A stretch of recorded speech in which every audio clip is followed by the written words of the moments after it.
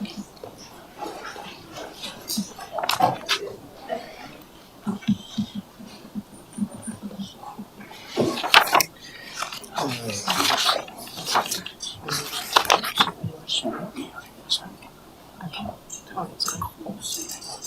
yes.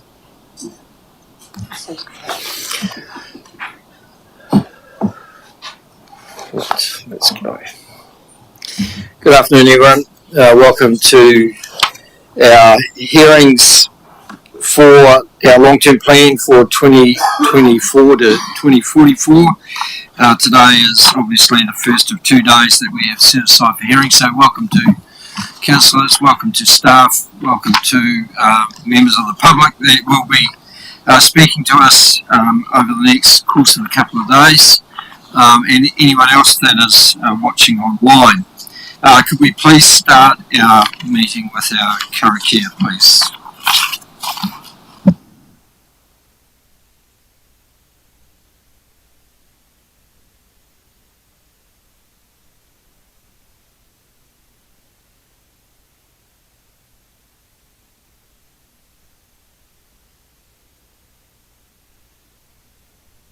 Thank you.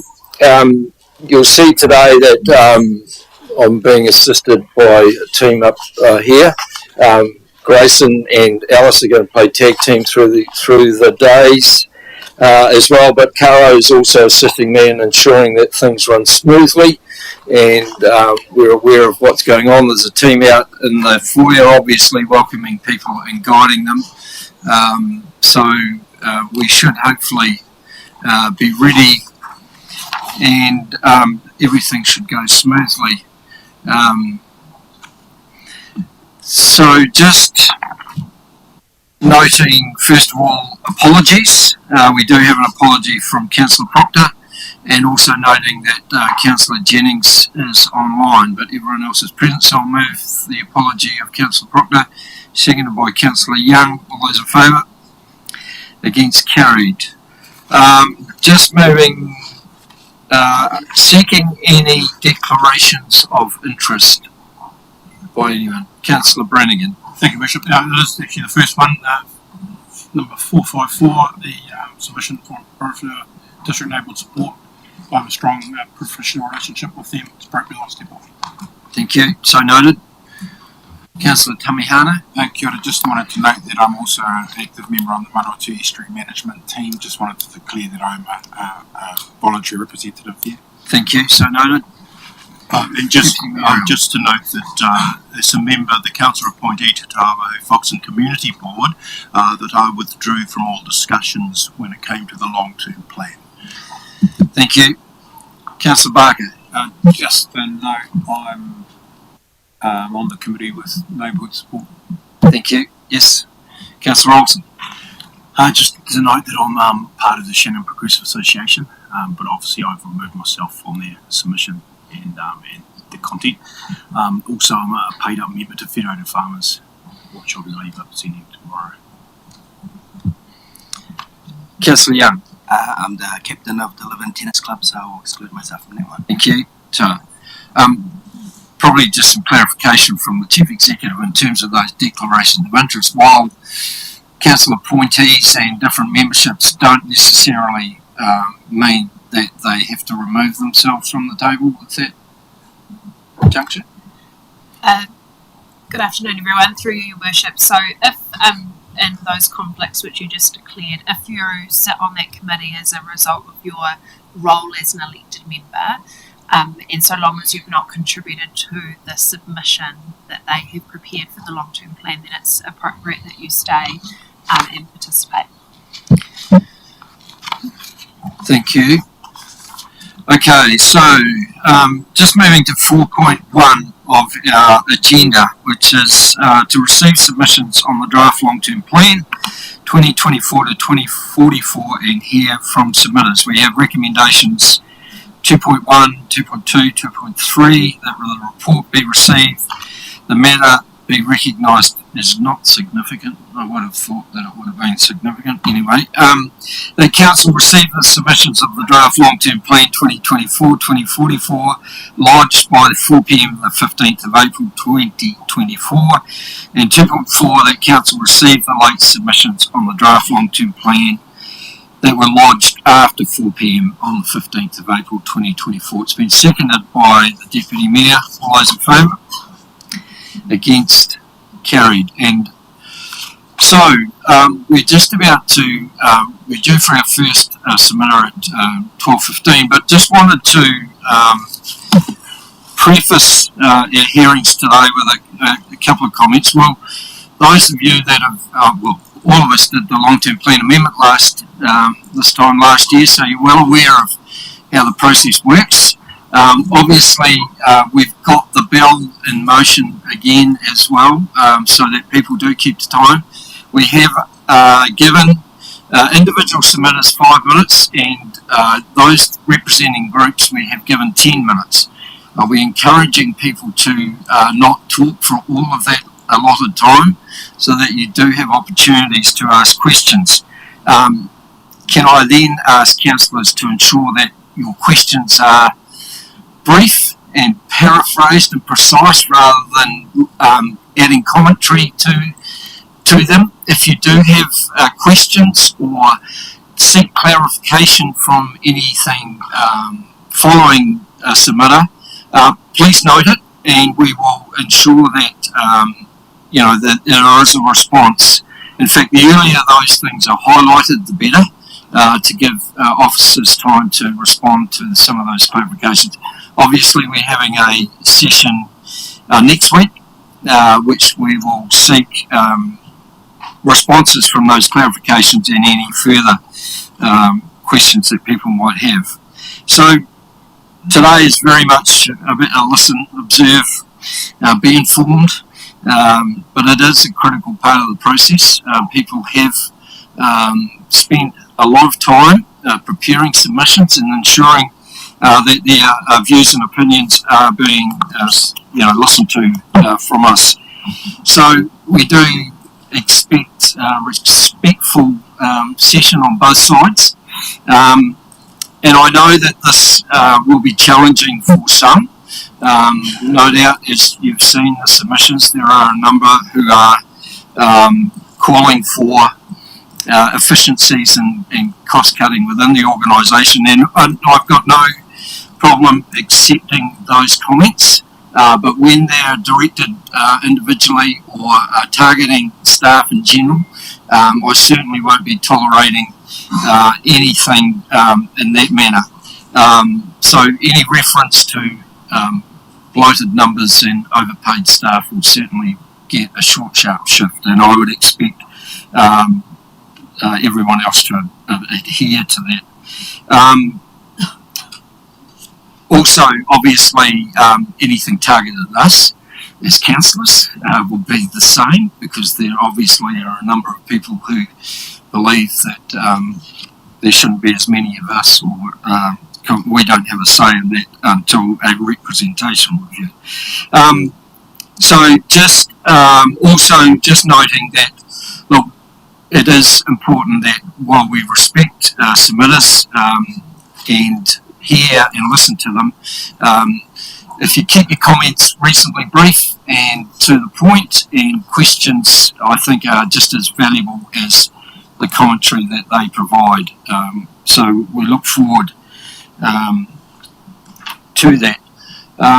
Grayson, just noting, will submitters get a warning bell at, say, 4 minutes 30 or 4 minutes? 4 minutes. 4 minutes, okay. All right, thank you.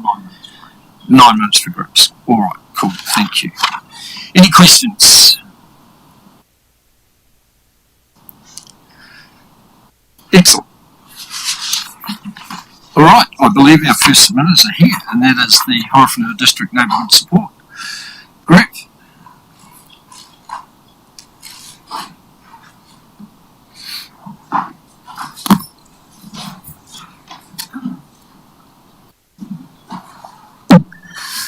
Welcome, Deborah. Welcome, Joe.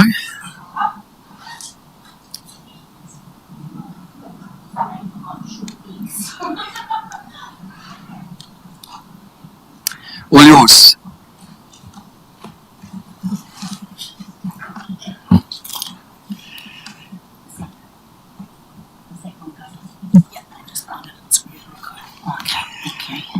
Kia ora tātou, Mayor Burney, councillors, CE Monique, officers of council, other submitters.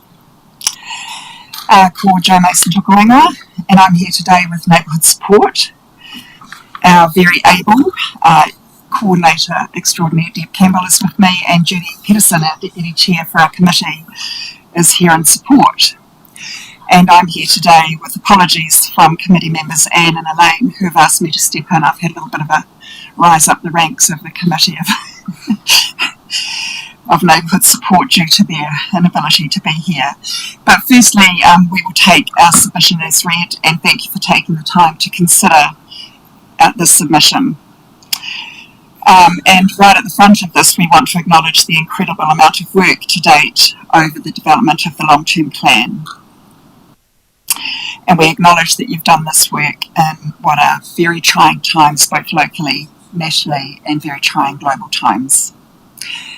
We also know that a number of you are working on your first LTP, congratulations, and that you do navigate this LTP in really unprecedented pressures. We hope to be quite slick. We have 10 slides. We just want to provide some highlights to our submission. So, kia hau maru, kia kaha, kia kutahi hoki nā hapori. That's our mission statement for neighbourhood support. And I just wanted to highlight this slide. We feel it speaks to, in essence, our submission. It's from our national support network and neighbourhood support. And it's the whakatauki, if you like, for the month of April, and we felt it really resonated with the work that we do, because the author of this whakatauki is an educationalist who, through teaching and counselling, amount of her life to dealing with society's most vulnerable. So safety is the most basic task of all. Without sense of safety, no growth can take place. Oops, wrong button, sorry. So I'm part of neighbourhood support, and myself, I would like to thank the council for their support in the $25,000 annually since 2021. The funding during the last LT period has ensured that we have been able to continue to support and develop strong community connections in the Horowhenua District. Also, I'd like to add that I really love my job. I love communicating with people. I love giving people advice to help keep them safe, connected, and making sure that they are resilient and prepared for whenever there is a civil defence emergency. So what we do through our district coordinator, which is me, we initiate and coordinate new neighbourhoods and groups, maintain and support existing groups and members. I provide community education on safety, civil defence, and I also distribute other community resources. We develop and maintain work relationships with like-minded organisations. Example, Age Concern, HALT, which is the Horowhenua Abuse Liaison Team, Phone Emergency New Zealand, which we have an MOU with, as well as New Zealand Police, which we also have an MOU with. Our activities, so we have we organise a community event every year, which is called Neighbours Day, which is in support with council through one of the grants. We supply membership support. We also supply volunteer coordination, local wealth. I'm also part of a local welfare team here. We have a special assistance register. Now that is for when there is a civil defence emergency. We've got contact details of people in the community that are vulnerable and will need that extra assistance, and then we can liaise with our emergency management officer and other organisations to help get people support, and also that's through our street contacts. We can do that as well. We have a Facebook page which I post things on daily.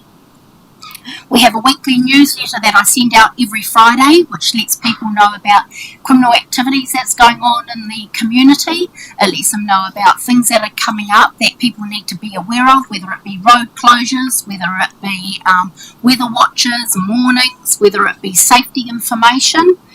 I also have organised for this year, starting a monthly coffee and chat group, which is for members. So in that we have guest speakers.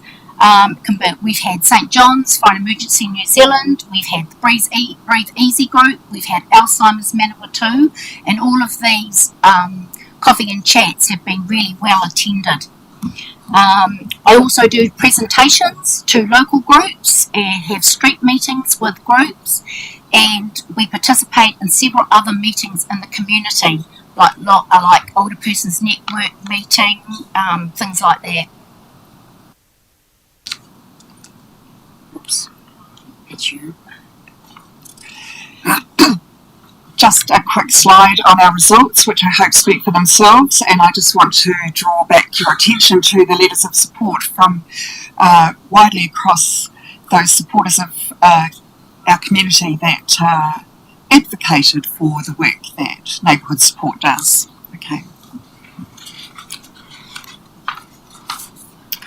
So as you can see, we were very lucky we applied to Eastern and Central Community Trust and Pelorus to be able to purchase a new vehicle, because the one we had was about 21 years old, so we needed a bit of an upgrade. So as you can see, it's very visible and people are able to notice us in the community, and it also shows our supporters on it, which is very valuable. So that includes Eastern and Central, Pelorus, Horowhenua District Council, Horowhenua Motorco, and K Signs, who did the signage for us. So the goals of neighbourhood support align with the objectives of the council in achieving our safety and supportive environment for our communities, with networks which care for all ages and all ethnicities. Our model is about building collaborative relationships with service providers that enable people to live supportive and healthy lifestyles, to be resilient and connected. So on our funding, we provide a free, inclusive community service. There is no joining fee. We exist solely on grants and third-party funding. It costs us roughly $70,000 a year to operate, and this is annually. And 2024 and beyond will bring increased challenges in cost.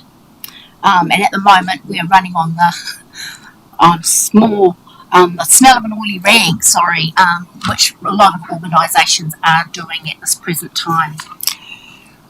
So, Mayor and Councillors, thank you again for reading and considering our submission and requests.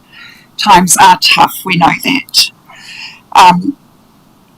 And Deborah just said our organisation or agency lives on the smell of an oily rag. And I'll make a personal statement that our coordinator and finance committee members are some of the most competent, cautious and transparent managers of community funds that I've ever worked alongside. But I just want to reiterate the need for this ongoing funding for a vital community agency that does deliver considerable positive outcomes for this community. Can I say we wish you well for the couple of days ahead in the submission period? Now, I'm happy to take any questions. Thank you, Joe. Thank you, Deborah. We've probably got time for a quick question if anyone has one. Just that's $70,000 that you need to operate per year. Correct. If council decided no, and hypothetically, of course, how would you survive?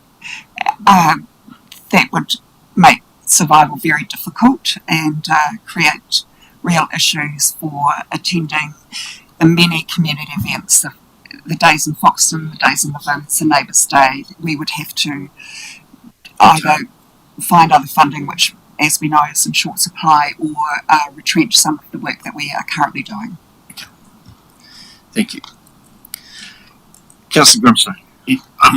So first of all, thank you for your mahi that you do in our community. Following on from that question, I'm just interested in terms of your level of confidence around continued funding from other sources to make up that gap between the 25 and 70 that you need on a per annum basis. Reasonably confident, and we have a committee that works incredibly hard. We've got a finance officer that works incredibly hard, continually sourcing funds, and that's one of the priorities we have every month in our discussions as a committee. As a committee, essentially what you're asking council to consider is status quo. Status quo. Was there any consideration or discussion around asking for increased funding? Absolutely, but we are very aware of the times that council face at the moment. We've followed closely the work that you've done in preparing the long-term plan and looked at the consultation documents, so we opted to ask for status quo in this instance. Thanks, team. Appreciate everything that you've done, and you've set the bar well for the 2 days. Thank you.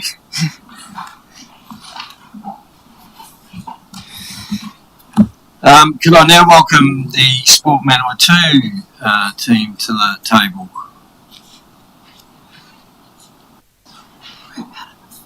They're out in the foyer.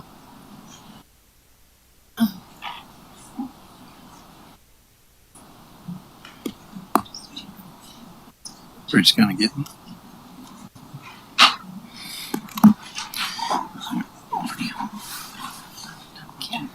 Does it say? Yeah, sorry.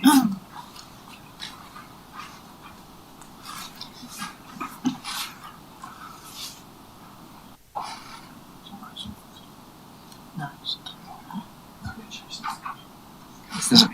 Huh? It's been a change, Calvin. So, Oh, they just switched names. Okay, so Christine's next. oh, okay. Okay. All right. Christine, Bruce, we're going to ask you to come to the table, please.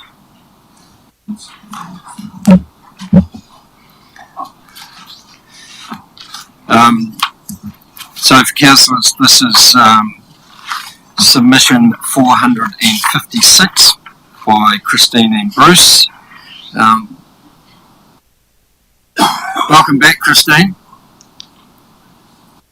Yeah, it hasn't changed. Thank you. I apologise for being here. Hadn't planned to be. Okay. So, good afternoon, everybody. You have some really tough decisions to make. And many of these decisions are because of decisions of prior councils. Yes, I was a councillor for 9 years, but I always preached financial restraint. Hopefully many of you who are newly elected will have the benefit of hindsight and the courage to make some real reductions in unnecessary costs. It's really important for councillors to realise that every time the level of service is raised by upgrading or building new social or community infrastructure, not only are these loans to be repaid, not only are their loans to be repaid in interest costs, there are also increased costs due to staffing, power, cleaning, maintenance, and depreciation costs for future replacement. These costs are funded by the ratepayer. Any upgrades in infrastructure in the short term must be absolutely necessary. Ask yourselves when you vote to upgrade an asset such as Donnelly Park or the Aquatic Centre, is this really essential at the moment? Could we cope without it? This is exactly what householders and businesses around the district are doing. The proposed rates rises are not acceptable. Times are really tough out there. Reading through the 500-ish submissions will have told you this. Many submissions, including the one from Sharon Williams, reinforces this reality. The consultation document tells us that HDC has about $50 million of debt because of borrowing for depreciation. Thank goodness Council decided to stop this practice to work towards fully funding depreciation. Decisions in the past when growth was not on the horizon are now impacting on decision-making options for the future. Of course, this decision to fully fund depreciation has consequences. Rates go up. So, HDC needs to look at other means to keep rates down. It has to cut costs significantly. It was great to read in the Chronicle that Council is looking at internal efficiencies to help lower council costs. Just cutting levels of service is not going to be enough. We really want to plug for the urban-rural differential for landfill costs to continue. This 80-20% differential was put in place to reflect the level of use the rural sector had for the landfill. There is no logical reason to change that differential now. Keeping the historical landfill differential is also the solution needed to allow the representation and governance rate to remain as a targeted rate. It is extremely unfair to expect farming families to be banged twice. Firstly, through a change to the landfill rate, and then being expected to pay a much higher share of the representation and governance rate through the general rate. Much of this is for extra planning for things like the town centre upgrade and planning for growth. These activities have very little interest or return for farmers. You will have seen in Peter Everton's submission for Lakeview Farms just how much his farming business pays for the general rate, far more than any urban ratepayer. And that's the same for any farming business. It's a real kick in the guts for farmers who are struggling to make ends meet to have their rates bill disproportionately raised because of shifting representation and governance to the general rate. It's been interesting to follow HEC's Because of You campaign on Facebook. Unless Council makes real changes to spending and concentrates on what is necessary, not all of the nice-to-haves which people have been lulled into thinking can be afforded, there will be many people in the community having to make decisions like increased rates of the doctor, increased rates of the dentist, increased rates or a trip down south to see the grandkids, increased rates or a coffee from my coffee cart vendor. Other service providers in the district will suffer from an increased share of discretionary spending going to council. Thank you. Thanks, Christine. Any questions? Or Chris? My questions?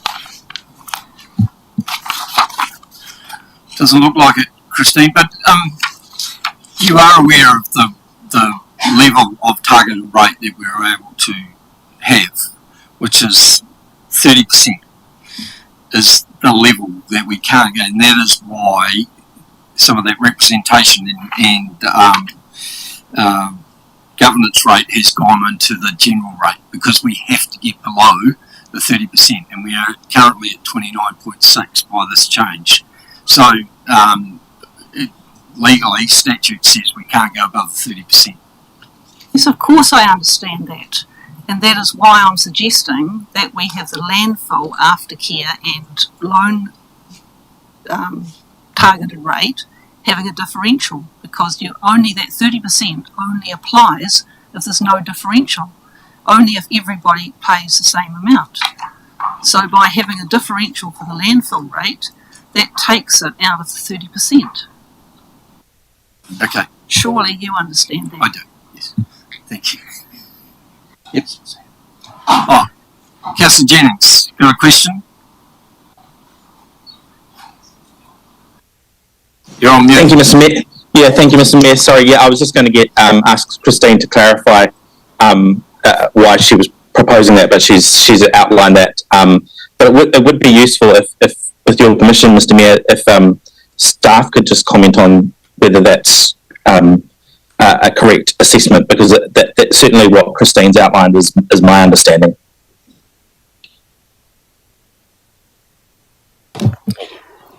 Through you, Your Worship. So yes, that's an accurate assessment, and it will be something that in the final deliberations report we'll turn our mind to and provide some advice to Council on whether it's an option, given it's something you didn't consult on. Sorry, Mr. Mayor, can I just say you did consult on that, because in the landfill part of it, one of the options you consulted on was either going to a fully targeted rate where everybody paid the same, or retaining the status quo. So it was consulted on. Thanks, Christine. Appreciate you being back and your interest continuing in what we're doing. Right. So now we're going to have the Sport Manawatu team Kylie and Ethan.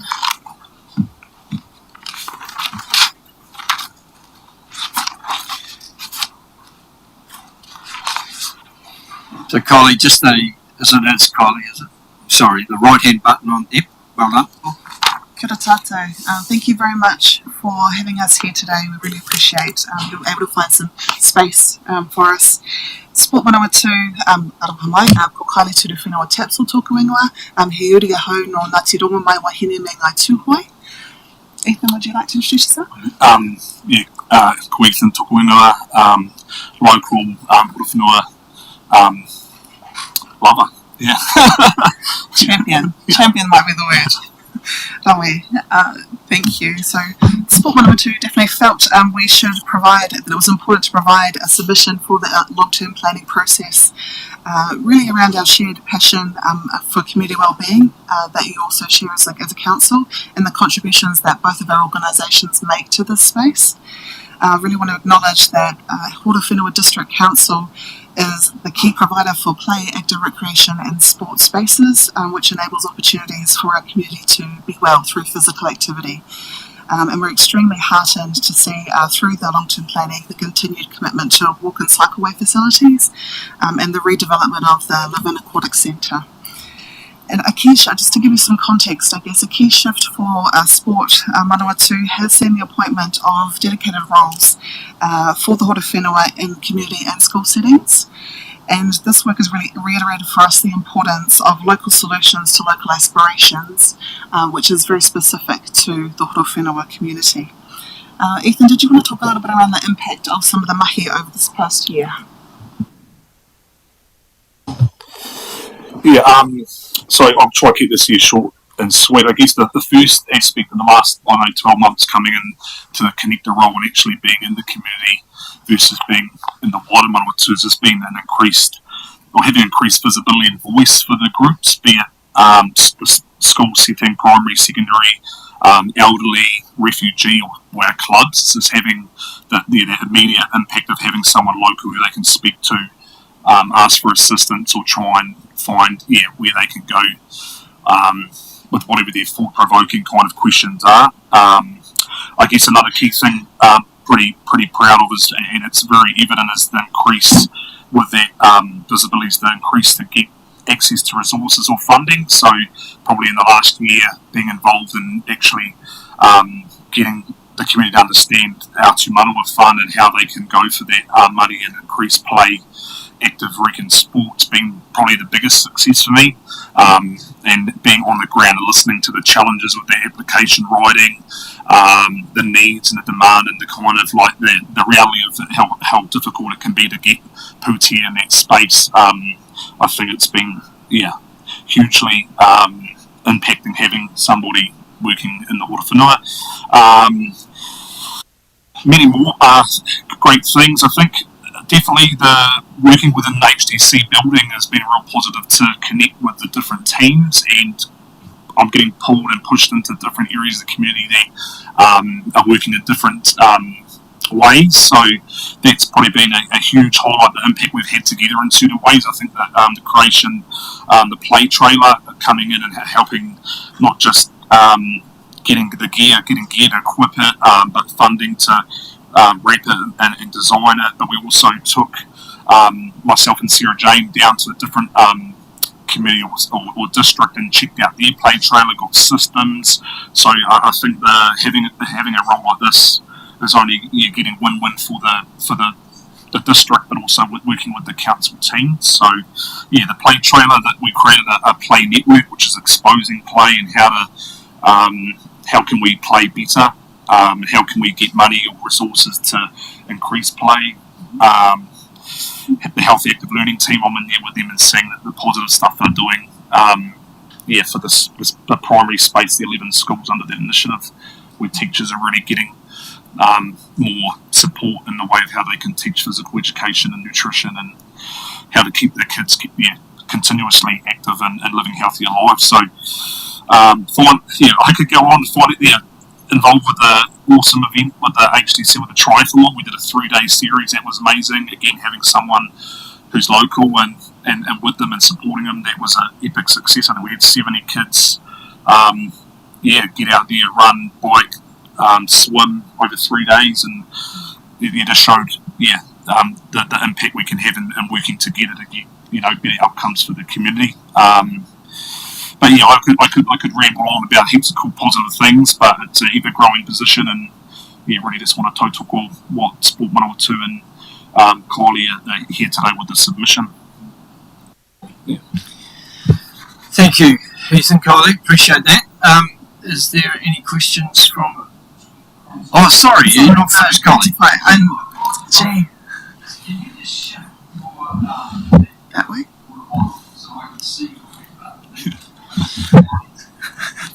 Sorry about that. Just to, I guess, wrap up with what Ethan said, it's, for Sport Manawatu, it definitely has reinforced for us the importance of having local people working in local spaces to make sure that we're responding properly.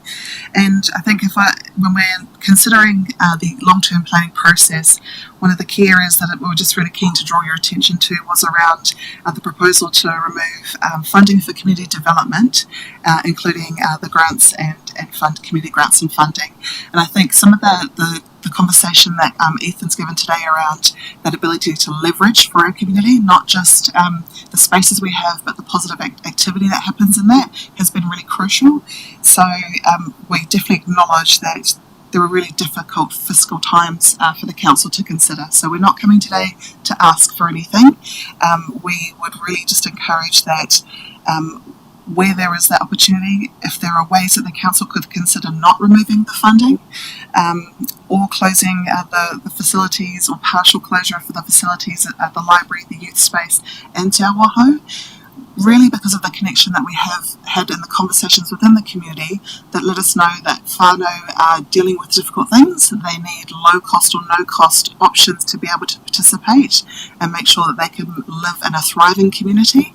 And with that continued pressure on financial and cost of living spaces, removing opportunities like this, I know it can make fiscal sense, but the benefit for the community ongoing is probably where we'd be advocating for the most. So while I say that, we are also committed to continue with the mahi of Ethan and our other workers within the region, and would really be really keen to sit on the Community Wellbeing Committee as well, to make sure that we can support the strategy and development in that space that might sit outside the LTP, but would definitely help in terms of that joint collaborative way of going forward to help address some of these issues that are increasing for everybody. So thank you very much for your time and for listening to us today amongst everybody else, and open for questions. Thank you. No, you're right. And appreciate the offer around the community wellbeing. I'm sure we'll take that up. Just wondering if you've had any signal from Sport New Zealand in terms of your ongoing funding. Is that going to remain at the same levels, do you think? Great question. Sport New Zealand are going through their process of how they're going to make their 7% savings across the organisation. What we do know is that they have committed to core investment for our organisation and regional sports trusts, so that's definitely secured. What that looks like and how that will be split is still to come, though, from them. So we're expecting in the next 2 weeks to have that information and conversation between Sport New Zealand and ourselves. But we I think as an organisation, I know our CE is very supportive in this space. The localised work that can happen and be enabled outside of just being a Palmy-centric space is super valuable for all of our communities. Okay, look, thank you. And look, I just want to acknowledge the fact that Ethan is on the ground here. I think it makes a considerable difference.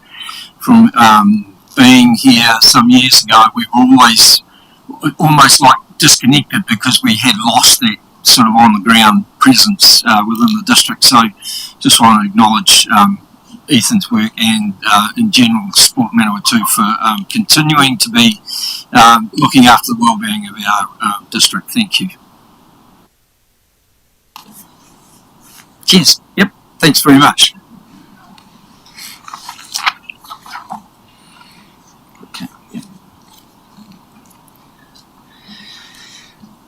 Kate, welcome. So you're talking, do you want to do both actually? You want to do, you're down for Volunteer Central first, eh? Okay, right.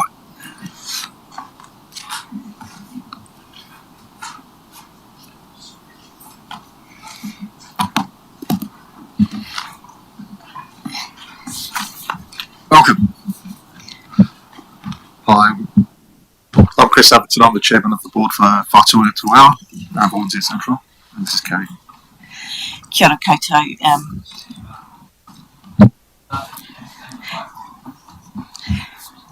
Kate Epplin, Tumawhaka, Haere, or Whatungatua. I'm Kate Epplin, I'm the manager of Volunteer Central.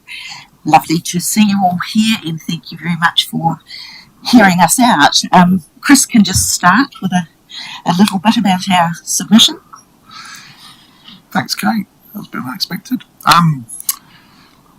Going back, we're asking for. We're not a big. You don't fund us by a lot of money for Volunteer Central, but we do a lot of work in this district. A lot of valuable work.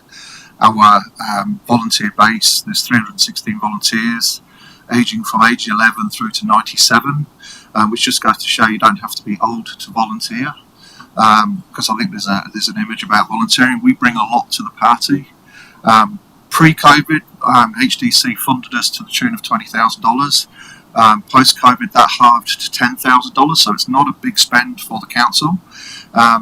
Given that we work with 58 member organisations within the district, we do have a lot of connections across the district, and we believe that given the growth within the district, we're asking for the funding to be put back to the 20 that we did have.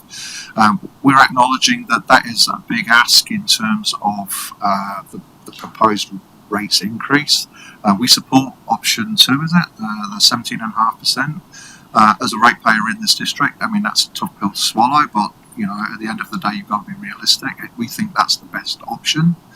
For us, it's about working with flexibly. When we had our funding cut 2 years ago or 3 years ago, we had to change the way we worked within Horowhenua. We did that. We think that we still bring a lot to this district in terms of the member organisations and in particular the volunteers themselves. And we think that, where am I going with this? What was my train of thought? I'll jump in there. So, yeah, Whatungatua Volunteer Central, we work closely with different Horowhenua Council networking groups.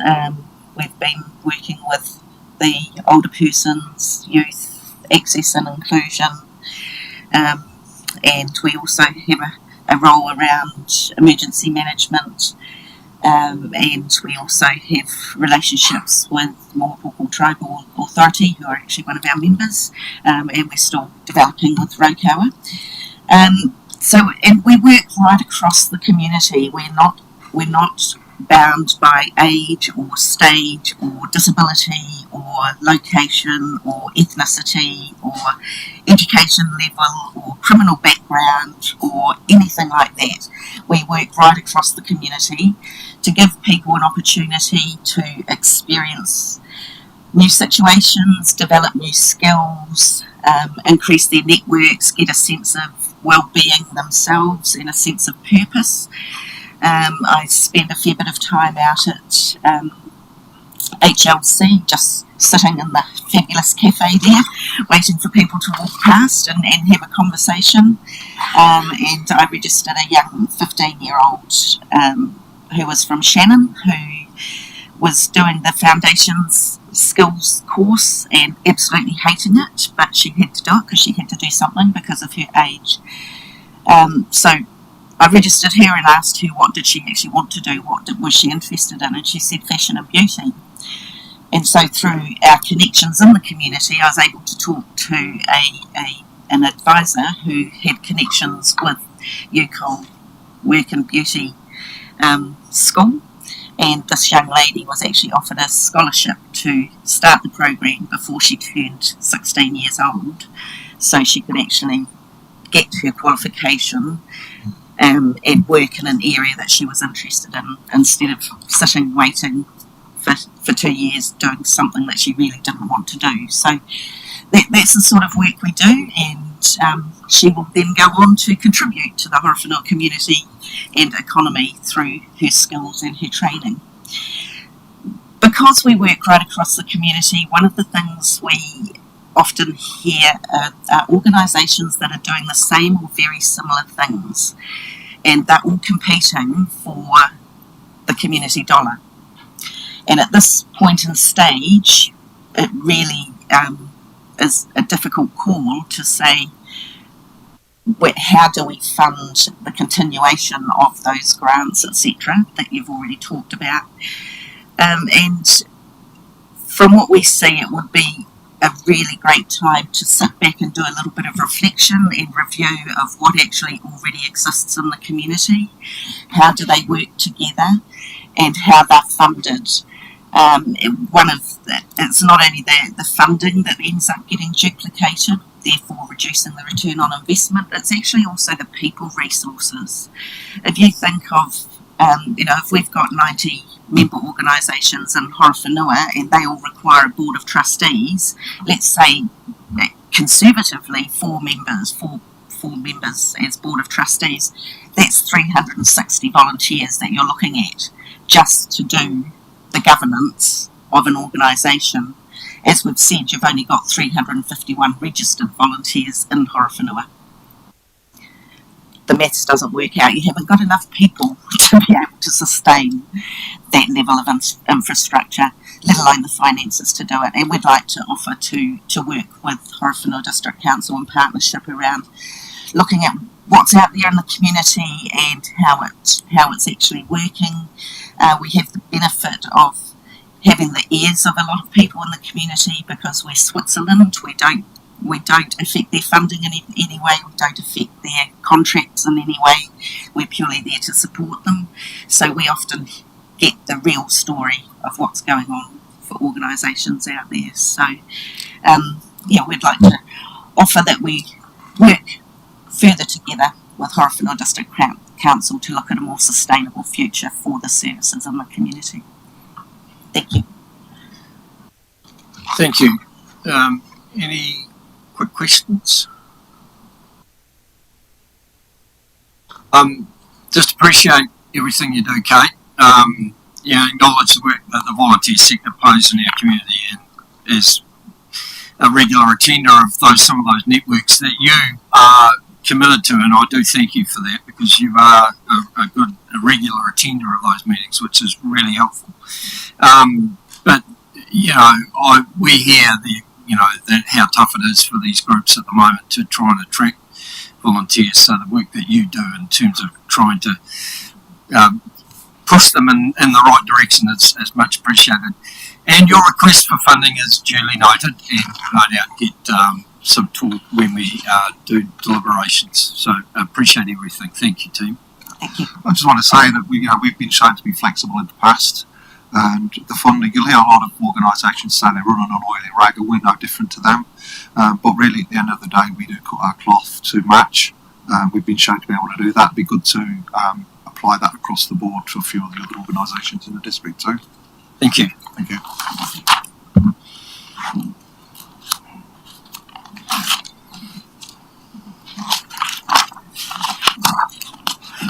All right, our next submitter is Elizabeth Valentine, which is submission number 306. Welcome, Elizabeth.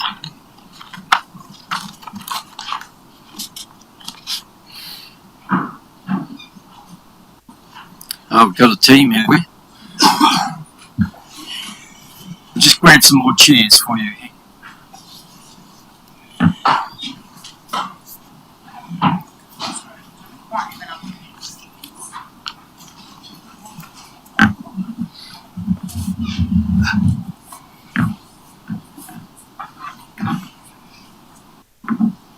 Welcome.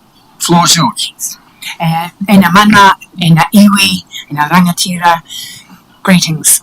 I'm here on behalf of the Waitariri RISE Community Flood Action Group, although my submission was made as an individual, so it will vary. I did submit a PowerPoint, so how do I access that? It should be. Oh yes, here we go.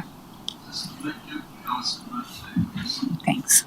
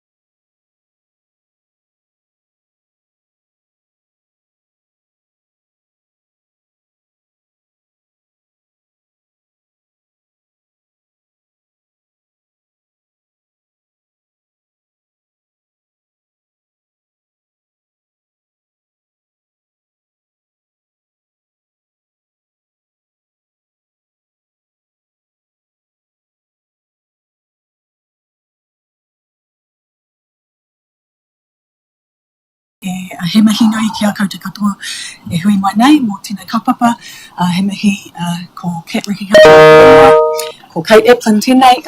We are the job share co-managers of Te Awa Community Foundation, and yes, we thought it was really important to contribute to the long-term plan in terms of looking at sustainable funding. We are the 17th of 18 community foundations in New Zealand. We're the toddlers, I call mine. That's what I say. We're the toddlers. We're learning from those who have gone before us. And if you look at some of these success stories and how they work with community, iwi, hapu, organisations, interest groups, to generate funds in the community, you can see that there is so much potential for success where we're going to be in a number of years. A couple of the main points I just wanted to highlight which support our submission is that in New Zealand alone, over the next 20 years, there's going to be $1.11 trillion of wealth transfer. And imagine if we could bring it into the communities, work together with the community for the community.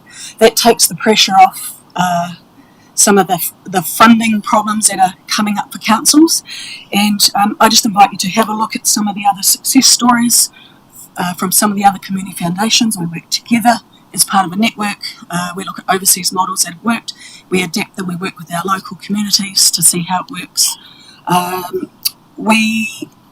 Some of the services that we provide as part of our work is that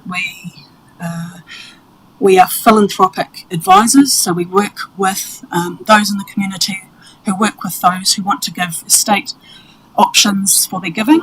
Often people want to give, but they don't quite know where to give. And if you give a gift once and it gets spent, it's gone. If you give a gift and you invest it, we have an investment partner, we work with Craig's nationally. If that gift is invested and grown, then the interest on that growth goes back to the community. So it is a long-term sustainable option which would sit alongside other funding options. So it just enhances and increases that sustainability. We have a hub-spoke model that we're hoping to implement across the region, which means we are looking for local committee members who are connected, who know what's happening in the community, are connected in all different ways, so that they can feed into where these funds might be needed. So it's always also directing funds where it needs to be rather than where it's not that useful. One of our, especially Te Awa Community Foundation, one of the foundation points that our board and our chairperson Clive Pedley has iterated is we want to bring mana whenua to the table first before we establish those committees as our commitment to Te Tiriti o Waitangi and working in co-governance. And yeah, I'll leave it to Kate to talk to the points and add to that. Thank you. you can now see the strategic reason for the break. I'm not the same person that was here before. So thank you for listening to us again. Really the key thing for looking at Te Awa Community Foundation as an option for Horowhenua District Council and the Horowhenua community is that it's a multi-generational solution. It's not just for now. This is actually looking to protect Horowhenua and the Horowhenua community and their interests to the future. Clive talks about a 400-year plan, so this is really long-term strategic thinking. The temptation when you are needing to find funds immediately is to actually react and make some really hard decisions about cutting services and cutting delivery. And however, what Te Awa Community Foundation or a community foundation can do with you is actually help you to grow your community wealth through community giving by people in your community who are passionate about your community for the betterment of the community. If, for example, people give to a particular charity, so if someone donated funds to Te Awa Community Foundation, only Te Awa Community Foundation can use that fund. However, if members of the community donate to a cause, for example, the Māori of Te Awa, then the funds can actually be distributed from consultation with the community committee to any cause that actually protects the Māori of the Awa. So giving to a cause rather than a name is one of the benefits of the foundation. It actually spreads the community wealth to where it is of most benefit and of most need. We would encourage Horowhenua District Council to take a strategic view on the funding options. There's a lot of debt to be paid off, and while we're not an immediate solution for you, you've got to start somewhere, and by investing now, you provide the opportunity to set other people in the community up to be able to donate easily as well, whereas they may not currently think it's an option because it's too hard for them to think about giving when there's not a fund already set up. So we look forward to having further discussions with Horowhenua District Council about how we can assist for the future. I will leave a bunch of these. Thank you. Yeah, appreciate that. Thank you, Catherine. Thank you, Kate. Can you talk to the comment that is in your submission around the emergency management side of things? So Te Awa Community Foundation already has a fund set up that's ready to go for regional emergencies. So that's set up with Manawatu Wanganui Civil Defence Emergency Management Group, administered through Horizons Regional Council. So when a regional emergency is declared, which means an emergency that goes across the boundary of more than one territorial authority, we have a fund already set up that we can just activate, and people can know to donate straight to that fund. They get a receipt straight away, and those funds are available through the usual decision-making channels, like the mayors, for example, about how that fund is used. But it's available to the community straight away instead of having to go through other bureaucratic processes.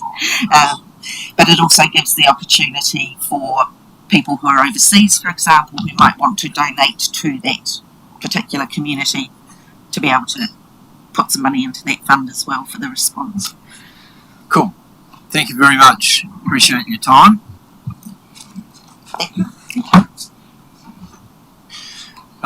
It looks like we still have not been able to solve our technical difficulties. So, Greg, would you like to come to the table, please? So we're now submission number 459, the PMG.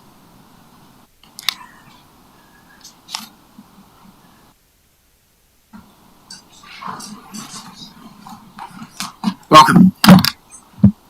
You've just turned it off, yeah.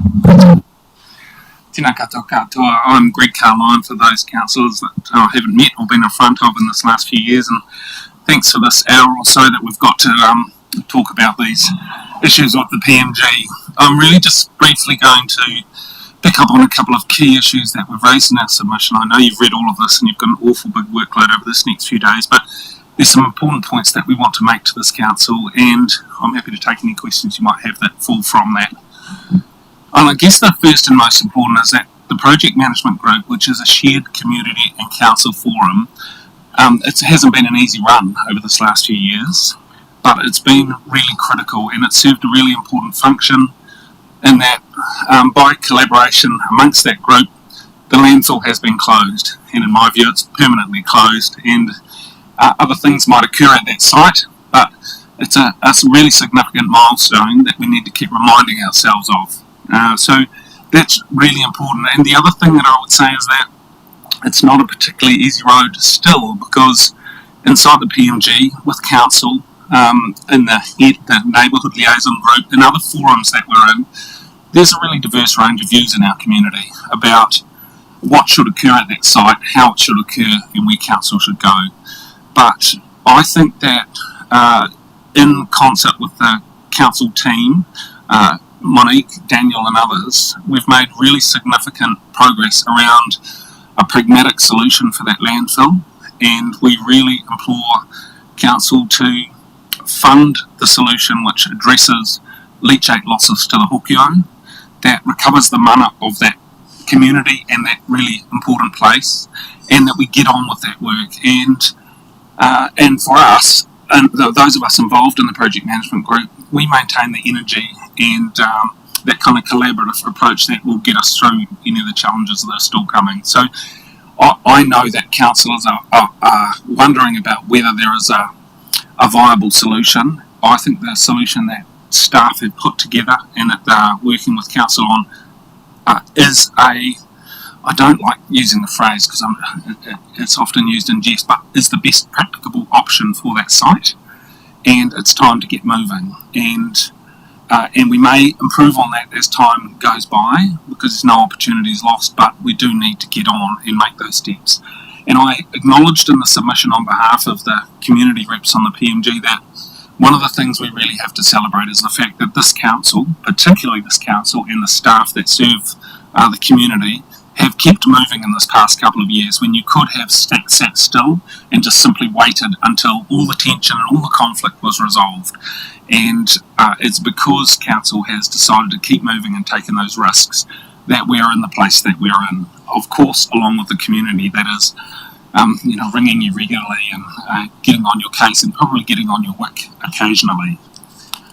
So I also want to acknowledge that there is substantial cost in any option that you choose for this site, and that the management of the landfill over this past couple of decades has generated a really giant debt for the community. But the obligation that you have to that hokio environment and to that community is really critical, and we're just about over the hump. We have asked, one, that you make the funding available to support the option for dealing with leachate, that you support your staff to prepare they've effectively closed the landfill and undertaken the immediate works, but you're going into a process in the next year or two of obtaining consents that secure that landfill over the next few decades, because it doesn't stop the day that you shut the gates. And the PMG needs to support that. We need the support of the community at large for those consents, so that you're not driven into a process that, again, costs you hundreds of thousands of dollars, that is energy away and money away from the landfill and the physical works that need to take place. And I guess the last point that I'd make on behalf of the PMG and the community that this issue has caused so much trauma for over this past, what's decades and decades now, is that it's time to heal the trauma that has been caused in that place. This is a community that's been confronted with the lake, with the landfill, with piggeries on the edge of the stream, with a general disregard for a very special place and for a tonga, and it's time to shift past that. So We also seek support from the council in this next year or so, I think, to bring the community together wherever that's most suitable, with councillors, with your exec team and with the community at large, to look each other in the face and move past the tension and the challenges we've had in the last few years. Because we know that, all of us know, there are people that this has really burnt, and we also know there are people that, it's energised as well, but we are really determined along with council to use that energy to see this place closed, see it rehabilitated, and see the community at large have their mana restored to them. I'll take the submission as read. I'm very happy to answer any questions you have, but it's really important for the PMG to be in front of you today to say that that the council is on a really good path, and we support that path. And there are bits and bobs that we will work on together, but it's heading in the right direction, no question. Thank you. Thanks, Greg. Any questions from councillors? Greg, you referenced the issues around the leachate. Yes. In terms of ongoing things that we have to do to remediate what is there. And councillors won't be aware of probably all the options that are in front of them, but do you have a sense of what and where we should be going in that space? Yes, so there's a range of views about what should occur in relation to leachate, and they span from do nothing through to pick the entire landfill up and send it somewhere else, restore the site. And the place that council's got to through a process that's been run 2 or 3 times now is to intercept that leachate, particularly at the toe of what we call the dump. So that was the unmanaged site, but to intercept that leachate, collect it along with the leachate that's coming from the landfill itself, and have that treated through the council's wastewater system. And that seems like the most logical and the most practicable method for dealing with that issue. And again, there are challenges around the edge of that, but I think that fundamental premise is broadly supported, particularly when we do look at the costs and benefits. Do you see the PMG continuing as in a role in terms of monitoring or ensuring that we're doing what we're supposed to be doing? I mean, we've made some pretty, as you say, we're on the right path, but are we likely to see the need where we don't see PMG operating, or do you see it continuing for the lifetime of the the aftercare?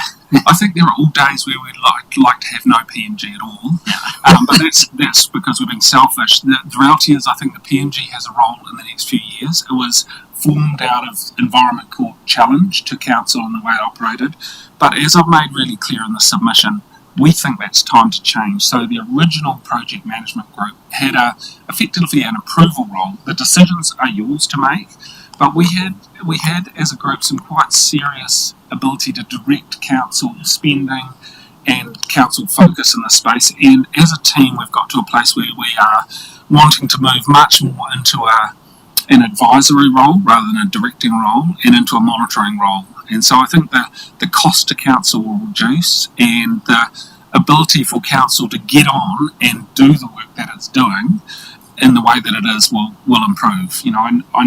I know the effort that council staff are putting into responding to council to community concerns, and it's phenomenal. It's needed, but it's phenomenal, and we're trying to get out of that groove into a place where we stand alongside this council as it's doing the work that it's committed to. Thank you.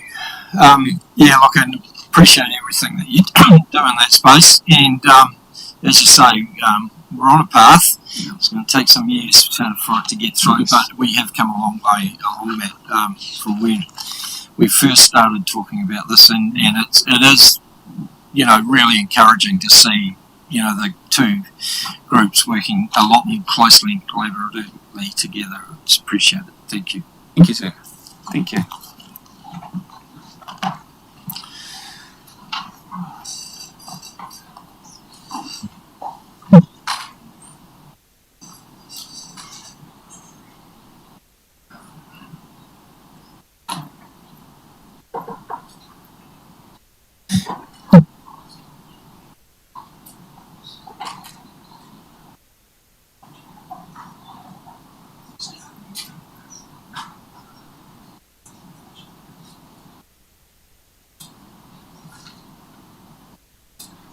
So we're still having a few technical issues with Elizabeth's phone. It's not our end, apparently. So it's the file is not sending properly or something. Anyway, and we've not got the next two submitters, Kelly Taiwi and Gwen Shibley. And I believe Zahn has checked in. He has just checked in. He's just popped out to take a phone call. Oh, here's he. We just make sure. Stu's here as well. You're not with Zahn, are you? You're separate? Right, well, Stu, welcome to the table. Please come and join us. So we're talking submission number 379, which is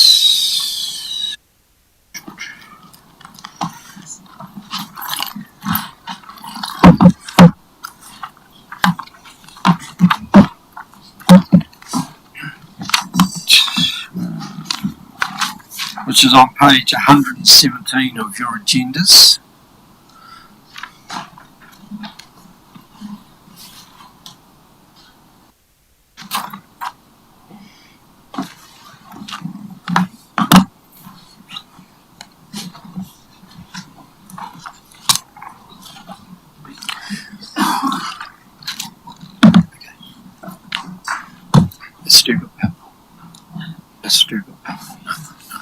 Welcome, Stu.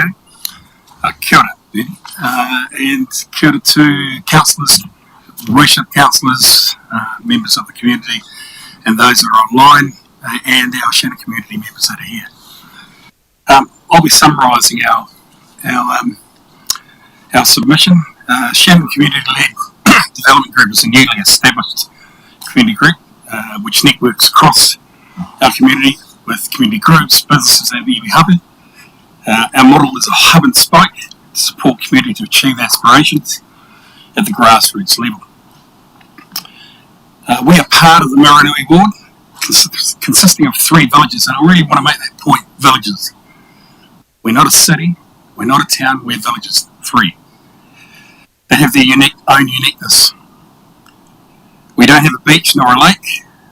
What we do have plenty is community connectedness and a supportive council.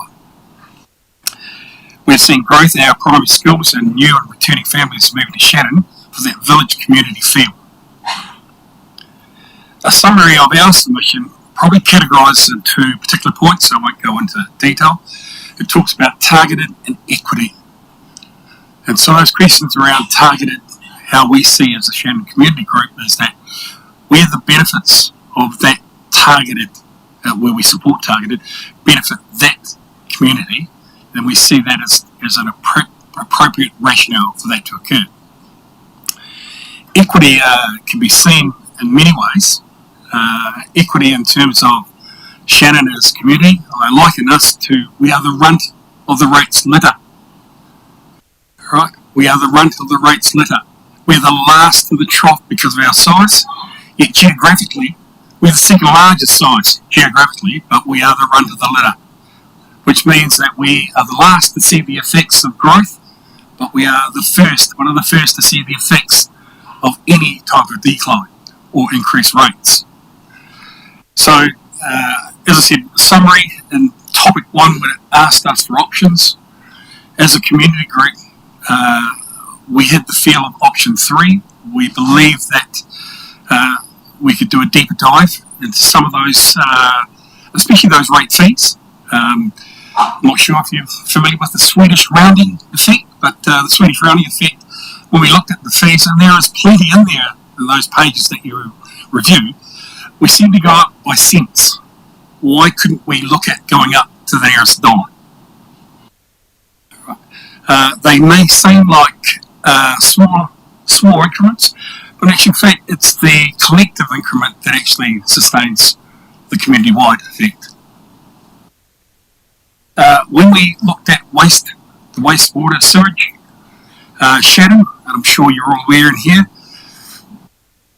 we are captured in our infrastructure and growth, property-wise, by the sustainability of our current water and waste infrastructure.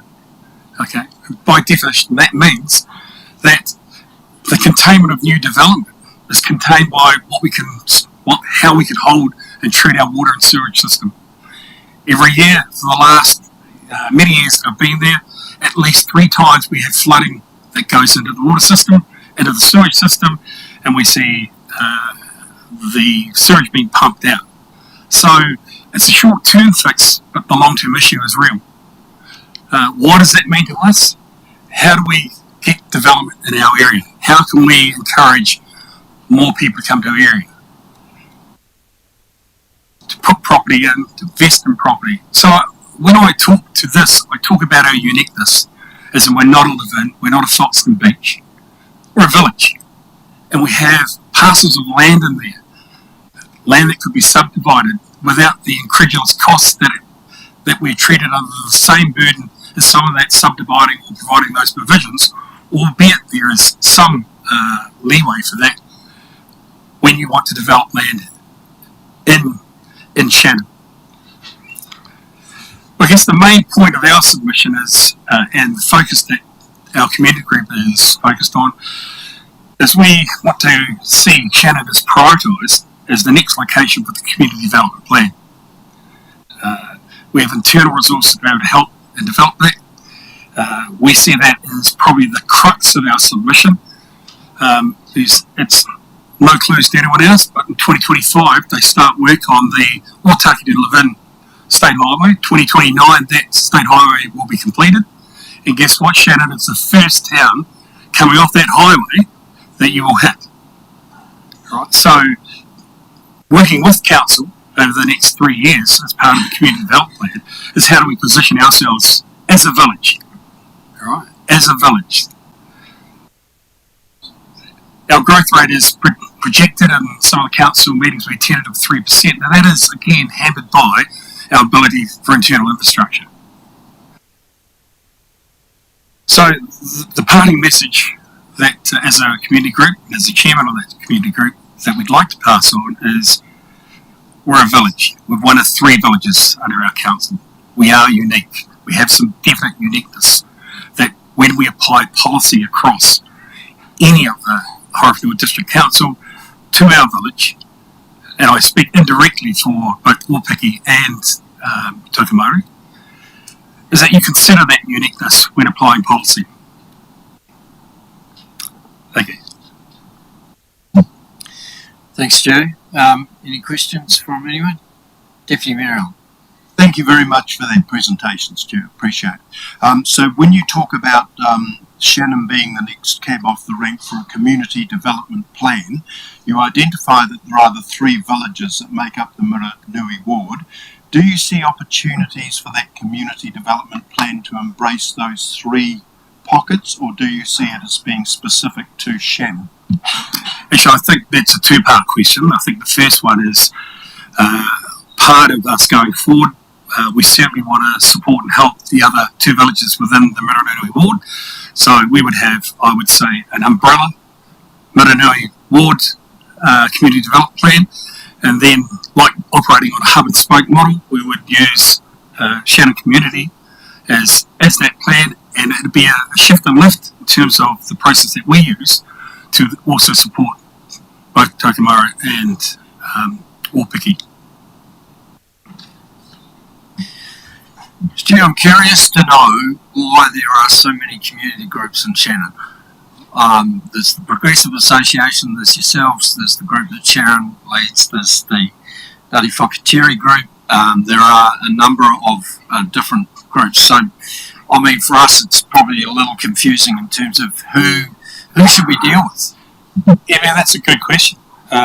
So, one of the things I talked about right at the start of this meeting is, as a new community-led group, we are operating on a hub and spoke. And so our connectedness is not, we're not the one expert at all, so our connectedness into the community group. So part of our community network, as well as part of the executive committee, make up community groups. So we have representatives from iwi and also the community groups. So from a hub and spoke, we see ourselves more as channeling out, but to be able to get a stronger message across as a united front.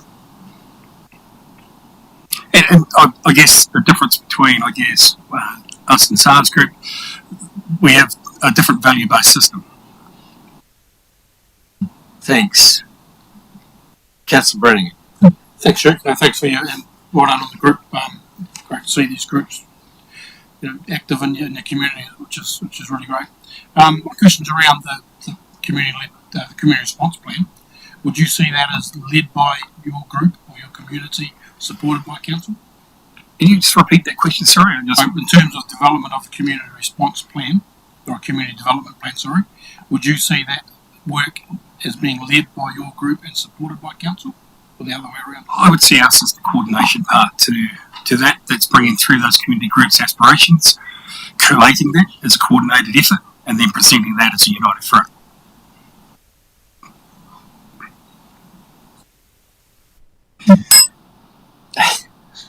Well, it's the first time today. Well done, Alice. Thank you, Stu. Acknowledging what you're doing in that space. Certainly the points that you make will be looked at. Certainly rounding's been brought up in terms of those fees and charges. Acknowledging also those infrastructure issues we have. And I'm sure there'll be questions asked to the team in terms of that. The community development plan is another one that I think could well be done in that next in the next year or so. And also, look, we know O2NL is going to have a major impact on this whole district, but including Shannon, and you could be assured that we are looking at the way that will unfold in those 5 to 6 years when hopefully it will be done. But yeah, really appreciate your time today. Thank you. Thank you.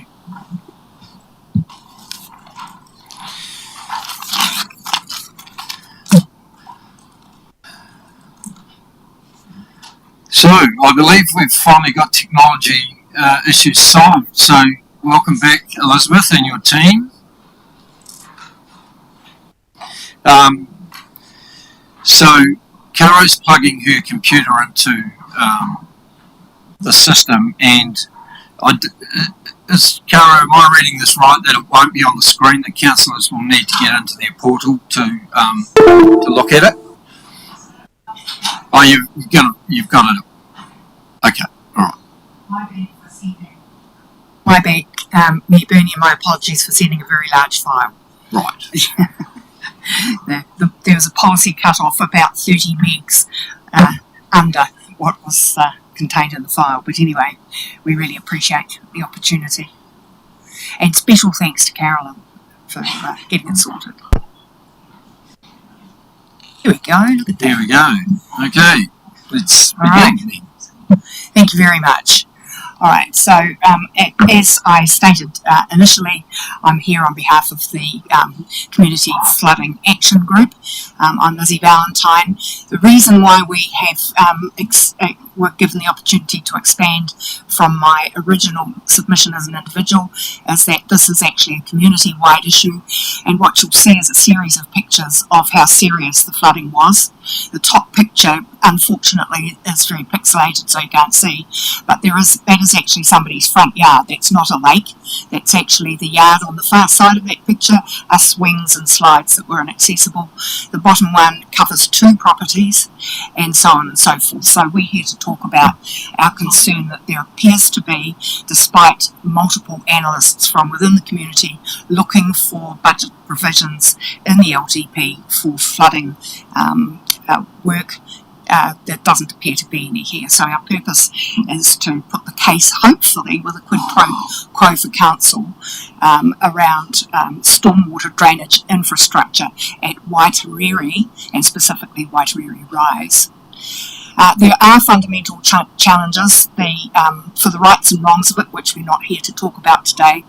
The subdivision Waitariri Rise was actually consented without any functional stormwater or wastewater drainage system, and that has been compounded by the fact that that we are part of the wider Waitariri Beach community, and there is no connection between the Waitariri Rise and the Waitariri Beach community. There's been no funding that we could find. We've gone down several layers, and thank you, Monique, for including the budget slides in your email to me. We also know, as reported, for example, in the New Zealand Herald in December, that there are RMA compliance issues associated with flooding and wastewater management at Waitariri, but not fixing the problem, and therefore assuming that there's no budget allocation because the problem hasn't been given any priority, means that there are a knock-on effect for all stakeholders, not just the landowners and people who actually live at Waitariri and Waitariri Rise in particular. What we've seen as a community is that, yes, there are trends around housing prices dropping, but actually there's a lot of properties out there for sale, and anecdotal evidence suggests that the local land agents are making prospective buyers know that there have been flooding issues out there. Now, we are amongst the highest rated citizens in this district, and that's a problem for everybody, because if you can't attract people into big subdivisions where you've got these big rateable properties, then that's a problem for council as much as it is for us, and the reduction in the equity in our properties. So there are potential long-term issues, but what I want to cover is just some of the background to this. Now, that's a screenshot of the topographical map of the Horowhenua District. It's known that most of this whole district has low-lying areas. We all are subject to slow-slip earthquake activity, which puts pressure on the water table. And this is historic. So with acknowledgement to Mayor Burney and Monique and to Blair, this isn't something that you've created under your watch. This has been going on for decades.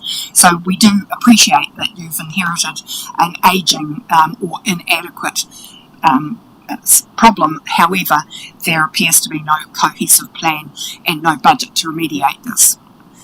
The second thing is, and unfortunately again this isn't showing clearly on your screen, not only is this historic, so when the Waitariri Rise subdivision was being consented, there was information contained in your own documentation that fully acknowledged that there was problems with flooding and pooling and ponding, and the highlight at the top of that document, and the source of the document is there, is June 2008. So this isn't a new problem. The council has been aware of the flooding, pooling, surface water and wastewater issues associated with Waitariri, but nonetheless Waitariri Rise was consented. So there are groundwater and surface issue problems. There are multiple residents' properties in the process of being sold to them. They were promised but have experienced ad hoc solutions from the developers, some of which have been discussed with council people and have actually made matters worse. And still the surface water and ponding issues across Waitariri Rise continue. We are also concerned that ongoing phases of the subdivision continue to be consented under the original consented plans, and clearly they don't work, and there are no provisions for flood mitigation in those plans. I obviously don't have time to look at this, but this also comes from your own documentation, which is section 10 covering stormwater in your 2014, I think it was, plan. And I think symptomatically the bottom one is the most important, that having stormwater treatment systems based on created natural systems, in other words wetlands, lakes and detention ponds, we think there's been an over-reliance on that from the developers and acceptance by council. And while it's preferable to work with nature, not against nature, obviously working with natural systems isn't a mitigation system and a complete mitigation system on its own. Secondly, there are points contained in the compliance rules under the New Zealand Standard 4404, which are highlighted in Council's own rules and regulations, but appear to have not been either enforced or considered in the consenting process. And of particular interest under the surface water disposal is around all surface water within the land being developed or subdivided together with drainage from the entire catchment upstream of the proposed development or subdivision. So these are the things that caused the problems and were so in evidence during the flooding, but do not seem to have any provision to remediate them. So we know that there's a lot of low-lying areas. The blue areas contained on this slide are the low-lying areas, and the road pattern and therefore the Waitariri Rise subdivision is contained in there, and really the most dense housing on the Waitariri Rise estate has been developed and consented on the lowest lying areas without any stormwater drainage provision. So there are basic design flaws, and again, I think the really important thing here is that the original consent does not appear to comply with requirements to demonstrate conclusively that development will not increase existing stormwater issues on any property up or downstream, or that building platforms and roading will be above future inundation, ponding and flooding levels. That was not our experience during the flooding and also in the years that have followed and preceded that. I think the next slide. I think the next slide is also really important because it appears that when it suits the developers or whomever that the subdivision is treated as a rural and lifestyle. It is actually designated Greenbelt residential, but that is not contextual. So Waitariri Rise is actually a complex residential suburb. You're also planning a large number of new developments which have been halted, and I want to get to my last slide. Thank you for the ding. So there are consequences of this. It's not working, and what the landowners want is provision in the LTP for stormwater. We want that to be timely. There's a lot of promises. There is a promised action which has yet to come to fruition. And if you actually get that right and you connect us to a comprehensive stormwater plan and fund it, then funding that supports your planned housing developments. It means that you can then look to development contributions and rates revenue as a source, and fixing the problem actually benefits everybody in the community, including council and landowners. Thank you. Thank you. Look, we do have a time for questions if anyone does have any.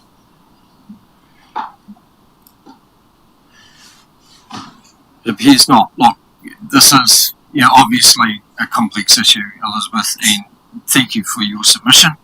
Obviously, councillors need to digest and understand that, and we'll be seeking some answers from Nikki and her team in terms of and the ongoing issue that we have. But yeah, rest assured that we do appreciate the fact that you've all come today and prepared such a comprehensive submission, and look forward to continuing that conversation that we're going to need to have over the coming months. Thank you, Bernie. We are happy to have the conversation. What we really want is tangible action now. It's 2 years, and we think that's long enough. Thank you. Thank you.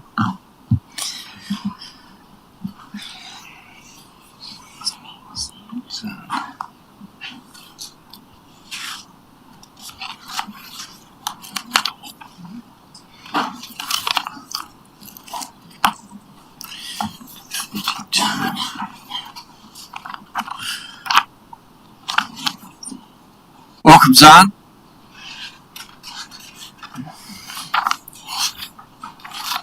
So Zahn is representing the Shannon Progressive Group. His submission number is 232.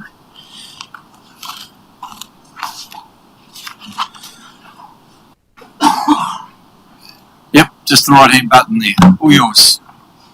Okay, greetings to the Right Honourable Mayor Bernie Wandin and councillors, and also the staff members who, of course, make this whole thing happen as smooth as possible. It looks like they've been working hard today on the data stuff. Okay, I want to start out my presentation, which will be on behalf of myself and also the Shannon Progressive Association, and I will attempt to note where I wander off from one to the other. But the first thing I want to do is mention some really good stuff that the Horowhenua District Council has been doing. And first of all, it's stuff that we've been noticing in Shannon, and particularly the path works, the footpath building and stuff. There's a footpath now down Graham Street which has created a lovely walk for the community, for people doing their constitutionals, and that's happening all over town, and I've seen it in other wards too, so I think that's really fantastic and we appreciate that. But more so than that, I don't think there has ever been a council in the Horowhenua that I've known of that has been so proactive in community consultation. I've really seen the standard of that increase in recent times massively, and that is a great thing to see. And again, highly appreciated. So that's a couple of things I believe the council is really doing well, and I want to congratulate you on that. Okay, so now I'm going to talk about the rates increase. You know, that's one of the big issues of our times at the moment, isn't it? And it looks like the 17.4% increase will be adopted. Now, I mean, let's be honest, that's going to hurt. It's going to hurt a lot of people. Ouch.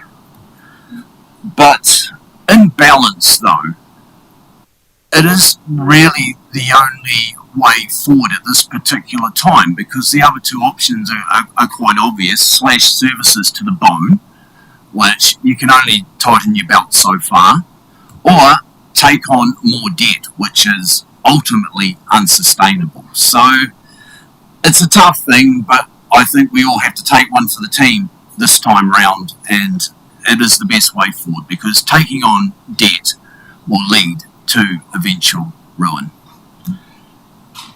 However, it may be time that the council thinks about getting a job. And of course I'm talking about looking at expanding council-owned enterprise.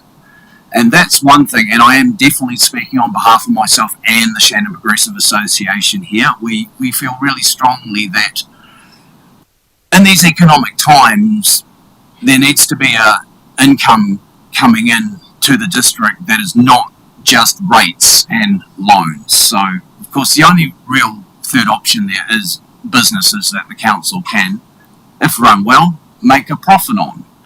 And in my submission, I have mentioned a few ideas. Some of them could be quite lucrative. Some of them are a little bit, just small fry. But the one that I'm most excited about is the idea of diverting our plastic recycling waste stream into the possibility of creating a diesel fuel substitute from that plastic. Now, this is a process that is backed by solid science. It's really, really easy to do, and there are, in fact, commercial plants available for purchase. So imagine that, in the very least, all the council's diesel vehicles could quite possibly be fuel self-sufficient. That plastic could then become an asset to us and not a liability that we're paying someone else to take away, and if we did well, we may even be able to solve other councils' plastic problems too, and it could be a great source of revenue.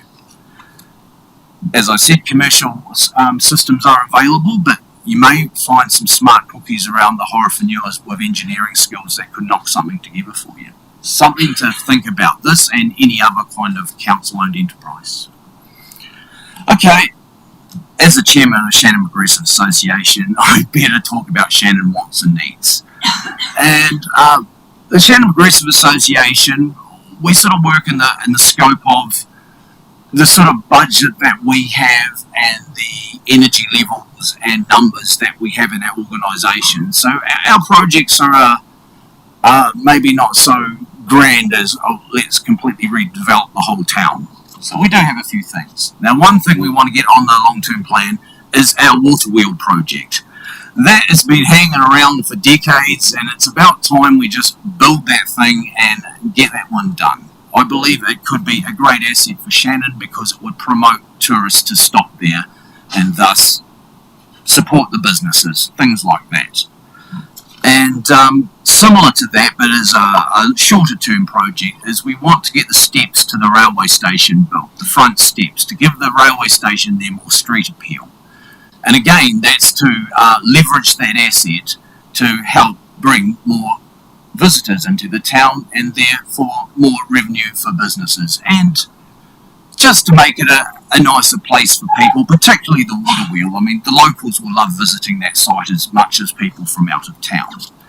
So in this current economic climate, we would like to burden the ratepayers as minimum as possible. So the Shannon Progressive Association is willing to spend our dime on building that. What we really need from council is a clear path cut for us through the bureaucracy, through the red tape. So we need someone to work with us to work on all the compliance issues and stuff like that and make it easy and for us to be able to get this thing done and build it, basically. And if we could build it and not spend any council money and spend some of our money, which we have raised for these projects, we'd be very happy to do so. Final thing about Shannon, and it would be reticent of me not to mention this because it's a great across the community. Everyone would love to see a toilet built at the north end of Tamairi Park. Now, the local iwi are incredibly fussy about that people use those beautiful native trees to do their personal business in there, and we have caught many instances on the Shannon railway station security cameras. Now, while we don't believe that a north end toilet would be the ultimate panacea to this issue, it would go a long way to alleviating it, and I think it would definitely make an improvement. So, speaking on behalf pretty much of all the community, because just about everyone's in agreement with that, toilets north end Tamairi Park. So, I had to say that one. Okay, now this is an issue that is not in my submission, but this came to bear on Anzac Day. And we had a lovely service in Shannon, and everyone loves the Anzac Day service, and Priscilla Wade did a very good presentation of that service.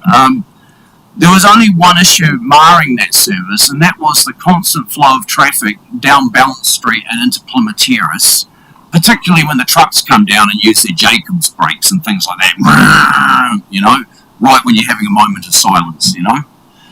And so, and of course the problem was it was going to be 30 grand to cross the road. And this is an issue that doesn't just affect Shannon and doesn't just affect Anzac Day, but it is starting, all this compliance stuff, and particularly of road closures, is really starting to impact community events around the district. I mean, I heard that a Christmas Day thing, or Christmas parade was cancelled because of this, and things like that. And so I think it's something we need to try and work on to try and somehow pull us back, because it is getting a little bit beyond the pale, really. And obviously the council can only do so much, but maybe we need to advocate to government. And in this current climate of national government and deregulation, that might be something to talk to the MPs about and try and get some movement on that front. So that's pretty much all I want to say, and in conclusion, I feel that we are under one of the finest councils that this district has seen in many a year, and so I just want to say keep up the good work. You're doing well. Well, I just picked myself up off the floor, so I appreciate those comments. We don't hear them very often, so it's lovely to get that sort of feedback. And you've just reinforced what communities often are the main points. It's toilets and footpaths are the real crux of everything that makes communities. And I just want to acknowledge the engagement as well that the Foxton community give us. I mean, we certainly turn up, but they also turn up to give us that feedback, and we do appreciate it because it's a waste of time going over there if no one turns up to listen to them. So just want to acknowledge that and all the work that you're doing. And I suppose my question, I don't know whether you heard my question to Stu in terms of there are a number of different community groups in Shannon. I heard the question. Yeah. Do you want my view on that? Yes, please. There's one simple word that can describe that. Egos. It's simply some people cannot get on well with some other people, so they need to do their own thing. As for the Shannon Progressive Association and say groups like Robert Kedu's group, well, I think that makes sense because the iwi have their own specific needs, and sort of the population that we represent has its own needs. So, and me and Robert get on extremely well, and we do work together. You see, so I don't think there's too much of an issue in having all these groups in some ways, but it might become a time when the council's like, who do we talk to here? Now, the Shannon Progressive Association was the original group founded because when the Borough Council got closed down in 1971, the Progressive Association became what sort of, I wouldn't say replaced it, but it was kind of a substitute. Whereas Foxton got a community board because of their greater population. So I still think that we are that role to be that sense of connection with council, and we are pretty well connected with people around town, but you know, Shannon is quite a dormitory town. Like, a lot of people just sleep there. They work out of town, they don't spend much time there, and there's always only going to be a certain percentage of the town which is interested in civic issues. So, you know, those kind of people are cut from a particular, for any one particular group to say they're representative of the whole community. But we try our best. We try our best.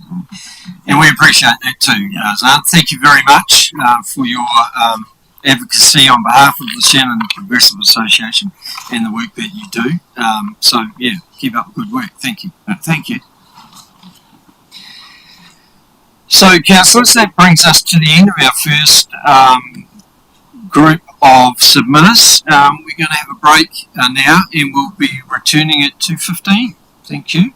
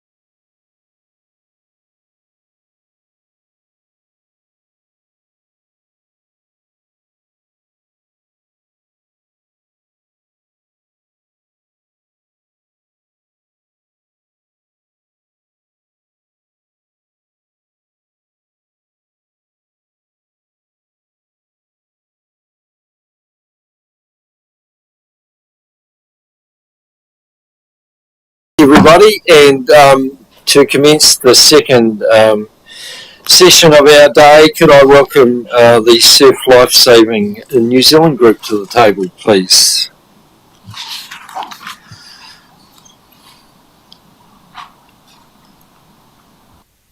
Hope I've got that right. Good afternoon, everybody, and thank you very much for your time. My name is Charlie Corbell. I'm the Central Region Manager for Surf Lifesaving New Zealand. And if I could introduce Justine Fleming on my right here, who's the Central Region Lifesaving Manager. We're here today to talk in support of our submission around the national body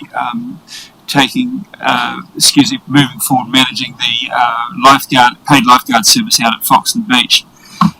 This has been done in response to the club putting up their hand and saying that they would like us to move in this direction. And that's been done purely because they would like to continue in the future to focus on their core activity, which they see as basically training lifeguards in order to make the ratepayers of Horowhenua safe on the beach.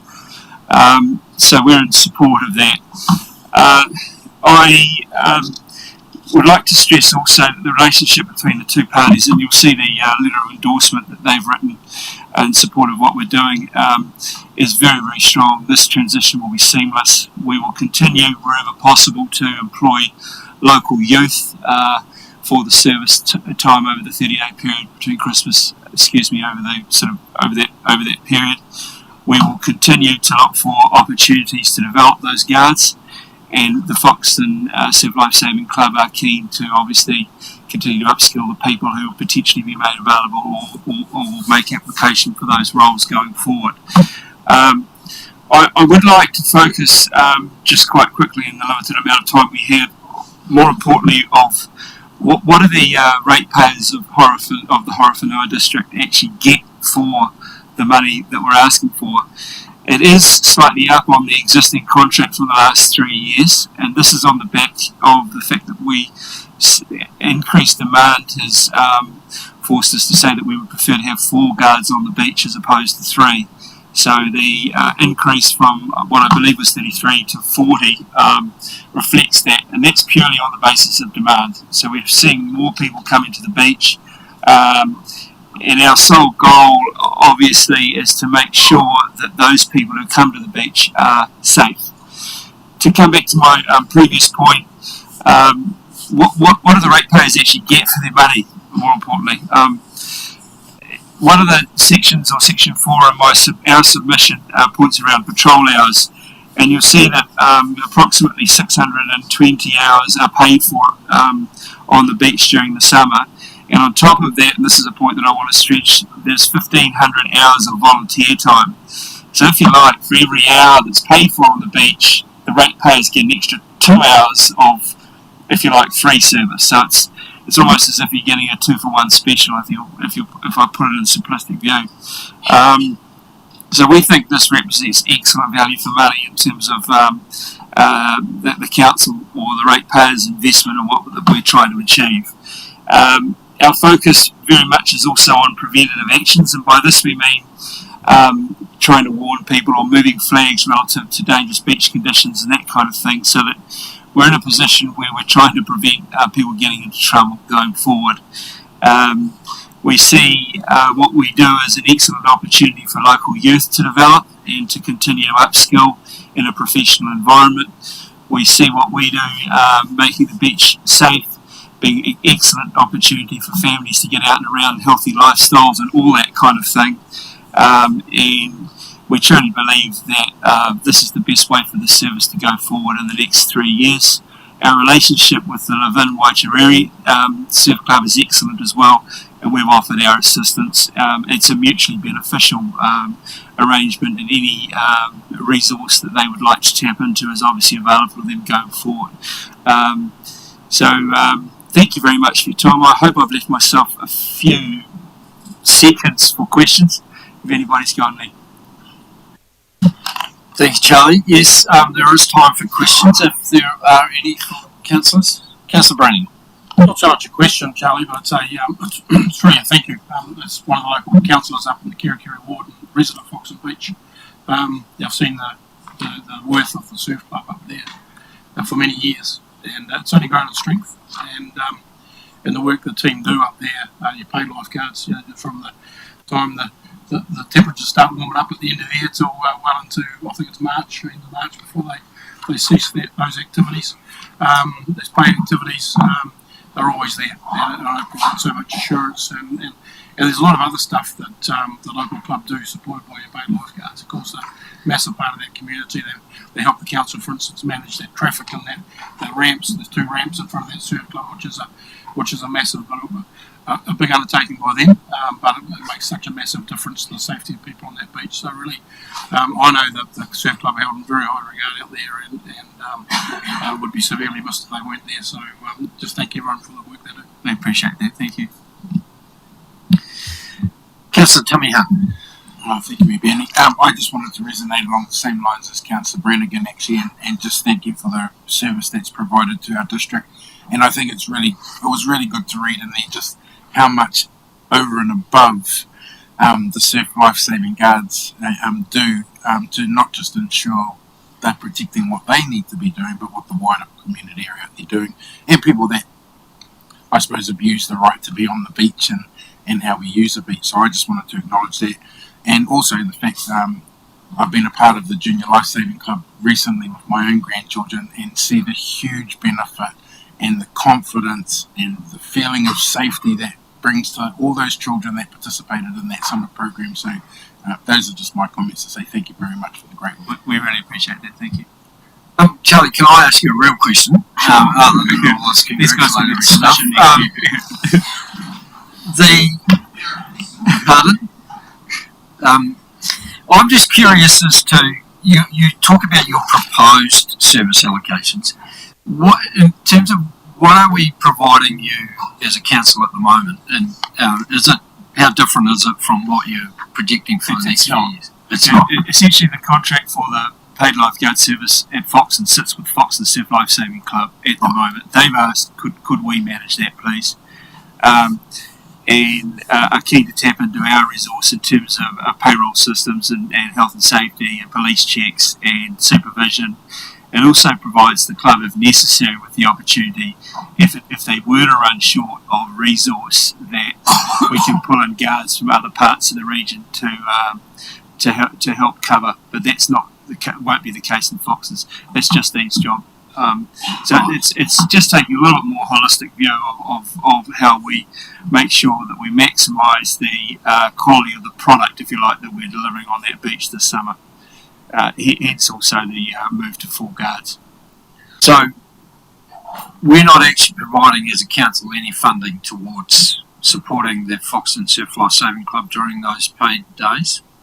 You are, yes. Yeah. Yes. Right. And is it around that $40,000? No, it's 33 is my understanding. 33. Yeah. Okay. Thank you. That's what I was trying to establish.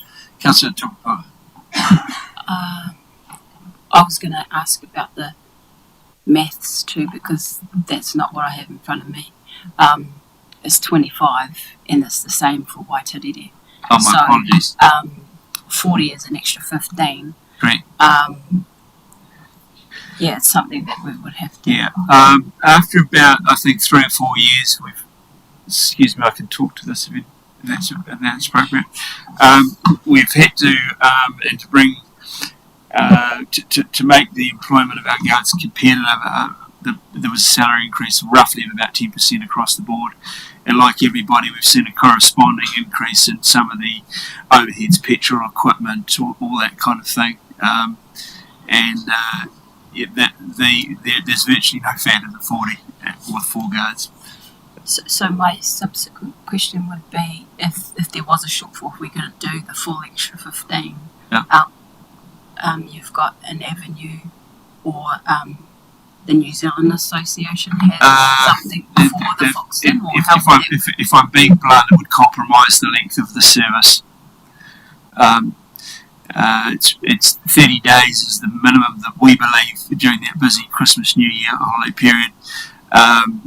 We, like everybody in the world, need to cut our cloth relative to the funding that we have available, and therefore we'd have to potentially shorten the length of the service.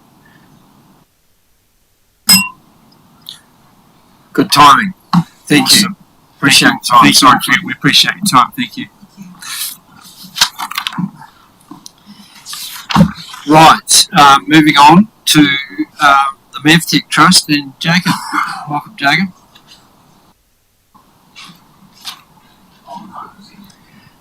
Certainly, sir.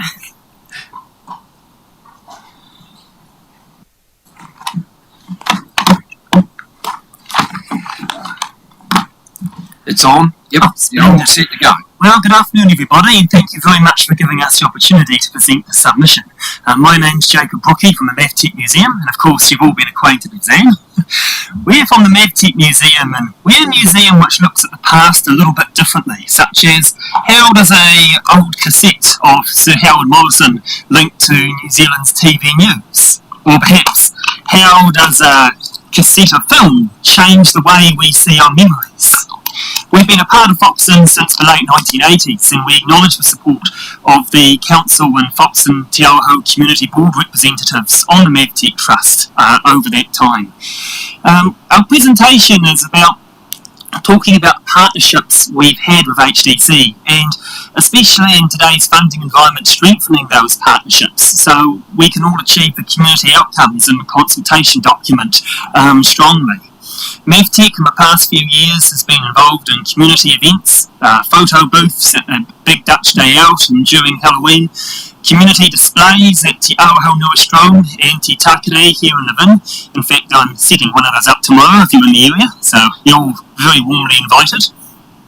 We organise a newspaper series focusing on Foxton's volunteers, upload information to Kite Horowhenua, and part of our submission is acknowledging that what we do is only possible through the partnerships with the council staff. And I particularly acknowledge the hard work of staff in council's libraries and community centres. Without their support and encouragement, we wouldn't be able to do half the things we do as a voluntary trust. So, Mavtech is something unique with Foxton.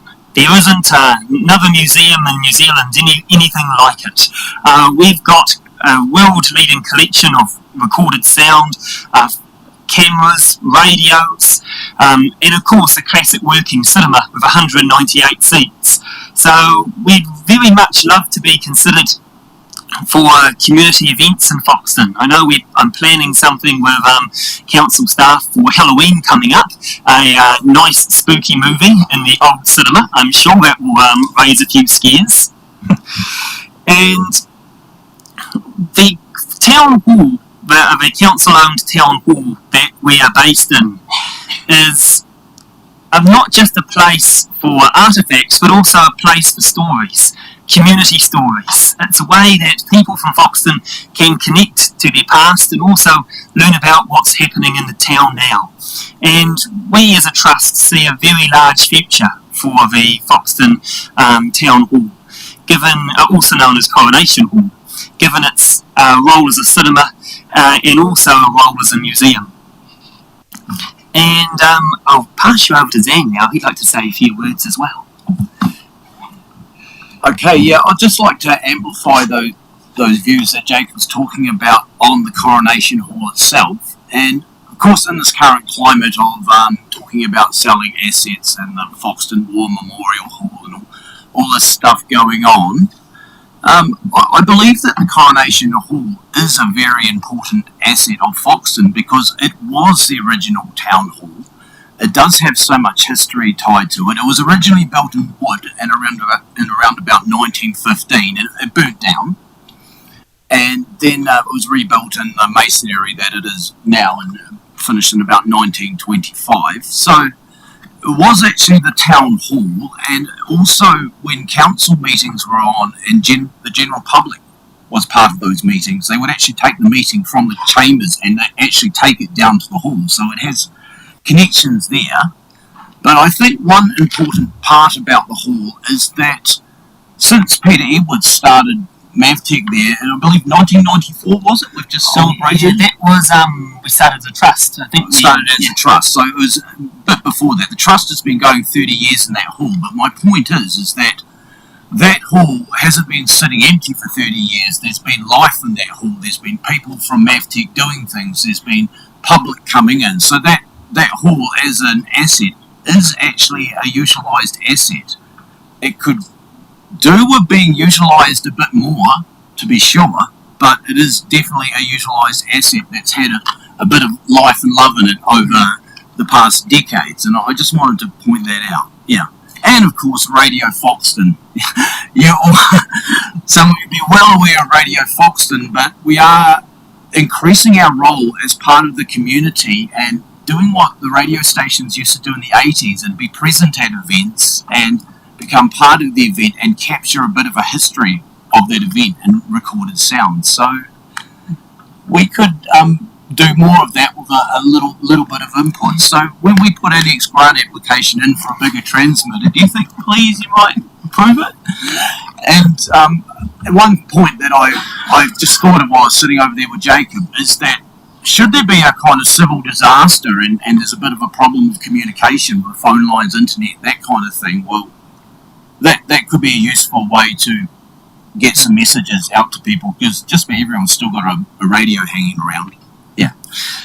And in relation to the vibrant economy part in the draft long-term plan, a lot of our visitors coming from MAVTEC and our open days travel from the likes of Wellington, Hamilton, a broad area, sometimes for hours, to see our specialist museum, and we always point them towards local cafes while they're there, so it's all part of being a nice strong economy. And before I put over for questions, if you're wondering just what the link is between a cassette of Sir Harold Morrison and the TV news, or a roll of film and how we see our memories, well, rather than us telling you, we'd very much like to show you. And the MAVTEC Trust warmly invites all the councillors to an evening at MAVTEC at your convenience. I'll start our cinema up, show you a nice classic movie, and give you a tour around to introduce to you all what we do. So if you'd like to take us up on that offer, we'd be very, very glad to make it happen. And you can come and announce a song on Radio Foxton. My one would be Kodachrome. I'll pass it over to the chair, sir, if there's any questions. Are there any questions for these gentlemen? Councillor Brannigan. Oh, of course, sorry. Yeah, thanks guys, and thanks Jacob for what you've outlined. I think probably sold yourself a little bit short in terms of the visitor number, the visitors, the groups that you host and whatnot, and that link to that tourism factor, that increasing tourism factor in Foxton, which MAVTEC I know are strong on supporting, but also encouraging and bringing people into the town. So do you want to talk about the groups that you do host and how you support that through your volunteers, etc.? Thank you very much, Councillor Brannigan. Yes, we do group tours from local Probus clubs, Rotary clubs, as well as our open days. And in fact, we've got a private film screening coming up in the next wee while as well.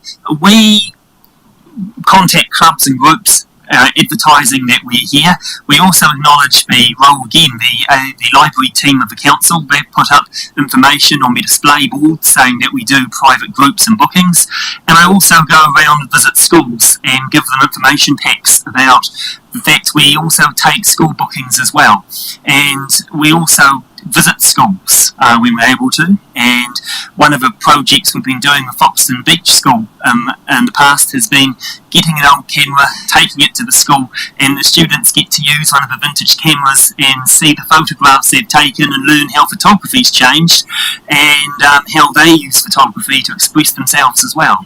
So we're always on the lookout for more groups, but the groups we take are thanks to the team of dedicated volunteers that we have, and I'd like to acknowledge all of them today as well, as without their efforts, none of what we do could be made possible.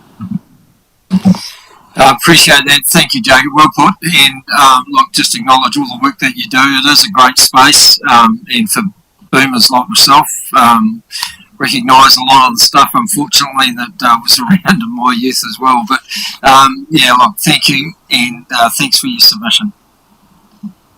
Many thanks. Oh, and listen to the OK Boomer show at 9 o'clock on Tuesday mornings.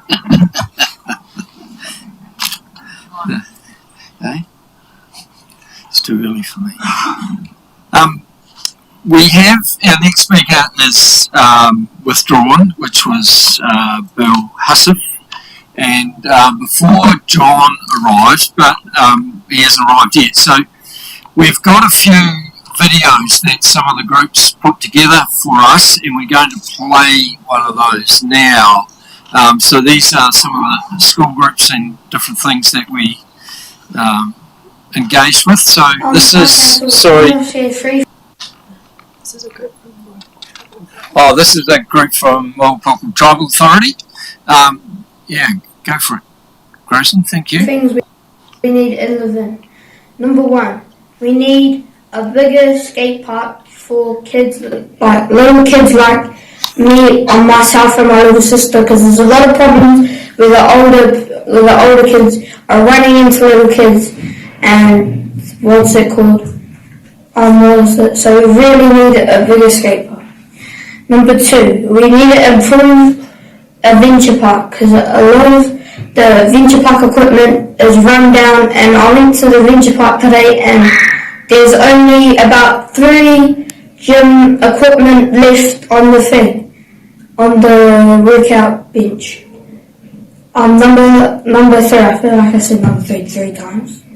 Number three, what's it called? We need indoor basketball court, because a lot of the basketball courts are really bad. Like, we've got double rooms, and the library's always packed, and little kids can never play basketball because it's the best basketball group in the room so far. So that's why we really need a indoor basketball court. Kia ora Council, I'm going to tell you 3 things that we need to do to upgrade the council. So number 1, we need to clean the lakes because it's getting polluted and it's bad for our environment. Number 2, we need more shops so all of our people can get out of hunger and stay great. And number 3 is we need a Kmart, and there's no reason for that. Council, my name's Lee, I'm 9 years old. I think we will more safe places for our little people to play at, because we don't have that much places safe to play with our little people. They get hurt a lot. Please can you provide little safe places for our little people, please? Bye. My name is Mary, I am 9 years old. And the thing I love about this town is that they keep our ocean water clean, and they keep our water that we drink clean. I love them. Thank you. Can you never give up doing this, please? We all need you. Thank you. You're just like God. Believe in God, everyone and anyone. Hi, Council. My name is Atahua and I'm 10, but I'm turning 11 on August.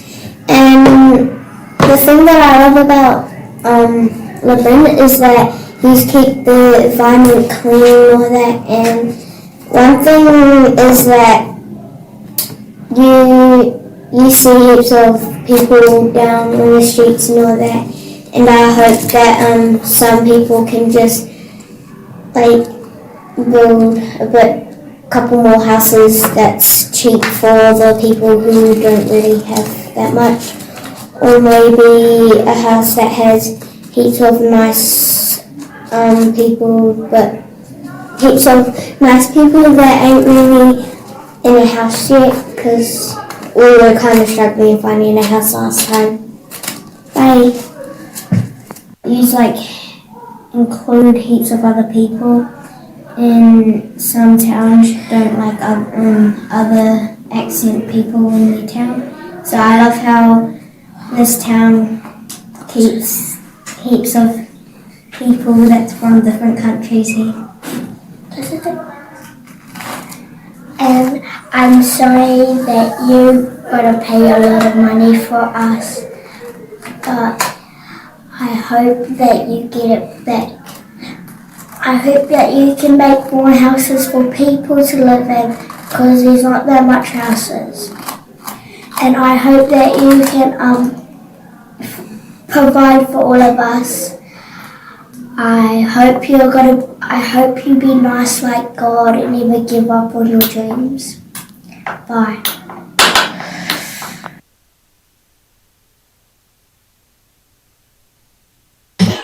Okay, so I've just heard that Mr. Girling is not coming till 7 o'clock here. 7 o'clock, that's right. Don't ask me. I'm just the passer on of the messages. So, got time for another one, Grayson, please? Right pay comments. Cool. Okay, we think that the biggest issue in Levin is the lake. It could be a lovely place to hang out and have picnics and have community events, but the smell of it, the look of it, everything just puts everyone off. Thank you. We want more available jobs for students. We want more money to save for university and gain experience for better jobs as well. The council should make a website where they interview places in Levin that may have available job opportunities for students and show them on the website. Thank you. Thank you. So the issues we've chosen the issues or challenges that we've chosen for our youth and community are the lake and the moor. The reason it's an issue and a challenge is because the lake is dirty. We want to swim in it, we want to do stuff with the lake, but we can't because of how polluted it is. For the moor, it's just too small and we don't want to go all the way to Palmy or Wellington just to go shopping. We want to have a moor here. What can the council do? The council can maybe work on cleaning the lake. Even just little steps is okay. We just want it clean. And maybe invest in building a bigger moor somewhere, buildings, something. Yeah. For one of our issues or challenges for our youth and community, we want trees, more trees, and it's an issue because the council is cutting down trees and not replacing some of them. And what we can do is we can plant more trees or a variety of native trees and stop cutting them down.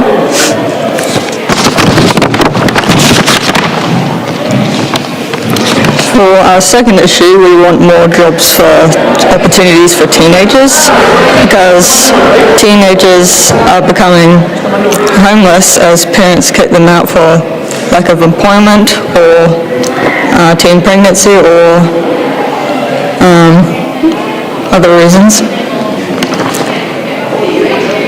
I think that's it. Okay, one of the issues that we're talking about as a group is that we want better public transport in Levin, so like bringing Metlink all the way through to us so that like we could get on a train from Levin all the way through to Wellington or just anywhere, and like maybe buses and just better transport for anything, because it would like save gas and save money. You wouldn't have to worry about your car, you wouldn't have to leave at the Waikanae train station, and just be more fun. But yeah. One issue is public transport. Why is it an issue? Because people struggle to get to the places they need to go. And what could council do? We could put more train stations in and have more trains running. I think time zone in the mall would be cool, because there's a few shops in there that aren't really used that well, and time zone would be really fun for people. Well, one thing I really don't like about Levin, and it sucks really bad, is like when you're driving and then you got that one road in Queen Street, and it's got the roundabout, and then you go straight into the railroads, and then you go straight into the traffic lights, and all the traffic gets stuck. And then when you go to turn to go around to Wellington or whatever, then you've got the intersection with the liquor store and the BP there, and that one really sucks. So I'm thinking, all right, well, I don't want to go there today. Let's go to Palmy. That sounds very good. So I'll turn right instead, and whoopsie, there's the intersection with the you got the car retailer there and the Caltex on the other side.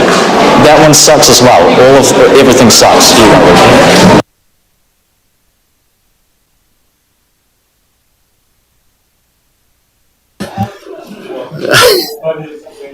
Brett's 5 minutes away. Brett's 5 minutes away. Okay. So we've got 5 minutes still, Grayson. We might as well keep going. A couple other roads to mention on this topic would be the Horowhenua College Road. where there's a lot of traffic jams that happen down there, especially down by the roundabout. No one can get past at all, especially because of the secondary roundabout. All it does is just create traffic jam after traffic jam, and then it all leads into the lights near the warehouse, so there's quite a big traffic cluster that happens, and it doesn't help with people speeding everywhere around the Vin. Okay, an issue that we think is in the Vin is that our lake is polluted. It's an issue because kids can't swim or use the lake for activities, and if it was clean, the scenery would be really beautiful. We think that the council can clean it by stopping the waste going in permanently. So the topic of the issue we picked today was time zone. Why is it an issue? Because we don't have it, and I think it's important to have it because there's like a lot of kids here in Levin or in Horowhenua. There's not that much playground for kids in that. What can the council do? I think to build one. Thank you. So we have picked, the issues that we've picked are hood rats and not enough shops for our youth. And my personal issue with this town is that Lake Horowhenua is still polluted. The issue, why these challenges to us is because hood rats are annoying and there's not enough shops for us to do around town, and we can't do anything in our rivers. And how we can fix this is by adding more shops, banning hood rats, and then helping out by unpolluting the lakes. Yeah, we can ban them. Yes, we can. You want me to go first? Okay. Less activities, because it's boring on the Vin. There's nothing to do. We need public transport because kids can't drive and sometimes their parents can't take them. Lack of motivation to do well.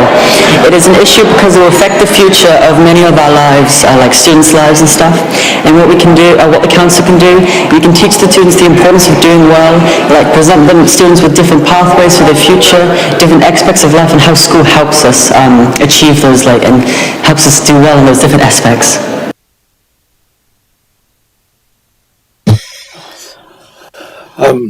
So congestion charges are now on the fees are on the table now, obviously, because the congestion that's around town and driving. Pardon?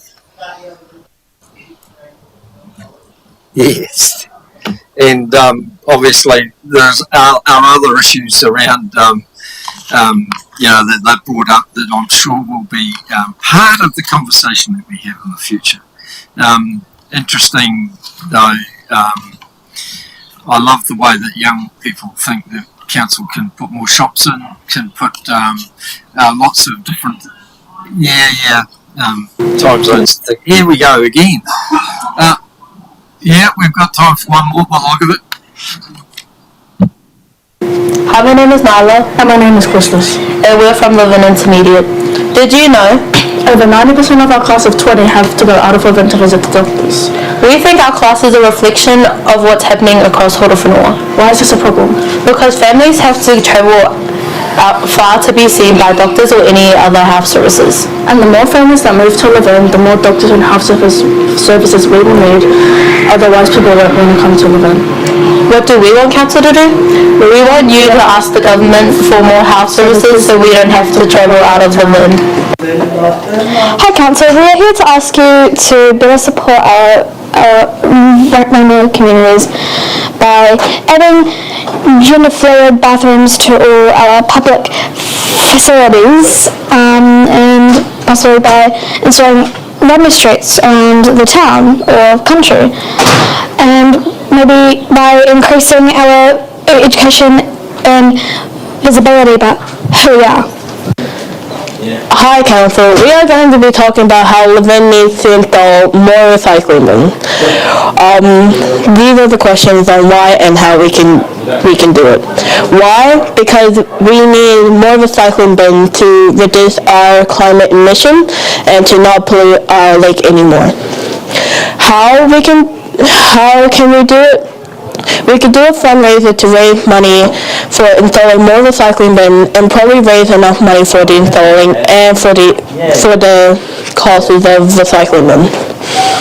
Hello, I'm Kiwa Ogle, and today we're here with our team actually, who is really awesome, and we're talking about construction today and what we can do to improve living centres and stuff like that. Anyway, let's get started with Josh. Hi, I'm Joshua, and I believe that the playgrounds can upgrade to a better version so children don't have to go all the way out to other places to find entertainment. And it would be much more entertaining for them to stay put, and it would save money on gas and stuff, and more appliances. So now I'm passing it to Lukey. My name's Lukey, and I believe that the Levin Aquatic Centre is very bland. This is why most people like to go to the Lido pools in Palmerston North or the Paraparaumu pools. I think what we could do to make it better is to add bigger pools, a bigger slide and more entertainment. Passing on to Axel. Hey, my name's Axel. I think we should get a second floor in the mall because it will just pop out way more in people's eyes and just make it look way better. And we also should get like a food court so people don't have to travel and all that stuff to get some good food. Passing it back to Kiwa. Anyway, the reason we want all this construction is because we want people to live here, because like Lukey said before, Levin is bland. It's looking bland, but we can make it better by constructing more people, like better shops, better venues, better restaurants, and then more people will want to come here instead of Palmerston North and Hawke's Bay. And yeah, that's why we want to do construction. Hi Council, I'm Ty from Levin Intermediate. I love the Levin pool, but there are some things needed to make it better and safer for everyone to enjoy, like safer spaces to jump and bomb, and more activities like basketball hoops and more inflatables and pool slides. So what I'm asking you to do, Council, is to give more money to the pools and lifeguards to make this happen.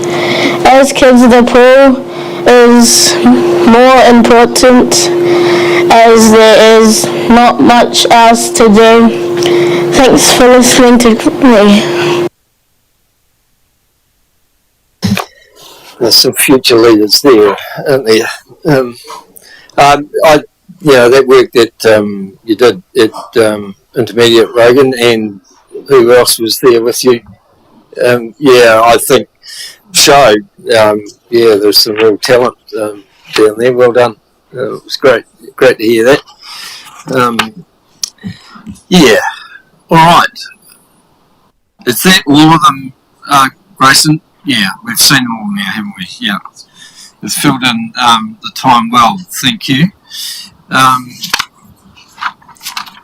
And at some stage, it might be worth us reconvening the odd group in that lot to just make sure we are listening. They know that we are listening to them. Anyway, right, let's move on. So we've now got Brett Russell coming to talk to us on representing the Manawatu Estuary Management Team firstly.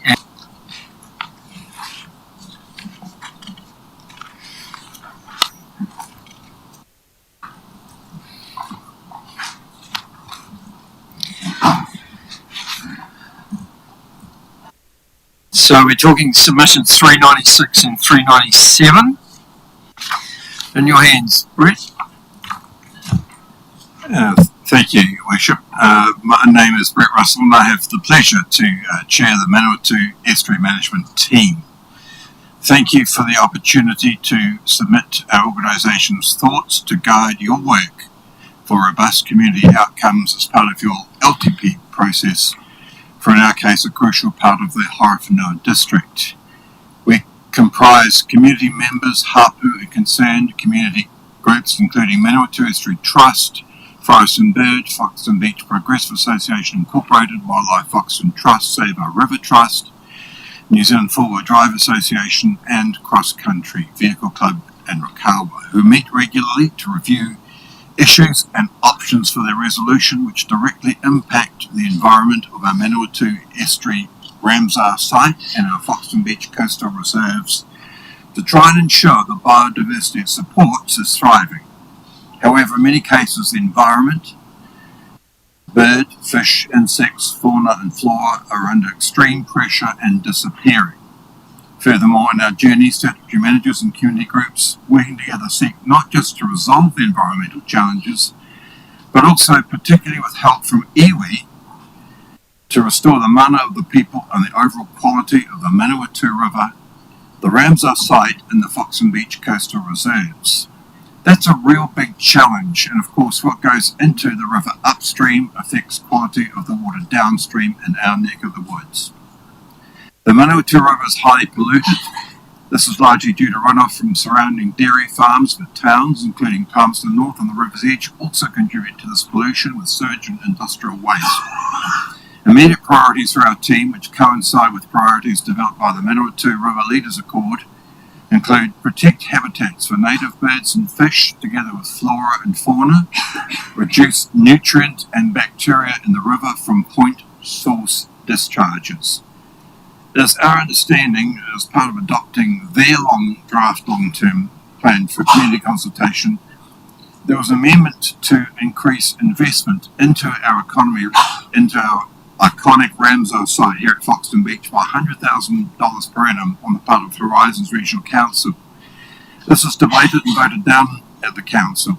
Part of the reason given by some of their elected members to vote against this was that the stormwater discharge into the estuary environment was not being sufficiently prioritised by the Horowhenua District Council. That was the opinion from some elected representatives there. Given these circumstances, our team is requesting that every effort be made to ensure that Horowhenua District Council expedites the Foxton Beach stormwater discharge consenting process at the earliest opportunity. We acknowledge that the proposed investment increase from Horizons was intended to focus on pest eradication plans, pest and animal control, weed control and associated activities. It was not related to water quality interventions such as Foxton Beach stormwater. However, to put these matters into context, it was back in 12 June 2020 when Good Earth Matters Annex Sweeney, on behalf of this council, lodged the Foxton Beach Global Stormwater Discharge Consent document with HDC, seeking a consent until 1 July 2038. As of December 2022, your website recorded the application has been put on hold while appropriate non-whenua engagement is completed.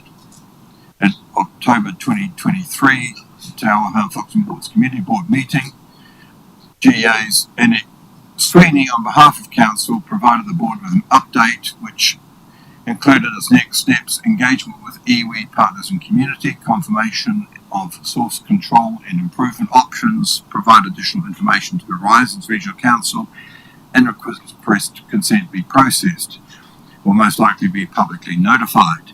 Since then, on the 18th of March, it's my understanding Annette has provided a further update to Council officers.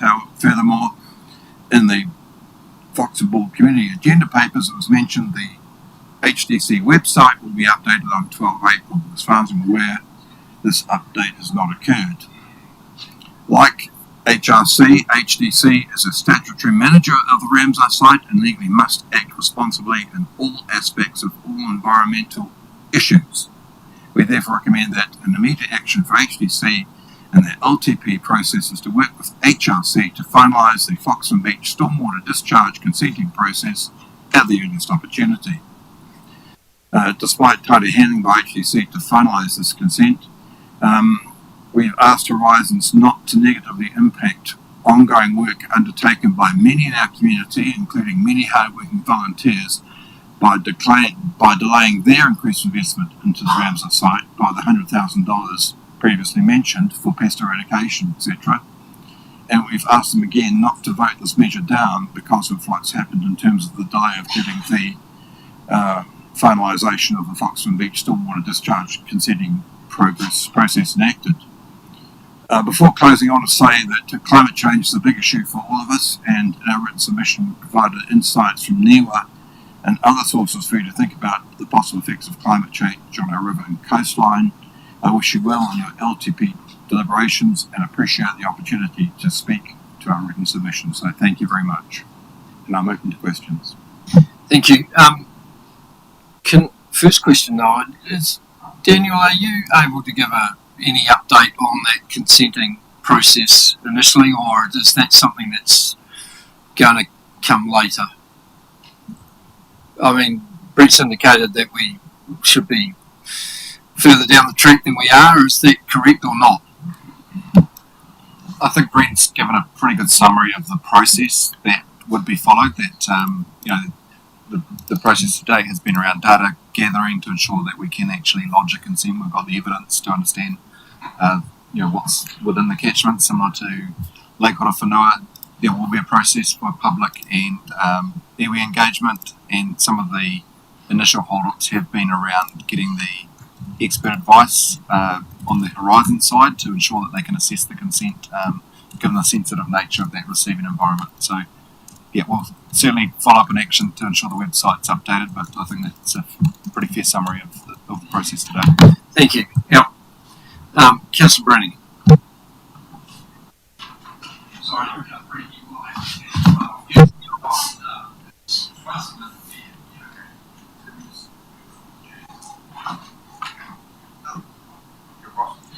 So Brett, is the Manatee Estuary Management Team's position that HTC have dragged the chain in terms of that consent process? Yes.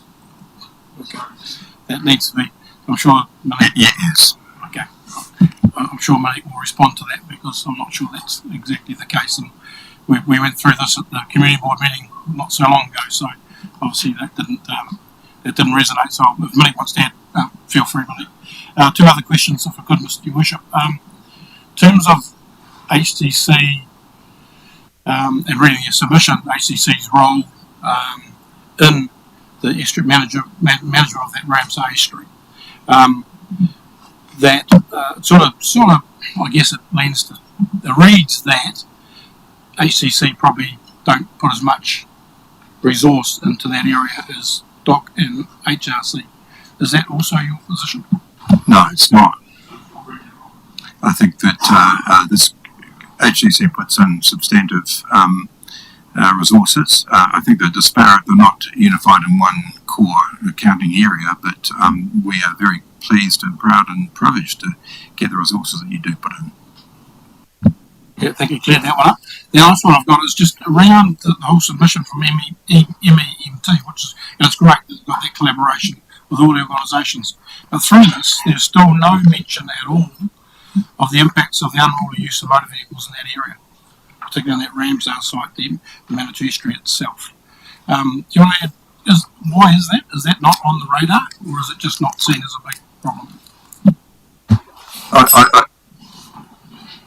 It's just a warning at this stage.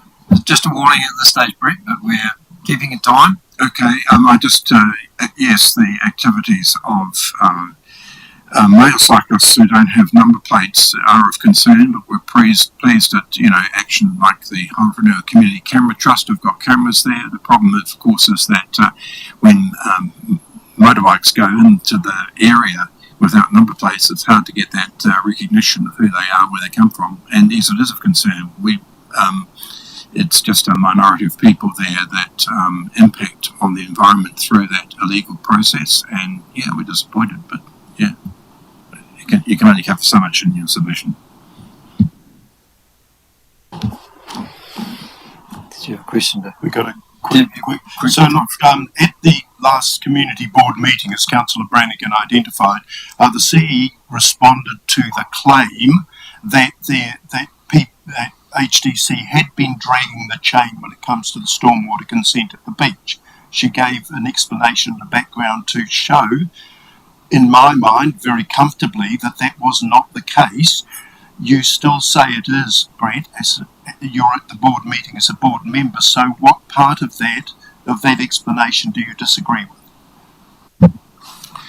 The view of Horizons Regional Council members that this process has been going on since June 2020 and we're now into May of 2024 would indicate that the process has taken some period of time, and the step-by-step process outlined in the submission, I think, would be clear to any considered reading of the submission to illustrate that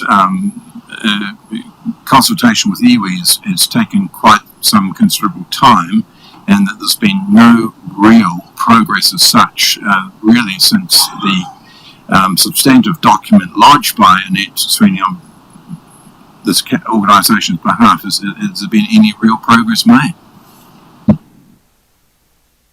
Okay, have you got a follow-up to that? No. Okay. In that case, Brett, let's move on to your submission from the Foxton Beach Progressive Association. Thank you. I'll just get my computer organised too.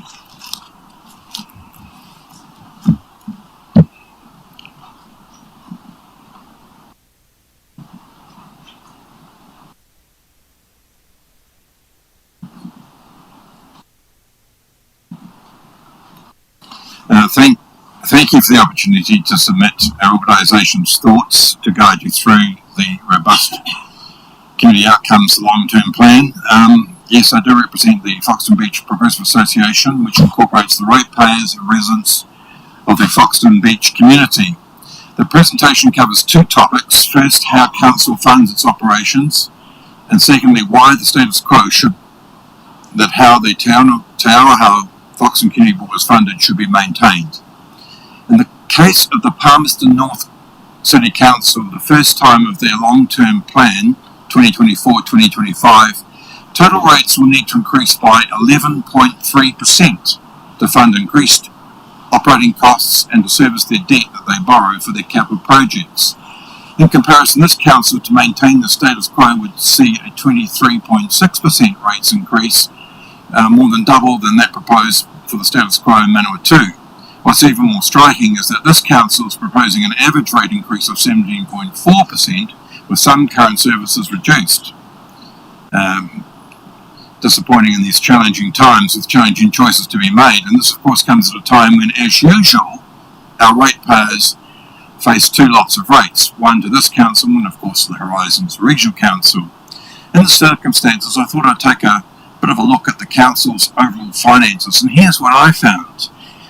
So HDC's revenue to 30 June, rates revenue came in at $47,815,000, other revenue $27 million, total income around $75 million. As part of the above, you outline that income sources are as follows: rates 80.2%, fees and charges 8.0%, grants and subsidies 7.3%, other revenue 4.5%. So where is that income? How is it currently spent? Well, I went to one of the very fine LTP community consultation workshops, and I discovered that the total expenditure is $60.60 million, around that. So there's a real differential there. It's spent, I can go through, if you'd like me to, say water supply $6.6 million, etc. It's detailed in my written submission, so I don't want to be that specific. What I'm saying is that there seems to be a $15 million, which I don't know, I can't account for, but I suspect may be spent on debt servicing. Certainly, according to Infometrics, for our district in June of 2023, our population totaled 37,500 residents. And according to the December 2023 Treasury Update on page 12 of your Risk and Assurance Committee's 21 February agenda papers, our debt amounted to $181,300,000, which represents $4,834.67 for every person who resides here. So obviously it behoves council to be as productive as possible while reducing debt. Core services must be delivered, but rate increases, I think, should be kept under 40% by implementing the recommendations made by the likes of the Te Awa Foxton Community Board, among others. I'm saying if Palmerston North City Council can do it, then HDC can do it too. Turning now to how the Te Awa Foxton Community Board be funded. When the former Manawatu County Council ceased to exist in 1989, it was just by chance that Foxton and Foxton Beach, for local government purposes, were no longer Palmerston North-centric, but instead were, through no input from local citizens, brought within the Horowhenua District for local government purposes. Since then, the board has been representing and advocating for the community in the Kerikeri ward and making recommendations to council about the Foxton and Foxton Beach areas. Like HDC, the board is concerned about our community well-being and key community outcomes. The board also advocates for projects that benefit the Foxton Beach community with funds from the Foxton Beach Endowment Fund. The annual amount of the board to operate, as reported by HDC, totals $188,000 paid for by rates each year. This council advocates as their preferred option that Foxton and Foxton Beach residents pay a targeted rate to fully fund the costs of the board. Our association is opposed to this. In this context of HDC's total expenditure, the amount is minuscule. It also serves as a bad precedent as very real disincentive for other Horowhenua local entities to establish their own community boards should they wish to do so. It therefore does nothing to enhance our democratic process. Moreover, given HDC asserts that over 80% of your income is from rates, then despite anecdotal advice to the contrary, we have funds drawn from Foxton and Foxton Beach likely going to the Levin water treatment plant upgrades between 2024 and 2030 with a total estimated cost of $21.5 million. In the circumstances, there is no need for an additional targeted rate burden for Foxton and Foxton Beach ratepayers. It is our recommendation that existing funding arrangements for the Te Awa Foxton Community Board be maintained by this council going forward. Thank you.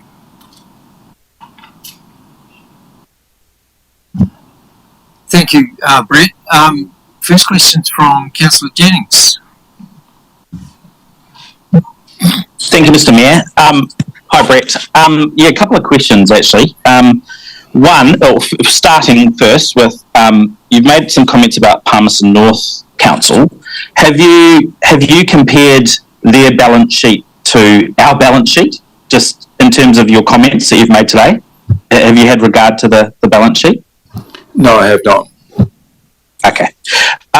Secondly, probably your submission just raised a little bit of a question mark or a bit of a flag for me, because obviously you're a community board member, and then here you also have a dual role as chair of the Progressive Association and making commentary and making a submission around the community board targeted rate. And so I was hoping that you could just take me through, just to put my mind at ease in terms of the process that you have followed on behalf of the Progressive Association to test that with the membership. I'll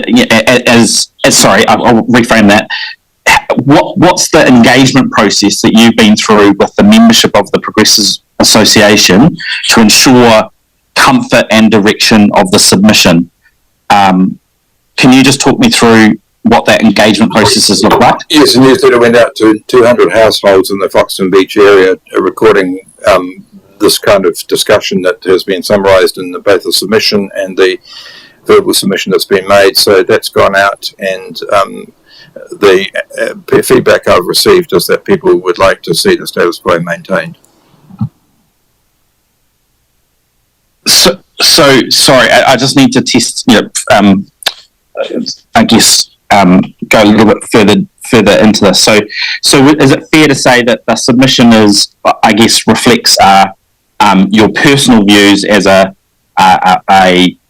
community board member? You've gone out and sent that out to the Progressive Association, also to the households in Foxton Beach that are presumably on some sort of list that you have, and you've invited commentary on essentially on a pre-prepared position. Is that kind of how it's worked? I just want to get my head around it, just to make it really clear. It has nothing to do with the Te Awaha Foxton Community Board. It's certainly just done wearing the hat solely and squarely of me as chair of the Foxton Beach Progressive Association, and my looking at the income and revenue and spending of this council, and where it's gone to, what it's shown to me, and I've just done my own analysis, shared that with a number of people, as I've said, in the Foxton Beach community, and put my thoughts together, and also shared with them my thoughts in respect of the Te Awaha Foxton Community Board from a progressive association of ratepayers and residents group of Foxton Beach. Nothing to do, nor have I consulted with members of the board on this particular submission. It's gone through as an independent submission on behalf of the Foxton Beach Progressive Association, which represents ratepayers and residents of Foxton Beach, to this council for the purposes of the long-term plan deliberations. Thank you, Brett. Just noting too your commentary about the 15 million that you take on. Are you referring, when you say the table of spend, is that what you're referring to? That the money that was spent was shown on a slide at one of the 18th of March consultation session, the first one I went to, and I asked the council officer if I may take an image of that, which she said that's fine, so I did, and that's where I got the data from in terms of the current spending that has been allocated by this council. It's not all interest repayments. Part of it is interest repayments, but it's not the $15 million difference. No. The calculations made were from various sources that are identified in my written submission as to where I got the information from, and it just occurred to me that there was a deficit there of $15 million worth highlighting to you for further review. I'm sure we'll seek some clarification on that before deliberations. Thank you. Appreciate your time. Thank you very much. Okay, so can I welcome now Kelvin.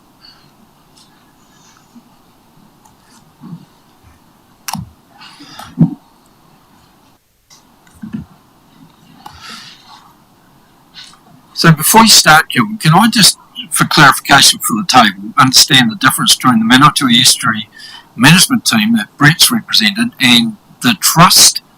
Before, sit down. I don't mean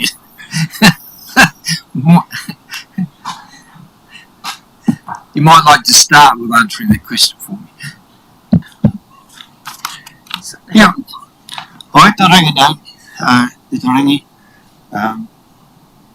mihi ke katoa. Mahana me ke katoa. And thanks very much everyone for being here. And I'm not so sure if I can do justice by being at the back. It was very hard to hear what Brett had to say. But obviously what Brett does say is calculated and it's very pertinent, and mine is more general. But the difference between the Manawatui Estuary Trust and the Manawatui Estuary, or the Manawatui Management Team, is that the management team is made up of representatives of Horowhenua Council, Regional Council, and also the Trust, who are the three bona fide trustees for the estuary. And of course our enthusiasm right throughout has always been for the estuary itself and for what actually affects the estuary, and within our philosophy or theology is an ingrained indignation that the Manawatu River is being used as a conduit for everything else that nobody wants. And we are the receivers of it, and we are the receivers of it on behalf of not only the populace of the Horowhenua and of Iwi, but also the populace for the Lower Manawatu. And I was quite confronted, or affronted, not so long ago, when I was told that in a democratic process, the outcomes for 19,000 persons who were identified as ratepayers was nothing to the outcomes for 99,000 ratepayers in the higher echelons of the rate-paying vicinity. But that's not our way that democracy is supposed to work. And democracy can always be adjudged, in my thoughts, on how it treats those of the lower minions when it comes to the ratepayers and how it affords a total protection for all. But thanks. As they understand what the Horowhenua District Trust does in the difference. Oh yes. Then explain it. Oh yes. Now we've written this here. Horowhenua District Trust is a registered charity, and we can see that. And charities form about 26,000 charities within New Zealand. And on the trust, we are just one of those charities. In actual fact, we don't collect any rates or anything like that, and we don't distribute any profits. We're a charitable organisation, and I must say that within that charitable organisation, as on behalf of most of the charities, you certainly get a sense of the enthusiasm and the time and the effort that persons put in personally towards those charities. In fact, if we were to take away the boarding rates for the charities that in New Zealand, within 2 months or even less, society would not function at all. I was taken back the other day, and I went to a community board meeting, and some 20 persons who made up the flotilla of for the buses running, shuttle buses running from Foxton and Foxton Beach, and that happened to be over. There were 27 there, but there was a number of over 30. And these are just some of the incidental things that people do on a charitable basis. But if the enthusiasm wasn't there, and if they were knocked back to the degree that they ever thought that they weren't needed, it would be very much a downplay on human nature. Yes, I'm going to say that. Yeah, where are we up to now? All the volunteers and the plantings of hand. Oh, yes. You need to protect it from the bullocks. Oh, yes. Yeah. Well, we do have volunteers, and I understand from Councillor Brannigan's, when he said a comment to Brett, was on the basis, and I couldn't quite hear what it is, but I know as Councillor Brannigan, as being a resident of Foxton and the beach itself, or the man or two heads, as we would like to refer to it as, he is well aware of those barren sand dunes that are going up towards the southwest and to the point of what we call the river mouth. Now, we grew up at the beach, and I can say that was not always, and the sand dune area has become larger tremendously.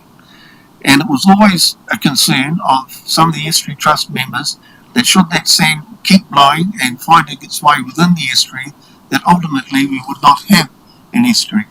Now, one of the definitions of an estuary is that it brings down the finer particles, or the 2 micron particles of the clay and that from further up the rivers, and a sand bottom doesn't necessarily form an estuary. It actually has to have the 2 of the whenua of the land, and it has to have a sand or a foreshore, but it also has to have a clay or a composition to form the microorganisms that make up the ecology of a total estuary.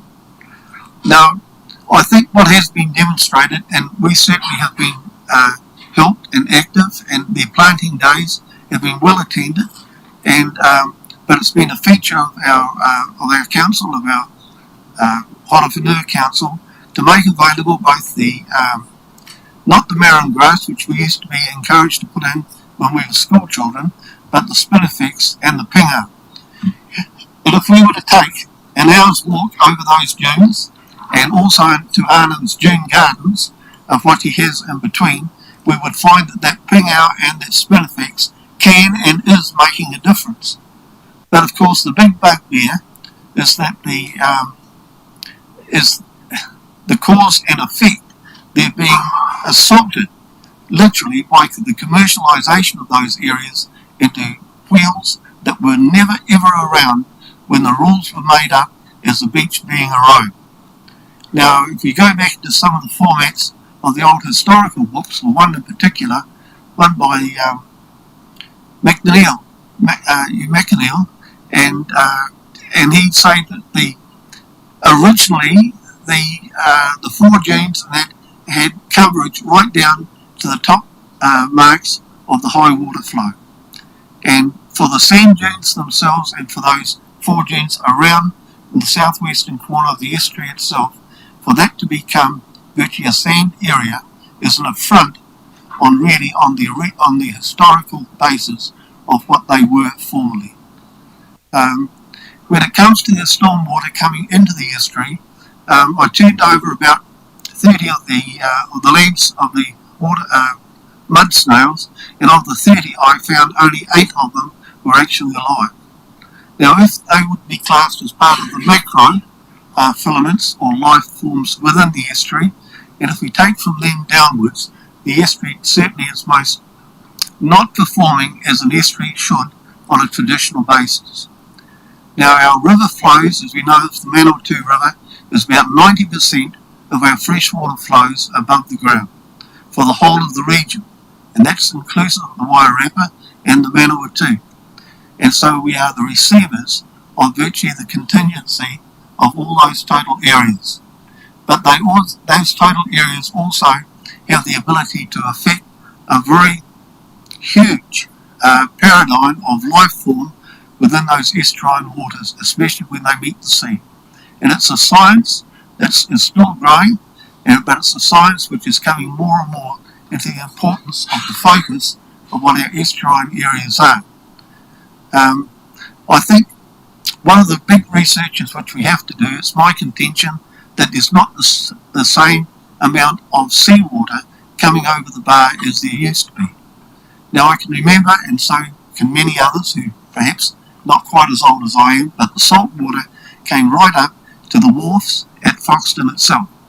And there you could find the saltwater fish like the kahawai and the herring and even the saltwater flounder coming up into those areas. But since that has been cut and it's now turned to be a loop and is classified as a loop, the water rises and falls, but it's not necessarily replaced by the salt water. So you still have what can be termed a tidal effect, but the tide can only take effect to the fullness of itself with the water that it replaces. And because that loop has no access out of it, it can only rise and fall with the effects of the tide. And so that is the extent from that area there right round to where it meets up with the cut or with the main Manawatu River again. That's a volume of water that does not come over the bar as it has done traditionally or historically. So what do you want? What are we wanting? Well, we're not wanting money. We just want the integrity of being up and the enthusiasm of those volunteers, of which I've represented for over 10 years now, to be matched by council concern and council action, and the bylaw that definitely would protect the dunes. The integrity of the dunes deserves it. The necessity to preserve that integrity is there, and the integrity of those persons who put their time and effort into planting, and the success which we can see already for those dunes is there. We need a bylaw. If nothing less than a bylaw. There can be a consciousness, and you can put your effort into education or whatever you can, but on an education basis, you have a growing proximity or a growing usage of those dunes for fun, petrol heads, I suppose. Appreciate that, Kelvin, and thank you very much for your submission. As always, it's good to see your continued interest in protection of that site out there, and your knowledge and expertise in terms of gathering all that support for the continued protection of that land is much appreciated. Thank you. Yeah, thanks very much. Thanks, councillors. Do I turn that off? No, you aren't yet. That's fine. Thank you.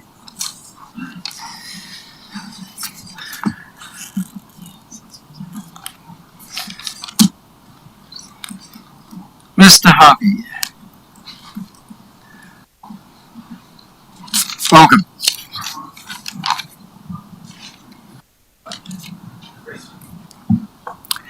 Tēnā koutou, kia ora mai tātou katoa. Te koro matua, nei rā te mihi ki a koe. mema o te kaunihira, tēnā koutou katoa.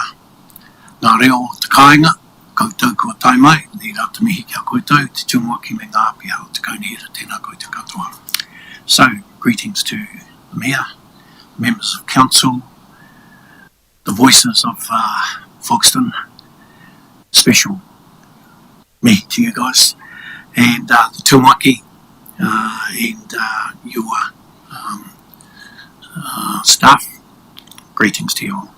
My name's Robin Huppy, and I'm here to speak to two submissions from Foxton Savour River Trust, or more popularly referred to as SORT. I acknowledge that there are other members of SORT present here today to ensure that I speak the truth, the whole truth, and nothing but the truth. I don't intend to read our submissions, you've already done that, so I'll only speak to some components.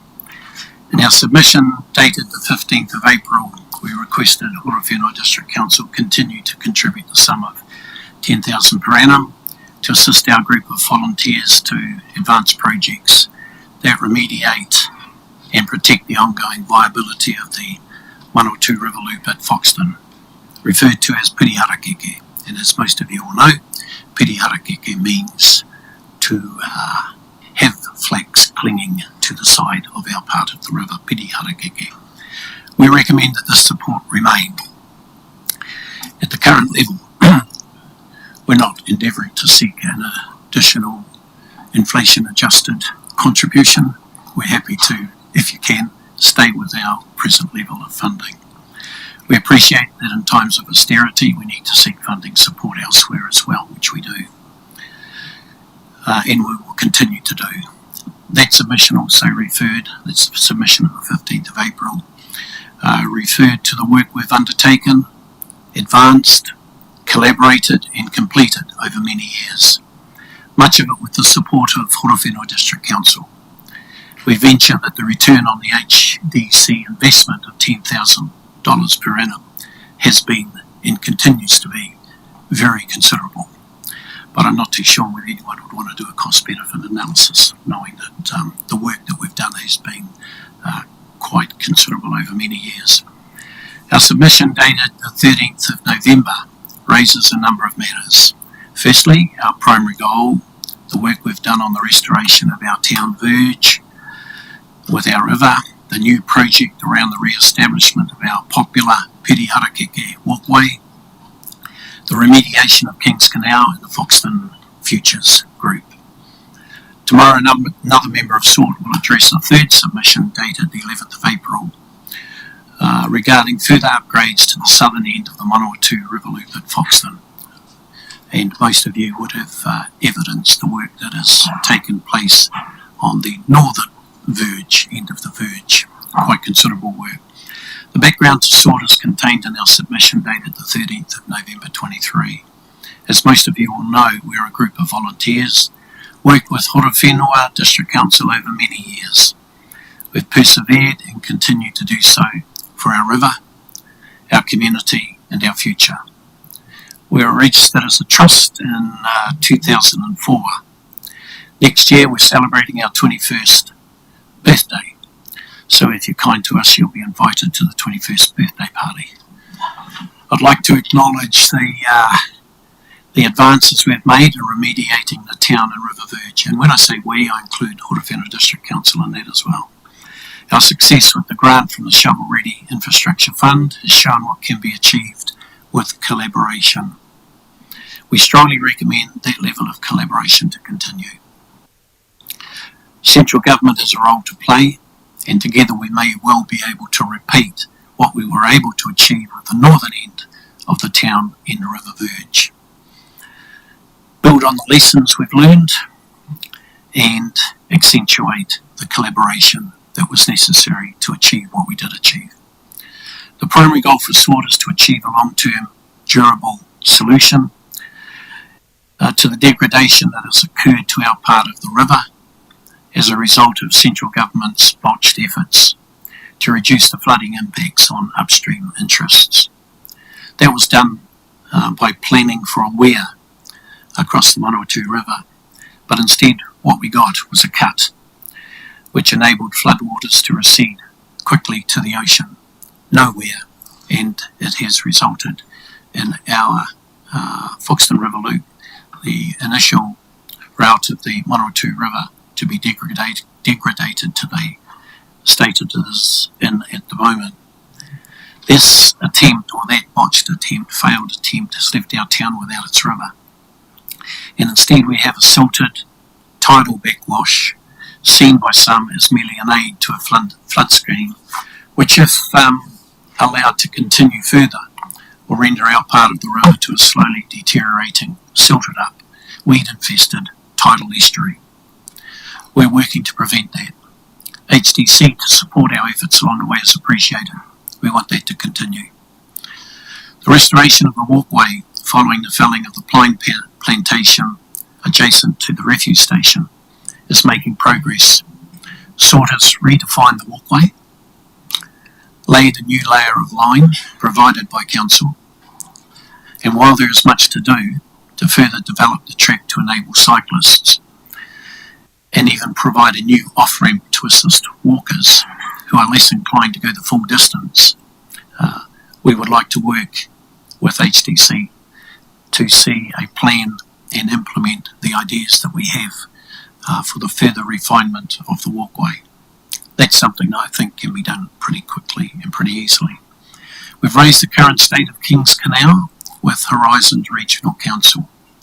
This drain is, in our view, a health and safety risk and hazard that requires addressing. We urge a collaborative response between Horowhenua District Council and Horizon Regional Council, and SORT would be happy to participate.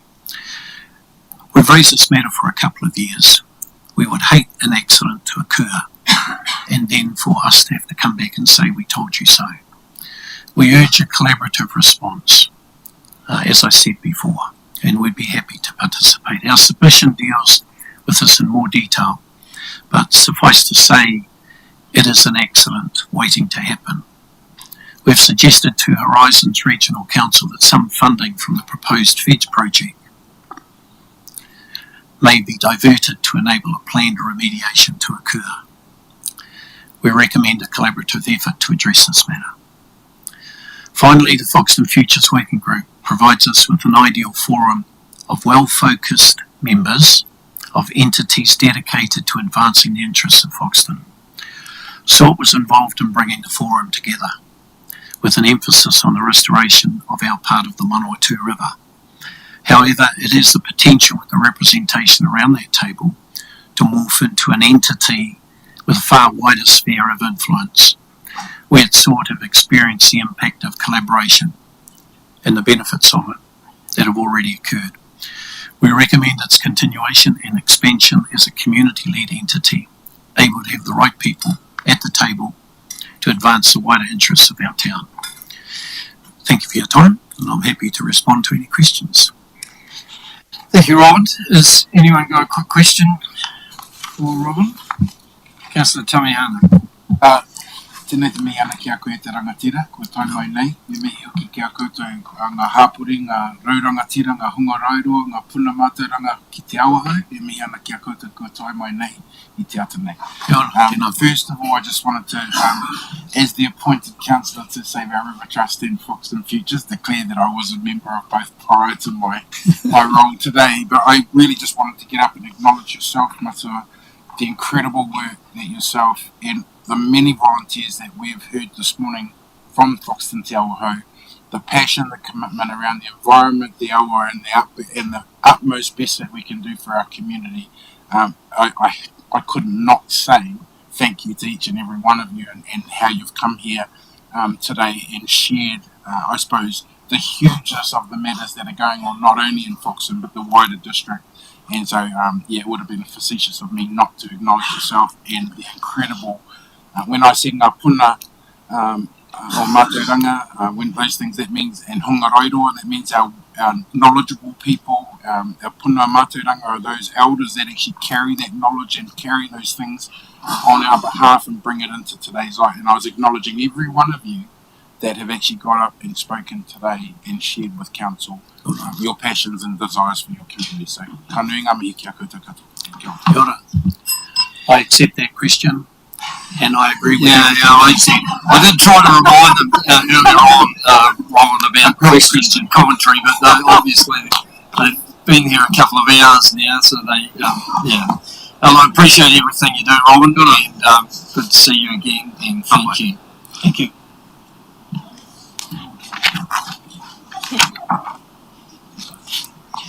Charles is here. Right. Charles, welcome. You walked in at the right time. The seat's ready and warm for you. Tēnā tātou katoa. I don't know which way to go, talking in here since I only got 5 minutes. Ni hao, tūrei mai tangi no. It's one of the dialects of China. So I start from the last page to go to the first page. So I'll go to page 5 if you got page 5, okay? Just try and cut on page 4, I'm saying. Topic 3 in your agenda. You have a number 4C, but you don't have a 4D. And 4D, there are 6 subject matters within this long-term plan, consultation document, that is not telling us things the community has to be aware of. And the first thing is the Living Landfill, continuing breaches of the resource consent conditions to do with the NLG, continuing. That is court kind of stuff, you know. Number 2 on the Living Landfill, how to stop the leachate going into the Hokeu and Waiwiri stream. Nothing in here then. Now, if the Hokeu Beach community location continues overgrowing weeds in the Hokeu stream is a serious threat to the youngsters out of Hokeu. Both HDC and HRC, that's the Regional Council, keep passing the buck on this issue. You have to get your act together before something drastic happens at Hokeu Beach. Yeah. I also ask in this long-term plan about what about Foxton and Shannon's future? There's nothing in there about their future, really. The Horowhenua Trust, why isn't that in this document? The Living Town Centre Transformation, why isn't this in this document? Why not? I'm asking this. And I'm asking, where's the high moral ground on these 6 subject matters? There's more questions to be answered, or to be asked and answered. That's on topic 3. So I'll go back, let's try and cut this thing down. Topic 1. Topic 1, option 1 of the topic 1 is the whip. Option 2 is the carrot, and option 3 is the ice cream.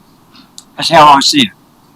Because you're given the carrot of 16.2% over the whip, which is 24.18%. So people say, oh, we'd rather get rated at 17.18% rather than the 24%. So that's the difference between the whip and the carrot, but I'm looking at the ice cream. Topic 1, option 2, is set out in 8 bullet points alphabetically from A to H in my document. Adverse effects, emergency, well-being I'm talking about. On the 19th of December 2021, serious road flooding at Hokeu Beach Road opposite the Living Landfill Tartners property. Both HDC and the Regional Council were notified but did nothing to help the Hokeu Beach community. No support from the Territorial Authority to those who could not get into town to get groceries or have medical appointments. 17 vehicles written off due to water stuffing up of the motors, right? So that's what I'm saying when you're talking about adverse effects in your document. Your people weren't there to help the community out there. So why are you talking about it now? Animal control. Increase the financial penalties, not the fees. Increase the penalties. And I say, if not, why not? Public libraries are a brilliant asset for the youth space on Sundays. Or would you, HDC, rather these young people go roam the streets and get up to mischief? That's the choice you have. I'd rather see these young people doing good things. Why not increase the parking meters up to $10? Why not? Because increasing to from $1 to $2 is great, as I see it. it's hard to understand how to work those machines. Selling half our carbon credits. Why? That's a case of that's a case of a cup half empty, or is it a half full? Why? Increasing trade waste levies, and I ask the questions why. And to stop the urban burn mowing, why? I'm asking the question why. I thought you had a thing in this district council is keep living beautiful. What happened to that? If people stop mowing their berms, you know, long grass is growing there. They're not good for tourism, for living alone.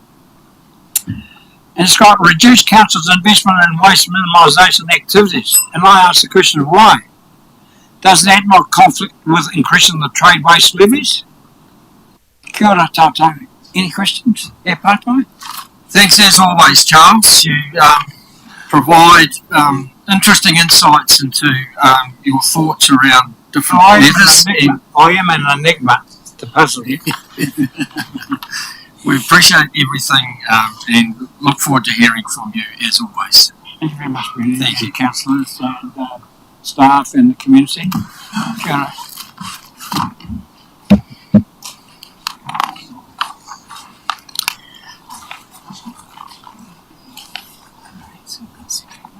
Okay, so our next submitter is Suzanne McFarlane, and that is submission 426. Welcome, Suzanne.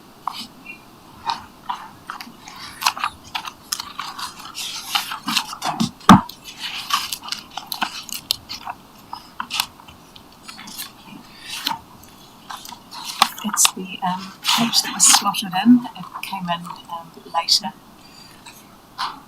Is there Kia ora katoa. Is there where? To Mayor and councillors. Sorry, just to hang on a moment, so we're just trying to get your submission in front of us. Some of us are having some trouble finding it. Yes, that's it. It should have been slotted into the spiral bound booklet. It's a later addition to our speaking list. Maybe it's on this one. That's it. That's it. That's it. Okay, we're right. Great. Thank you. Thank you. Kia ora katoa to everyone, the Mayor, councillors and the public. My name is Suzanne McFarlane and I've lived in Shannon for 7 years, and previously I lived at Kuku. My first comment is about council's involvement with business development, i.e. public housing. I don't believe it's a core subject of council's reason for being. That's for developers to do, and they make a profit out of it, and I don't think it's any of council's business at any time to be there. They're to zone the land, make the fees which developers pay, and I don't think that developers should have a rebate or concession of any sort payable from ratepayers' contributions to council income. I feel quite strongly about that. They're in business, just like some of you are, and they're not needing council to prop them up. Well, they shouldn't anyway. The other thing is more important to me, I think, and that's waste, solid waste management. I attended a talk here last night from a lady, Kate. Found it absolutely fascinating, and I've long felt that the costs involved with waste, solid waste management, because it'll never be gone. It's always here, no matter where you tip it and put a lid on it, it'll still be there in another 1,000 years underneath all of that. And I think we need to draw a line in the sand and become a council which educates at a very high degree the residents and others in the community for waste reduction. When I go to the supermarket couple of the employees there roll their eyes because here I am again. And when I've bought product that's got plastic or plastic trays or any other thing on it, as soon as I've paid for it, I go to the bench, I take all the wrapping off, I put it into either bags or I take a couple of casserole dishes and I put it in there with a lid on it, and I give the packaging back to them, and they say, well, what do you want us to do with this? I said, I don't care what you do with it, but I suggest that you get back to your packaging department or your suppliers and say you don't want any more packaging, because I don't want it and most of the councils in New Zealand don't want it. So they need to put thinking caps on and get up to the moment with packaging. I feel quite passionate about that, and I think that people in our district need to be educated at a high degree about what to do with things that they no longer need or want, so that there must be there could be a list perhaps sent out with rates demands or some other sort of something of places where things that aren't recyclable or part of the rubbish collection can be taken by those owners of it to be disposed of by people who know what they're doing. It's dreadful the amount of stuff that's just everywhere, and because people don't know what to do with it, they take it to Shannon's back roads or Foxton's back roads and leave it there. And if we had a very intensive education program here and became a council that other councils looked up to for education in this department, it would be so great, because the waste reduction would be huge and therefore the costs would be less. And it may cost a little more to start off with, but at the end of the road, the savings would be tremendous. And if other councils could look up and say, oh, that Horowhenua Council, gosh, they really got their act together in whatever year, 2024, and did something about it, and look what they've achieved. I think that would be just fantastic. It's something that's very dear to my heart. I'm very waste conscious. I only live alone. I'm just on my own. But I dig my food scraps into my garden. I burn my paper rubbish, and I put my council big bin out about 3 times a year. And my other little bin for bottles and things maybe twice a year. I think people need to be totally responsible for their own waste. Thank you very much. Thank you, Susan. Appreciate those comments. And look, Suzanne, I'm sorry, my apologies. I can assure you that education part of that waste activity is very high on our minds as well. We know that if we can minimise the amount of waste, it does impact the amount of waste that we need to take out of the district to put into landfill or even be recycled. So look, you're just reinforcing our aims and aspirations in that space as well. But thank you.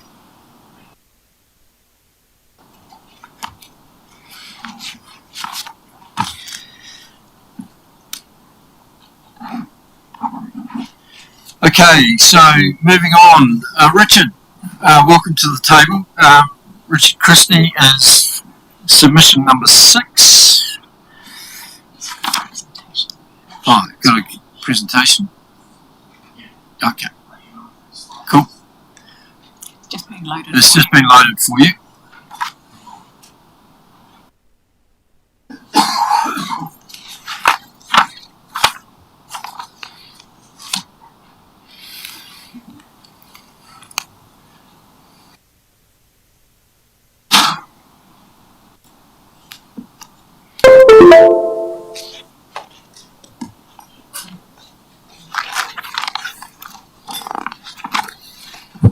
Welcome, Richard. We're in your hands.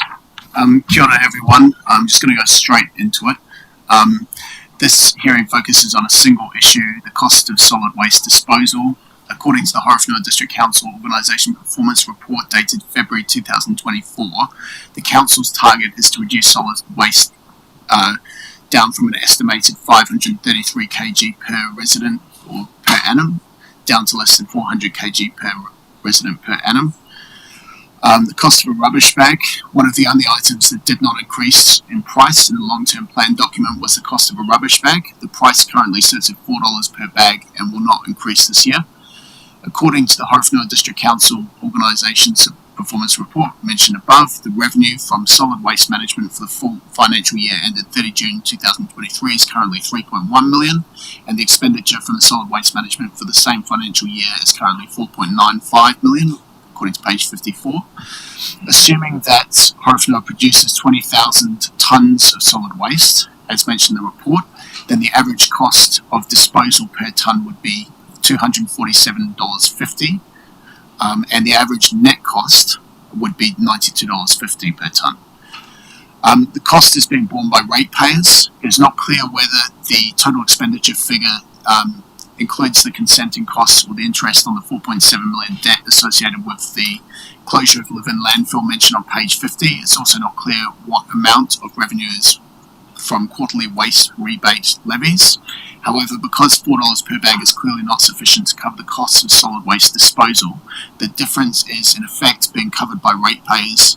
I estimate this to be around $2.38 per bag of rubbish. This means that there is no incentive for households to reduce the output of solid waste. According to the Sense Partners reports, that stated that Horowhenua can expect an increase in its population to 64,000 by 2040. If solid waste disposal remains at the current level of 533 kg per person per year, then by 2040 Horowhenua's total solid waste will increase from 20,000 to over 34,000 tonnes per year.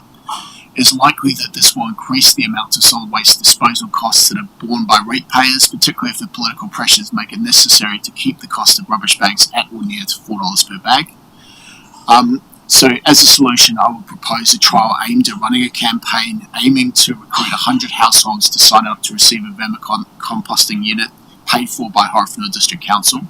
The cost to produce these units are minimal. Mitre 10 is currently selling plastic bins for between $7 and $8. To produce a unit, you would need 2 bins, a lid, some paper and some worms.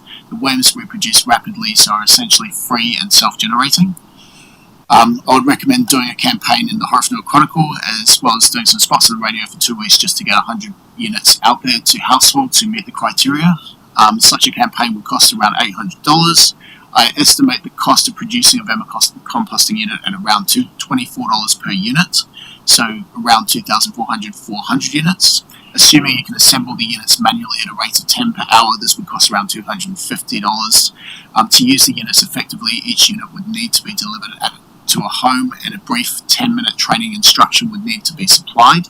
Assuming that you can deliver and train at a rate of 2 units per hour, this would come to a paid labour of $25 by 100 hours, so $2,500. So total project cost would come to less than $6,000 plus just. The Manawatu District Council in fielding their branch analysed waste and found by cutting open the actual bags that around 42% of household waste was compostable. They looked at vermicomposting as an option to reduce the runoff from surrounding farms and market gardens, as this runoff could be further composted to reduce the waste and recycle the inputs into nutrient-dense compost. If the average user reduced their waste by 42%, then this would bring down the waste per resident from 533 kg down to 309 kg per annum, which meets the target. The reduction of 224 kg of solid waste per resident across around 250 residents, that's assuming 2.5 residents per household, would result in 56 tonnes of solid waste reduced per year. On a net basis, this would save the Horowhenua District Council $5,180 per annum in solid waste disposal costs, an 87% return on investment with a payback period of just over 1 year. If successful, the trial could then be extended to another 100 households and scaled up to the full population, potentially probably reach the whole full population, but you get a few people on board. So the executive summary is the cost of a rubbish bag is $4 and is not scheduled to increase this year. I estimate the actual cost per bag is $6.38 and $2.38 is being borne by ratepayers per bag. The best way to reduce solid waste is at the source. I propose a limited trial to produce 100 vermicomposting units and provide them to local residents who meet the criteria.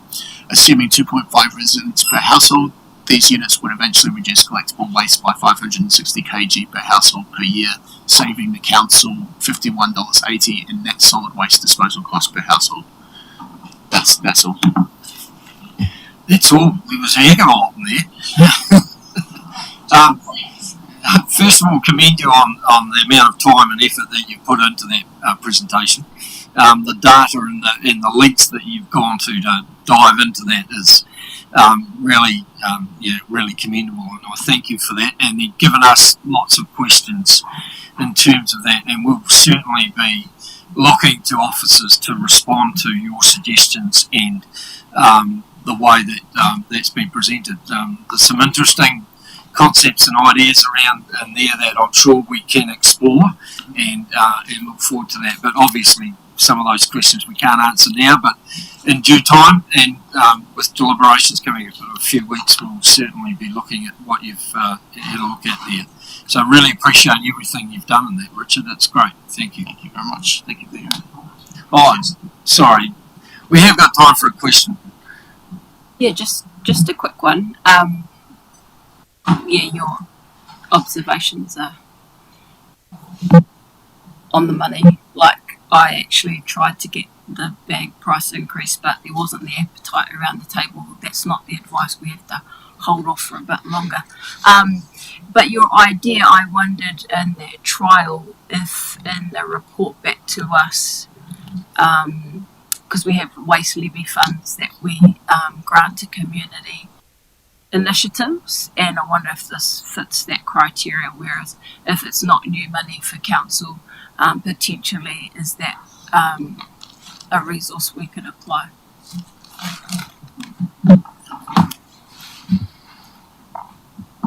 I'm sure that will be looked at. Yep. Thank you. Thank you, Richard. Guys, appreciate it.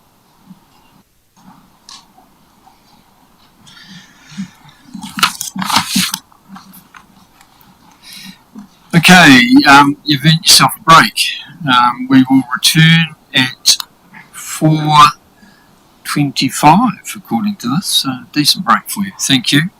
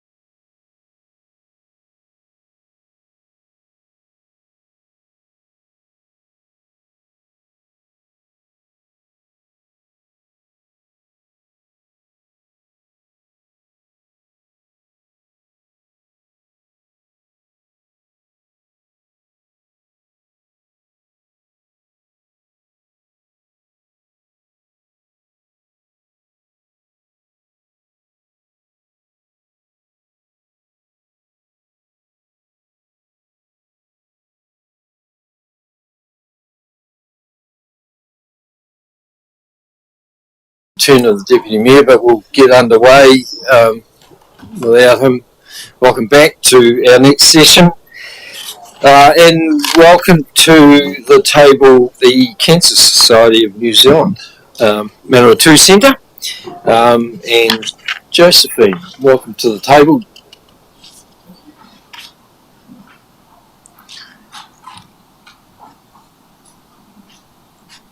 Just the right hand button on that little one in front of you. Thank you. Yep. Excellent. You're on. Way to go. Thank you. Thank you. Kia ora koutou. My name is Josephine. I am a health promoter from the Cancer Society Manawatu Centre. Thank you for the opportunity to speak to you all today. My submission focuses on the vital role Horowhenua District Council has that plays into community wellbeing and development, creating a healthy, safe and inclusive environment for the community to thrive. I want to start by commending the Council for your mahi towards reducing the incidence of cancer in our communities through your commitment to health and wellbeing initiatives.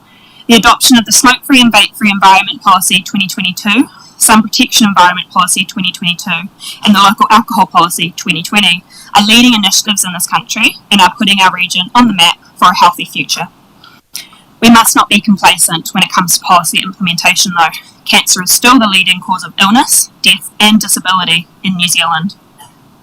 Council must commit to the vision of your community outcomes, providing outstanding environment and fit-for-purpose infrastructure so that future plans support the well-being of the public in all aspects. In my submission, I provided 11 recommendations for Council to consider towards the long-term plan. Today, I'll focus on the two main areas that are top priority to the Cancer Society Manawatu. Firstly, I asked the Council to recommit to their Smoke-Free and Vape-Free Environments 2022 policy. It's important more than ever to have a firm ground on which local policy is seen as the way forward. We must look to improve and establish strong policy that creates well-being enhancing environments. Supporting, preventing and reducing the risk of non-communicable diseases, for example cancer, and help people live healthier lives. It is of concern that local smoking statistics of Horowhenua are higher than that of the national average, and in particular concerning higher rates for Māori. This gives compelling reasons as to why this needs to be a priority. Smoking remains a significant threat to New Zealanders' public health, especially in Māori and Pacifica communities. Smoking is the leading cause of preventable death in New Zealand. Further work is needed to be put into the promotion of the policy to showcase Horowhenua as a community that cares for its health of its people. Vaping statistics are on a rise, so is the research surrounding the effects of inhaled and exhaled vapour on the public's respiratory and cognitive systems. Schools and whānau within your district and around the country are pleading for help against the vaping epidemic that has taken a hold of our rangatahi. Children as young as 11 are getting hooked on these substances that we don't know the full effect of yet. A family friend of mine reached out to me because her 11-year-old son got addicted to vapes simply by being offered to by friends and even his friends' parents. The lack of awareness, education and government intervention around these substances is creating a society that must now watch our youth mentally and physically decline. Our recommendation to Council is for funding to be allocated towards smoke-free and vape-free signage for all Council buildings and areas the policy applies to, as well as further information and education available to the public regarding the policy, the effects of smoking and vaping, the ways to get health cessation from these products. This sends a message that we uphold our policy statement of committing to being a smoke-free, vape-free community. The increase in signage and awareness of the policy also reduces public confusion, making smoke-free and vape-free policy easier to enforce. It's important to take a stand against these products that are taking hold of our rangatahi. We need to protect our future generation. Second, I asked the Council to recommit to their sun protection policy. Creating a safe and healthy environment for the community should also include prioritising reducing the risk of overexposure to UV radiation. Skin cancer is one of the most common cancers in Aotearoa. We have the highest incidence and death rate in the world. I'm not sure if councillors are aware or not of the Cancer Society's free sunscreen pole community loan scheme. It has continued success in providing the community with sunscreen during UV radiation peak times at outdoor events. We are thrilled we can provide this service to the community. although our sunscreen poles should not be the only line of defence at these events, we would love to incorporate this into your community event planning through adding it into the event risk management plan, as we have had great success of this at the Palmerston North City Council. We are always here to offer support towards sun protection. The reliance on sunscreen alone will not provide the community with adequate protection though. Hopefully councillors remember the good old phrase, slip, slop, slap and wrap. Providing the community with access to as many of these protection measures as possible holds up to Council's commitment to being a sun smart district. This is why we ask Council to dedicate some budget towards further natural and built shade, with priority given to parks and playgrounds in higher deprivation communities. Our community needs your aspirational leadership to continue. Local government has an important role in terms of public health within the communities they have been elected to serve. If we are to reduce the rates and impact of UV, alcohol and smoking related cancers where our community can live, work and play, we need to put the health and well-being of our community, and in particular our most vulnerable, our children, our future generation, at the heart of our decision making. If we are to make real progress in reducing our cancer statistics, the sun protection, smoke-free environment and alcohol policies need to be implemented meaningfully, as well as budget allocated in the planning, implementation and evaluation of the long-term plan. This can also be achieved by Council adopting a health in all policies approach to Council decision making, prioritising healthy urban planning, access to healthy food and beverage, safe neighbourhoods, safe active transport pathways, reduction in alcohol related harm, and creating smoke-free and sun-smart environments. As always, the Cancer Society is here to offer support in the development and implementation of policies that will help strengthen community wellbeing. Thank you for your time and attention today. Thank you. Appreciate that. Any questions of Josephine at all? Councillor Grimstone. I'm just interested, has the Society already conducted an audit or a review of reserves around the Horowhenua, particularly around the shading?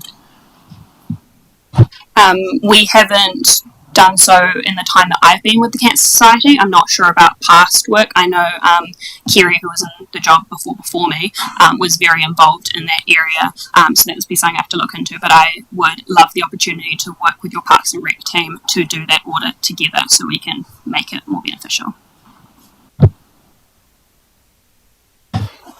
I've just been informed that our policy around smoke-free is due for review next year. So obviously, hopefully you'll be able to input into that for us, and we'll look forward to that. But thank you very much for your submission, and best of luck for tomorrow. Have a great day.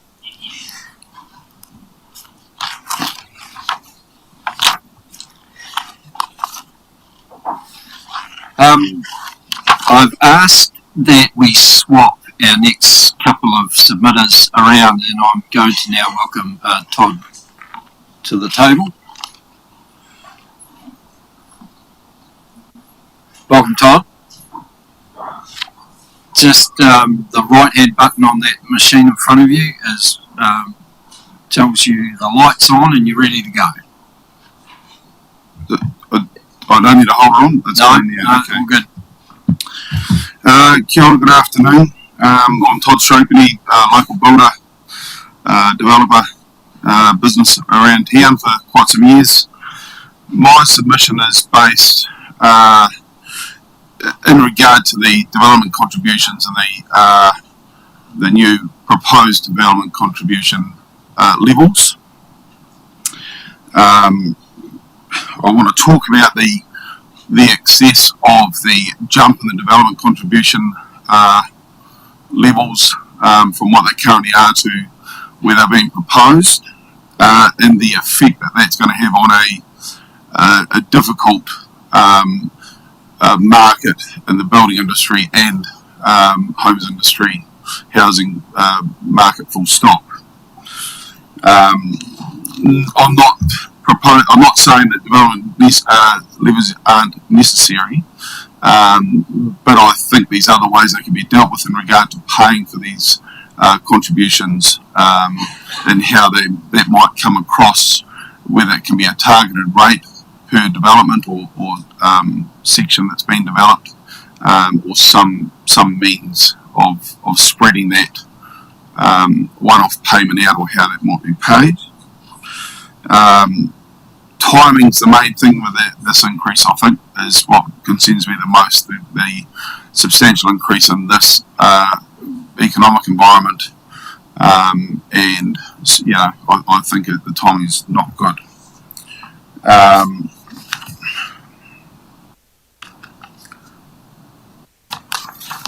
I also want to propose that development contributions on family flats and minor dwellings I find unnecessary, and I think that will stop development in those spaces where we're trying to be in an environment where we're creating more houses for people and roofs over heads.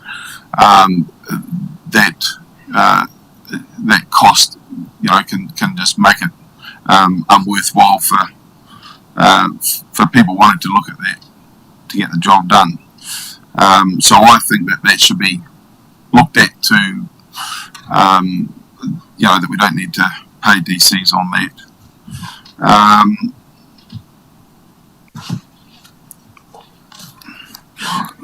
I guess over the years I've spent many hours sitting here around forums, etc., with council, working about how we can work through development, how we can deal with growth, put people in houses, and I feel that we're not getting that. This is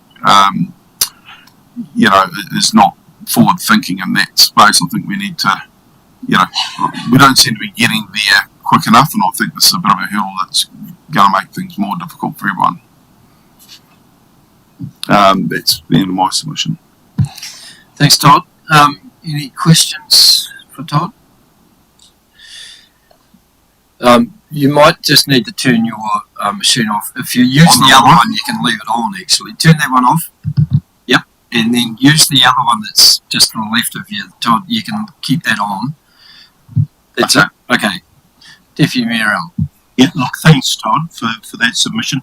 Could you just help me understand how the targeted rates on new developments, what that would look like? So whether that cost can be spread over the person. So a site that might be, for an example, we had a site cut in two.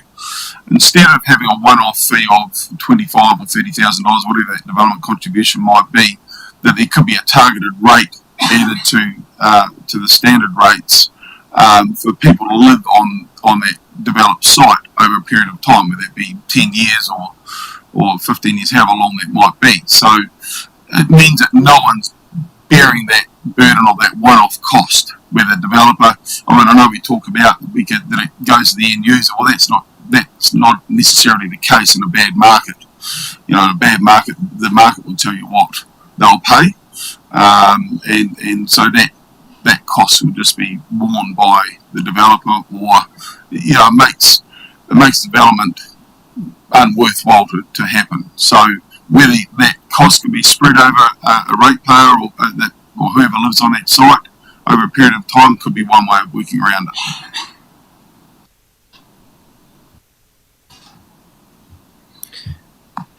Councillor Tommy Young.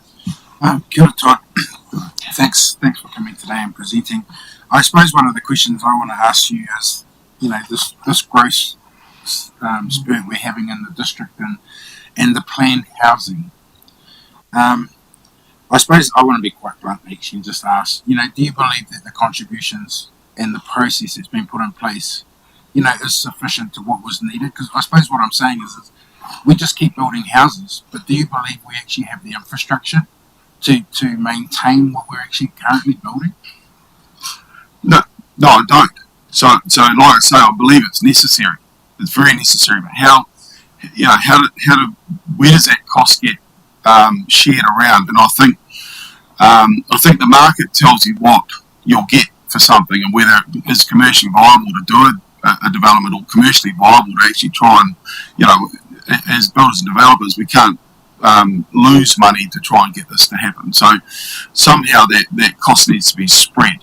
But I'm not arguing the fact that the infrastructure is needs upgrading. There's no argument there.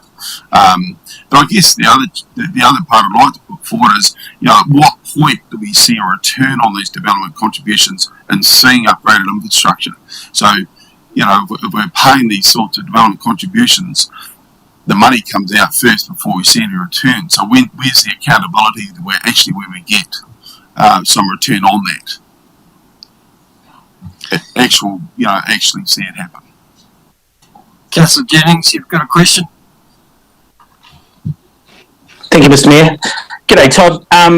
My question is, look, if council didn't make any changes to the current proposed DC settings, and so the current dollar amounts remain, can you just talk me through what that's likely to mean for your decision making in terms of what kind of developments you do, whether you slow down, whether you concentrate development elsewhere out of district? Like what would be the consequence? I guess the consequence is there's no consequence. What it means is we already know what we're dealing with instead of having to deal with something else. So we're already dealing with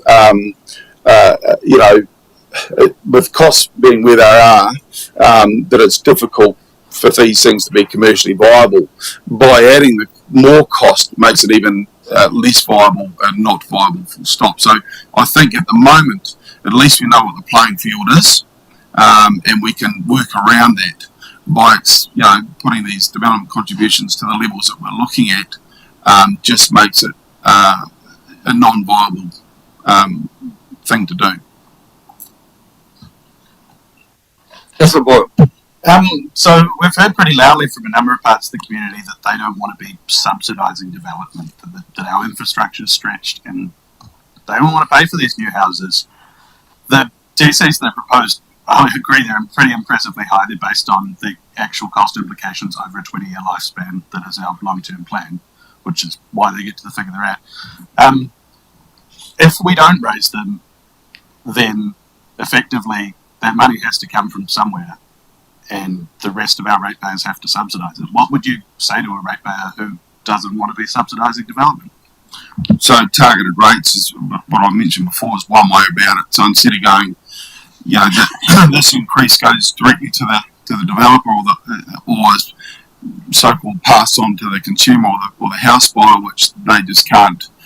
It's a tough time for people to get in a house where there's no secret. We've been talking about this for a long, long time. So by the targeted rates, I think that's that's some way that we can pay these things off slowly. It might not give the input that you need straight away to get the infrastructure up to speed, but can council borrow money against these targeted rates? Is there another way of doing it as opposed to throwing it all on developer? Just spread it out. I think it's spread it out over time. But like I say, we're in a bad environment at the moment in regard to the economy. That's not going to be like that forever. So let's spread it out a bit and try and ease the pain. Thanks, Todd. Appreciate your time and your submission. So thank you. Appreciate it. Thank you. Cheers.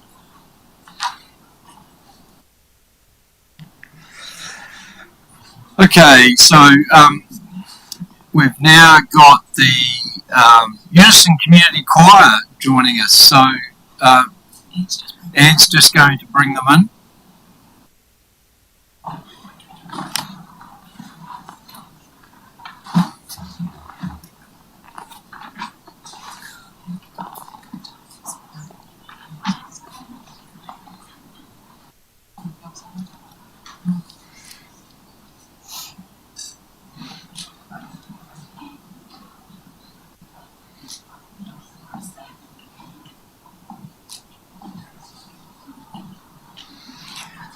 Is there any way we can shift the table back? Yeah. Grayson, can we just shift the table back maybe? And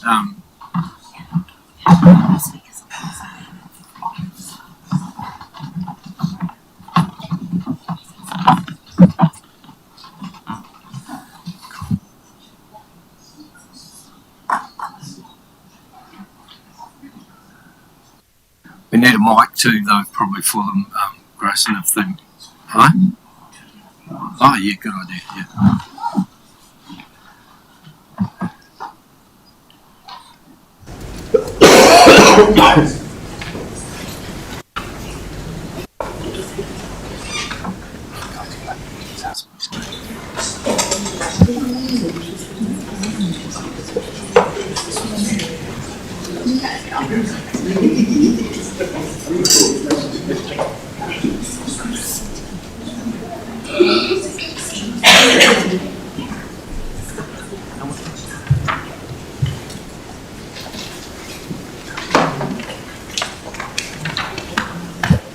Welcome everyone. This is fantastic. Can't wait. This is the best submission I've ever had in my time on council. Just can't wait.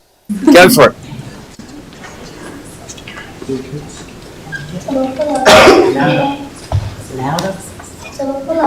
Kia ora and one Pacific greeting to the mayor and the councillors. We are Unison Community Choir and we are here today to speak to our submission. Before we start, we would like to sing a song that we sing at the start and end of every gathering.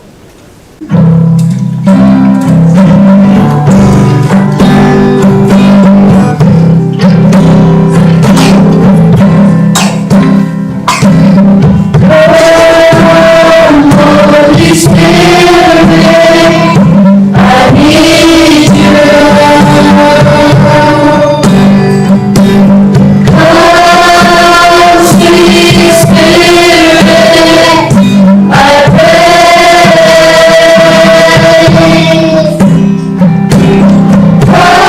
Come, be my strength and my power.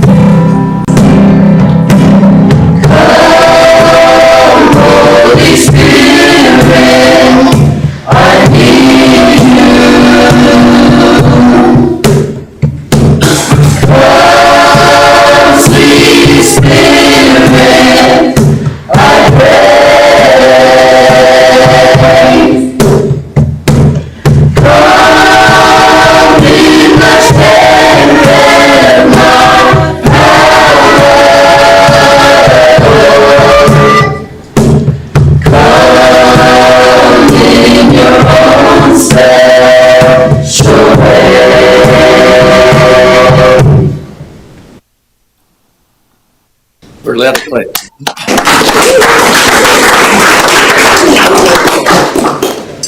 Thank you for this opportunity to speak to you all today. We are here today on behalf of our whole Unison village. We are from different cultures, schools, churches, and community groups. A special thank you to Mayor Bernie and Councillors Gaston and Nina for visiting us a few weeks ago. We really enjoyed having you.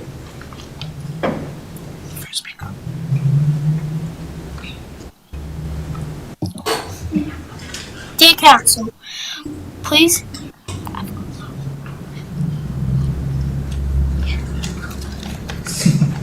we need more community events to celebrate our different cultures.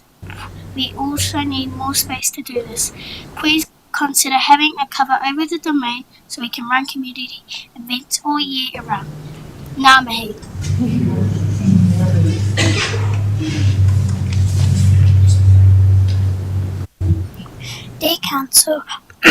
Dear Council, we want more or bigger spaces to spend time with our families. We think you should expand and upgrade current parks, playgrounds and pools. It would be cool if there was a trampoline park, bowling, laser tag, mini golf and time zone. We also need indoor sports spaces. Dear Council, can we please have a bigger shopping mall with a Kmart and a food court, Pacifica and multi-shops too?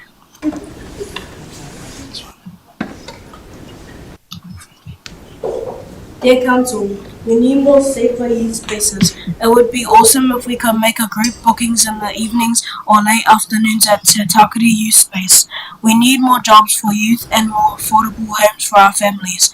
If there's a bigger mall and more family attractions, this will give us more opportunities for work. Day Council, please do not cut community fundings or grants. We really need this to help groups like us stay together and achieve together. Every week we get to go to choir and not worry about paying, as some of us have many siblings and would be too expensive for our parents or grandparents to pay. We are like one big village or family, and we have lots of fun and learn how to sing different languages. We also need better public transport to get around town and out of town. Maybe smaller buses will work for a small town.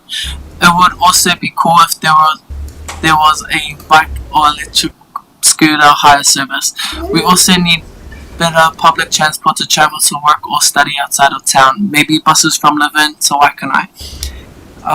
We also would like to see Pacific councillors, and we hope one day one or some of us can be sitting where you are at to make a difference. Our elders want a Pasifika Fale. This space will bring together different cultures, not just Pasifika, as our Pasifika values are also about Sautoa, or service to our community. A space where we can have ongoing programs or children and youth, etc. A space to enhance our children's and the upcoming generations' Pasifika identity and culture.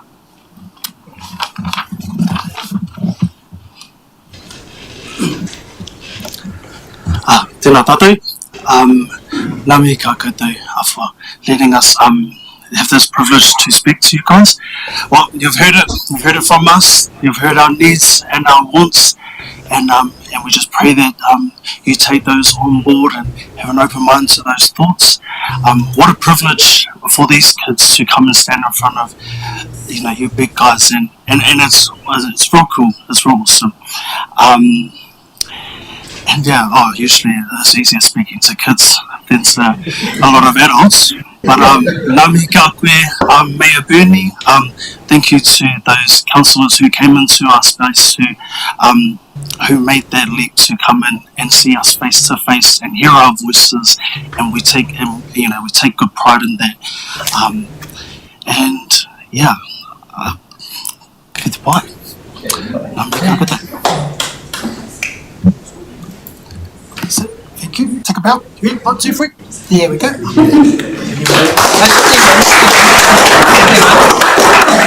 We've got time for another song if you want.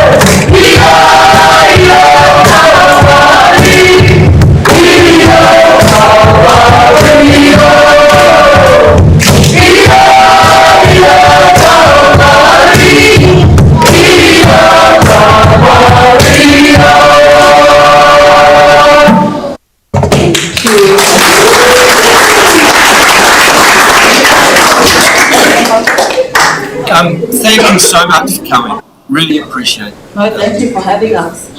Hi. It's a privilege for us. I didn't even say anything that whole time. Hi, no, really, thank you for having us. It's an awesome experience for our kids here. Did you guys like it? Did you guys enjoy that? Yes. I hope it won't be the last time we see you. Well, it will not be the last time you'll see us, that's for sure. Come on. Thank you, see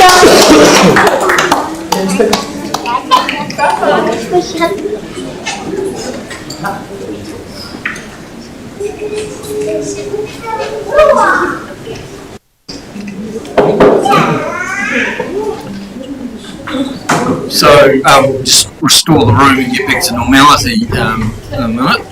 But that was great, wasn't it?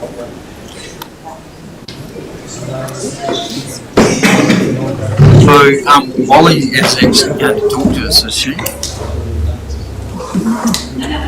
That was it. Oh, Angelina's coming to us now. Is Angelina out there? Oh, we are a bit early for Angelina. Oh, right. So we're not due for another one for another half an hour. Session.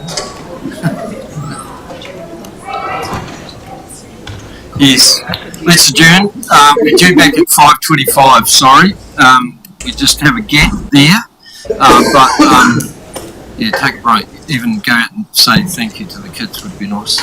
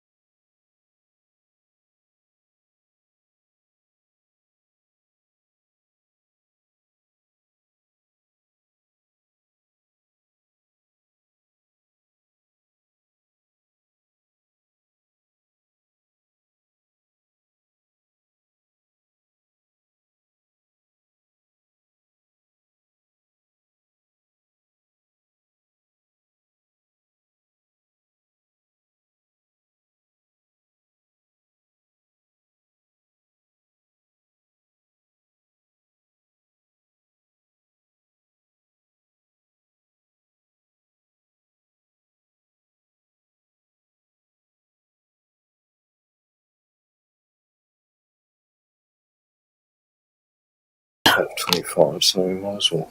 But no. He is always the last one back. Cash. Do you want to chase the deputy mayor? No, the deputy mayor.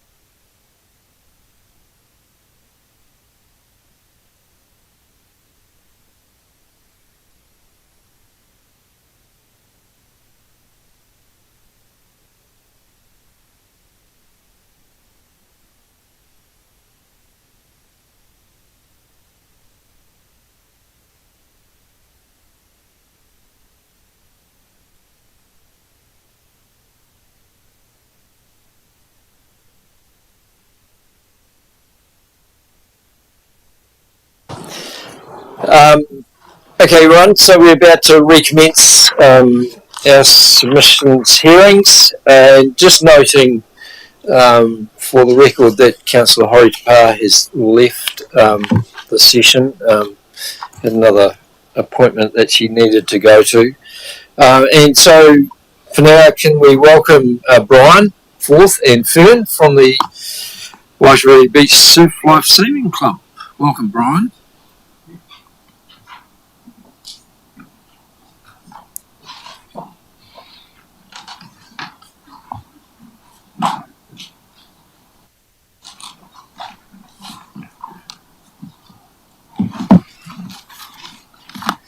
So if you just push the right hand button on that machine there in front of you, and all set to go.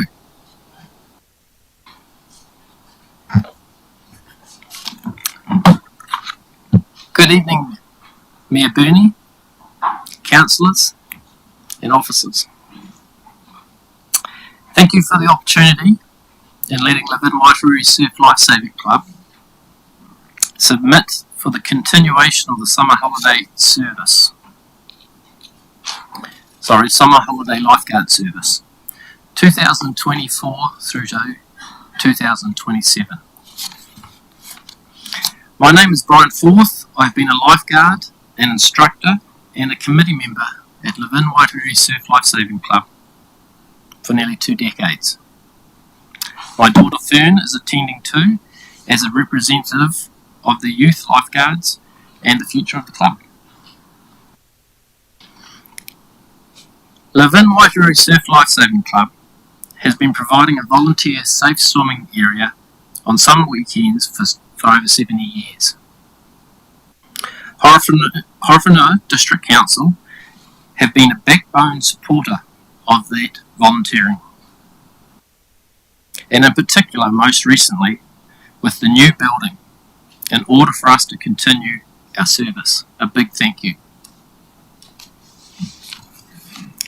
With the support and collaboration from HTC, we have also provided a paid weekday patrol during the 6 weeks of the school holiday, a common occurrence at beaches around the country. We wish to continue providing this service to the public.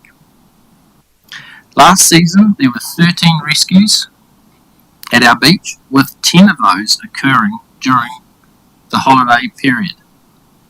63 more people were assisted or guided from dangers in the surf environment. And we performed 18 first aid treatments.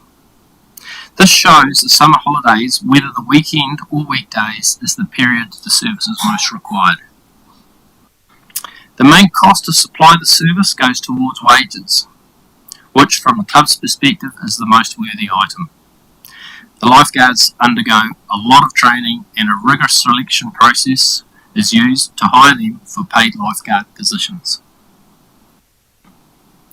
They must be physically fit, both in running and swimming. They must attend courses to upskill such as first aid, equipment use, and leadership. They also need to have completed volunteer hours, as this shows their experience, and particularly knowledge of the surf environment and its dangers, rips, currents, and holes.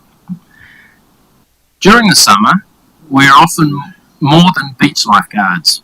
We have provided first aid to the wider beach and the village. We have coned traffic lanes to increase beach safety and share friendly local knowledge to visitors coming to the region. This local knowledge and experience stands out on the Big Dig Day, the most attended day of the year at Waitangi Beach, where lifeguards collaborate with the brass band, traffic wardens, and police in providing parking, safe walking, and a swimming area. Many locals, as well as holiday makers, enjoy Waitangi Beach during the summer holidays because they know there is a patrolled area every day of the week for the holidays. We often hear and receive gratitude from the public for this.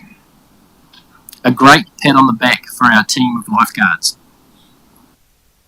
During those six weeks of employment, the club also runs a separate 2-week junior holiday program. This program brings a large group of children to the beach to gain skills in beach safety and lifeguarding. The lifeguards that run that program collaborate with the weekly lifeguards in keeping the children safe while they are being given instruction and experience in the surf environment. This shows another way that we provide a pathway of lifeguard and leadership development. I would like to offer some insight into being a lifeguard from one of our youth lifeguards. Fern. Hi, my name is Fern, and for the past 16 years I've had the privilege of growing up at Waitangi Beach. I was even more lucky to have spent most of this time involved in surf lifesaving. I started junior surf at the youngest age possible before jumping into a lifeguard role. I have been a lifeguard for 3 years now, and it has brought me so many amazing opportunities. From learning valuable skills to travelling to all kinds of courses such as intermediate guard, leadership camps, first aid lessons, and IRB trainings. On top of all of this, I have been able to get some paid work for being a surf lifeguard. This was my second summer working as a leader for Junior Holiday Program. Being a part in helping eager kids gain beach confidence and teaching them skills is the best experience I can ask for. Each year, we have volunteer patrols where I get to be a part of a team in keeping Waitangi Beach safe. Being a lifeguard is all about being alert and being ready to take action. It's about making preventative actions and looking after your beach in every way possible. It is also about learning life-changing skills, meeting lifelong friends, and being confident at beaches.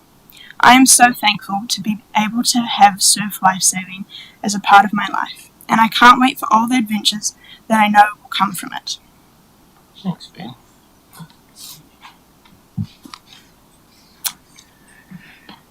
In summary, while the summer weekday paid lifeguard service dovetails well with the weekend volunteer service, the club, and lifeguard opportunities, Live in Waitangi Surf Lifesaving Club on the whole sees the need for the service to the public. The club has the resources, lifeguards, and experience to fill the contract.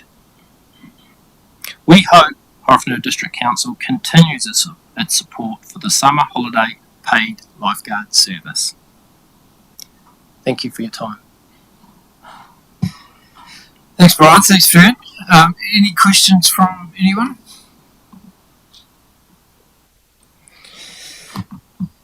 Fern, you might be best placed to answer this. What difference has the new building made to your ability to be able to provide the services that you do now out there? Well, it's really amazing, and we're close to the beach, and we have all these facilities. It brings new people in too.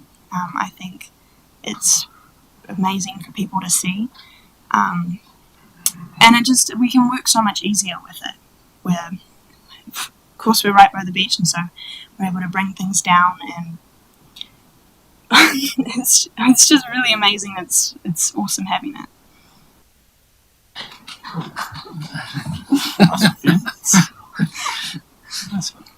Any other questions that people have got? Not a question, but certainly a comment. Just thanking you both for your time and your presentation today.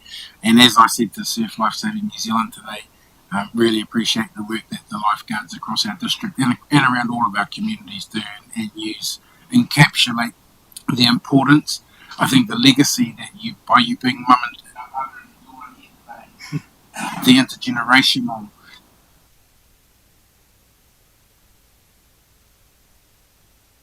you both for bringing that here.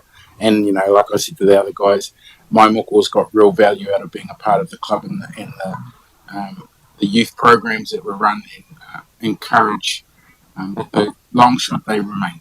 Kia ora. Thank you both.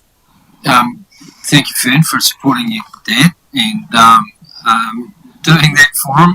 Really appreciate everything, and look, we're very, very proud to have seen that building finally be completed. So, it's fantastic that the community gets to enjoy what they're doing. We know the beach is certainly one of the most popular attractions in the district. So it's great that you provide the service to be able to support that. We appreciate it. Cheers. Oh, thank you so much. Thank you for your time, everyone. Thank you.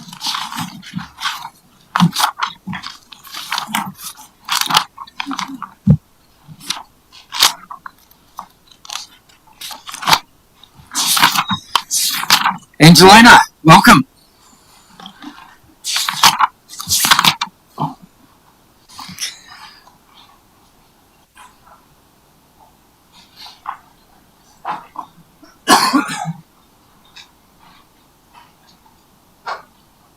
They're no different.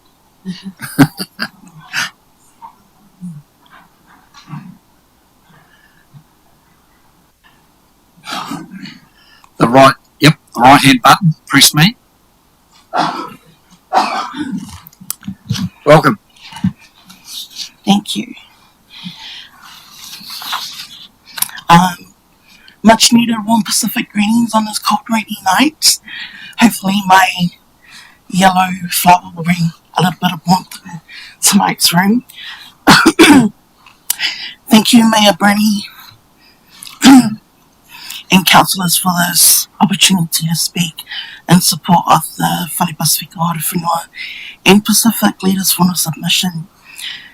Whare Pasifika Horowhenua is a trust which was formed in 2010 with the aim of improving outcomes for Pacific peoples in the Horowhenua in terms of housing, health, social and educational outcomes. The Pacific Leaders Whanua is a group chaired by Mayor Bernie and supported by Whare Pasifika Horowhenua, which meets 2 to 3 times per year with the aim of bringing Pacific leaders within the Horowhenua community together to talanua, discuss on items of interest such as health, education and social needs. The Pacific Leaders Whanua would welcome the opportunity to work with Council on housing initiatives or projects that would increase Pacific people's access to affordable housing or support them into first home ownership. Many Pacific people live in substandard housing and struggle with purchasing their first homes. We would welcome support with bringing a home ownership program to the Horowhenua tailored for Pacific people. Pacific people have lived in Horowhenua since at least the 1960s and have contributed to the amazing cultural diversity and growth of the district. We would welcome the opportunity to work with council officers on a project that acknowledges Pacific people residing in the district. The acknowledgement could be in a public place or in the council building. It is widely known that Pacific people love to play volleyball. It's a fun activity to get players moving and interacting socially, good for both players and supporters. Large group of players and supporters gather weekly at Murray Street recreation reserve for volleyball games, which they currently play on grass. We would like to ask if investment in a sand-based volleyball court, or similar to what Waipehu College have for an outdoor volleyball court, could be looked into, which is the ideal surface for a volleyball court. We would like to ask if there could be consideration of Pacific cultural practices, values and traditions and policy that affects Pacific peoples. An example of this would be if there was to be a draft cemetery bylaw. Finally, we have aspirations to one day have a Pacific People's Hub, or community centre. We imagine that this will be large enough for youth activities, health initiatives, whānau, meetings, gatherings, and to host visitors to the district. We would welcome the opportunity to start conversations as to what this could look like and support for getting a project of this nature started. Whawhati lava, thank you for the opportunity. Thank you, Angelina. That wasn't that difficult, was it? I thank you for making that really easy, Mayor Bernie. Not a problem. Have we any questions or comments that people would like to make? Councillor Grimstone. Evening, Angelina. I note the first point you raised was increased access to affordable housing, and that is one of the areas we're looking to potentially invest less into to progress. And some of our submitters in written form have told us that that's an area that they prefer us not to invest in. Can I guess you put it in simple terms how important continued investment would be for your community and why? Well, I guess if you look at the economy of our district where most of our people are working in terms of market garden areas and the meat factories, and we have increased Pacific people working in the rest homes. So they come here, mainly first generations from Pacific, with the dream of being able to afford their own homes in the future.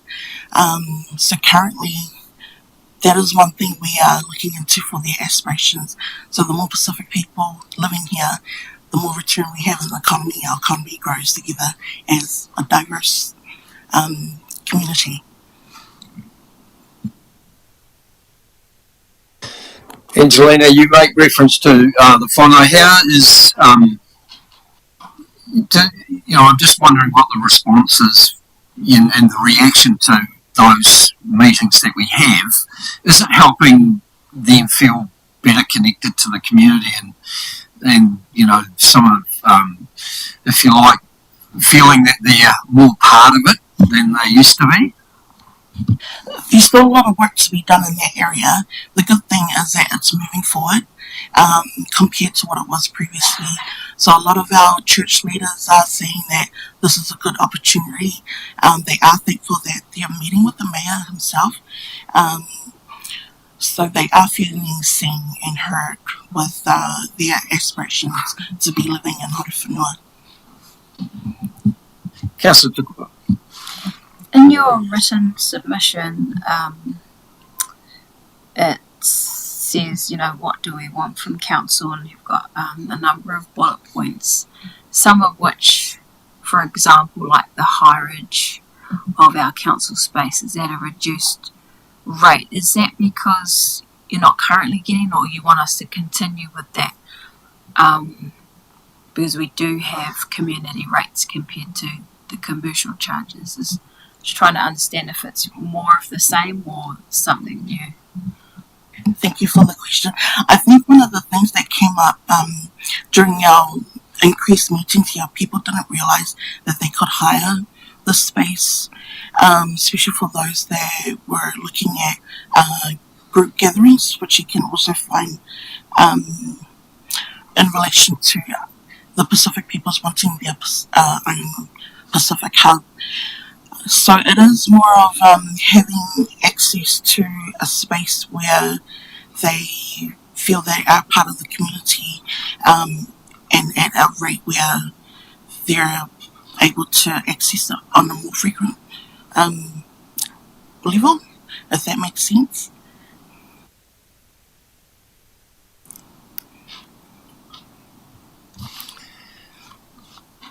Thank you, Angelina. It's been great for us today. I think this is, a first-hand experience for us as councillors to understand and see the wide diversity and connectedness that is within our community. So it's fantastic that you have taken the time on behalf of your community to present to us today. We do appreciate it, and thank you for all the work that you do in that space, along with the certain person that's sitting over on the in the chairs over there. But look, fantastic that you were able to come and join us today. Thank you so much for the opportunity.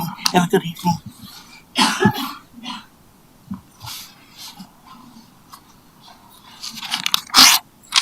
Well, councillors, look, I can't believe this, but we're going to have another break.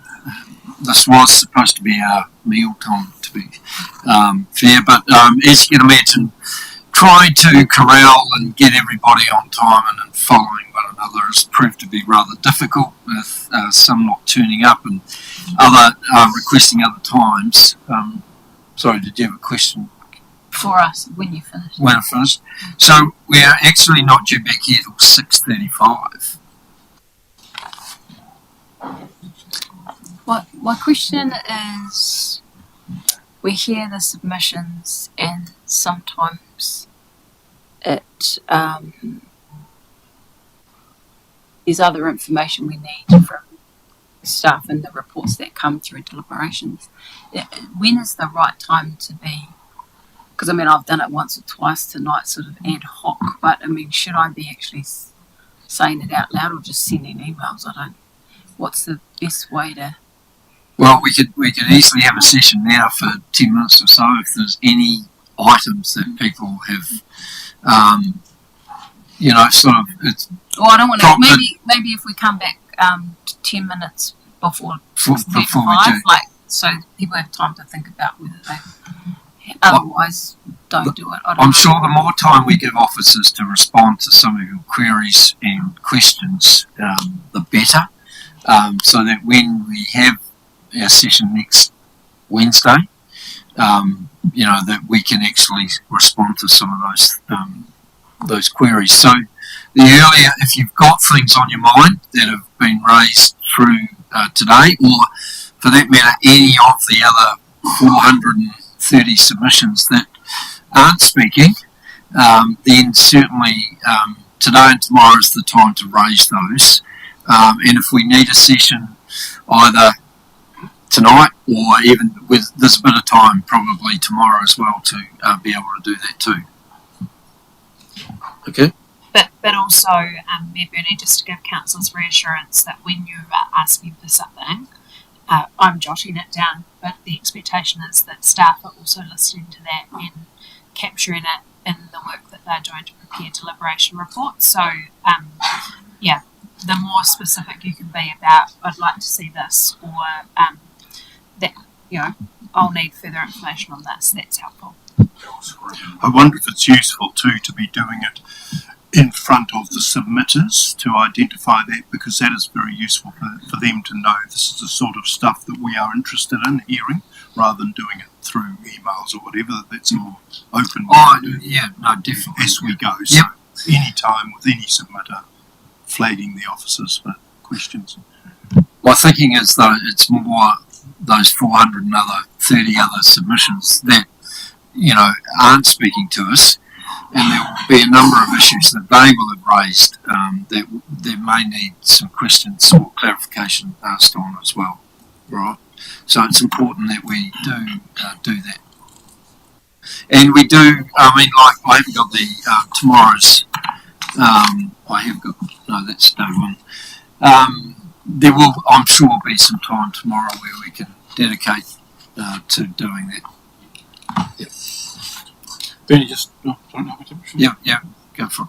I just, I made a lot of notes, just mainly points of clarity. So, what I've done in the past, obviously, is flick an email through to Monique, and I'm happy for my points of clarity for you just to reply to all the councillors. Well, I think for the purposes of a public's hearings type of thing, that it would be good if you know, and when we do have that half an hour or at time to raise those clarification points. So I think everybody then is included.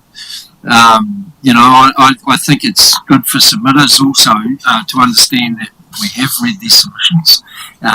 We are taking note of some of the things that that they have suggested or you know, given their views and opinions on. So yeah, regardless of how minor they are, I think it's good. Our next speaker's early and they can speak now. Oh, yes. Oh, okay. No, sorry, no, go, Perry. There's just been informed that our next speaker is here already, so they're willing to step up early. Did you have a question, though?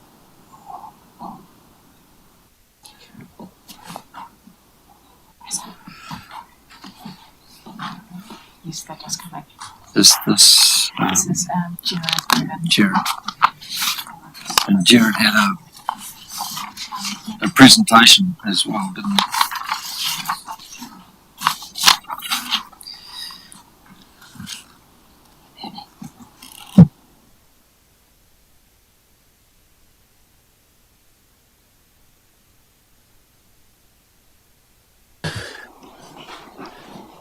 Welcome, Jared. Thank you for coming in early. It's appreciated. I believe you have a presentation.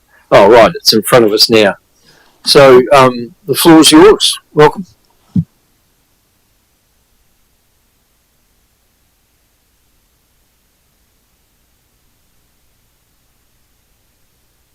That's it. The red button's on. You can take your finger off there. Very good.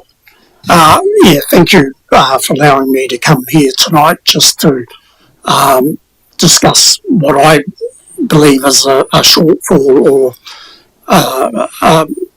the long-term district plan doesn't appear to have any funding set aside for the stormwater development at Waitawere.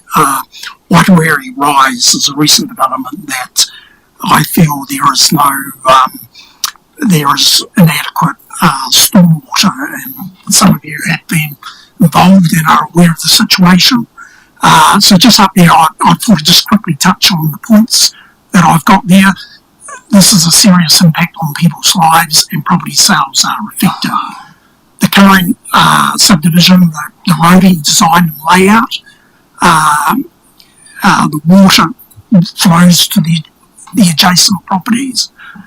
There's no capture of that water. The water flows on that subdivision from high to low points, and there is no stormwater infrastructure. Serious health and safety concerns exist that I'm worried about. There's obviously stagnant water, and I'll get to that in a photo in a minute, is a health concern, and particularly with the storm issues that we've had out in that particular district, a lot of the existing septic tank systems went underwater. There's also the drowning risk, we'll get to that, and electrocution. There's a minor picture of that. So my particular property I purchased in 2017. At that particular time there was significant flooding, or there was flooding, which highlighted the problem. I pointed that out to the developer at that time. He took action, and I put that in my sale and purchase agreement. That's something needed to be done. As a consequence, he dug swales, and he put 2 ponds at the end, or the northern end, of Kanuka Drive. So my particular property, I'm unable to access the times at flooding, and you'll see in a minute, and the subdivision stormwater design is not existent. So it's just where the water falls, it falls, but where, if there's ponding or whatever, it obviously accumulates in the lower points. So in 2017, that's my section there, and I raised the concerns with the developer at the time. So you can see this isn't an isolated event. 2017, there were issues there. I approached the developer and we talked it through, and he came up with a solution. And just to go back there, design on the fly. In essence, the subdivision was complete, I pointed this out. He then ended up putting 2 additional ponds and swales directing the water into those ponds. That particular, so the picture on the right is in 2022 when we had that rain event. You can see the water in the middle of that driveway, or my access to that property, is 450 millimetres deep. The water had hung around for approximately 2 to 3 months, and I'll get to that in a minute. The picture on the left is the property adjacent to mine. You'll see where the swales, well, it's very hard to see where the swales are, but you'll see on the left there, it was directed down to my property and down to the back of the property along that fence. This is the other side of my property. Standing there, you'll see the blue arrows pointing to the electrical distribution, or the electrical pit box. That is the electrical infrastructure. And you can see the adjacent property of mine. That particular property is 4,200 square metres. I estimated there were 3,000 square metres covered in water, and I estimated that if you took an average across that whole property, it's about 100 millimetres, I guess, and if you do the maths on that, that's approximately 300 cubic metres of water, or the equivalent to a swimming pool. Now, the reason why I'm concerned about this whole issue and stagnant water, and there's the electrocution risk there, is that stagnant water, we couldn't get rid of that water, and we can't pump it anywhere. Okay, and the only reason why this water, we resolved this, is the property on the far right-hand side dug a trench to get the water out. That particular neighbour has since closed that trench off and built a raised driveway. So next time we have this event, and let's not kid ourselves with global warming, and you only got to look at what happened a year ago. If we happen to have a rain event, this is just going to keep repeating itself. So I suppose the important point I wanted to make sure is to bring your attention that Wairariri Rise does need some stormwater management, and it needs it soon. Not putting the funding in isn't really an option.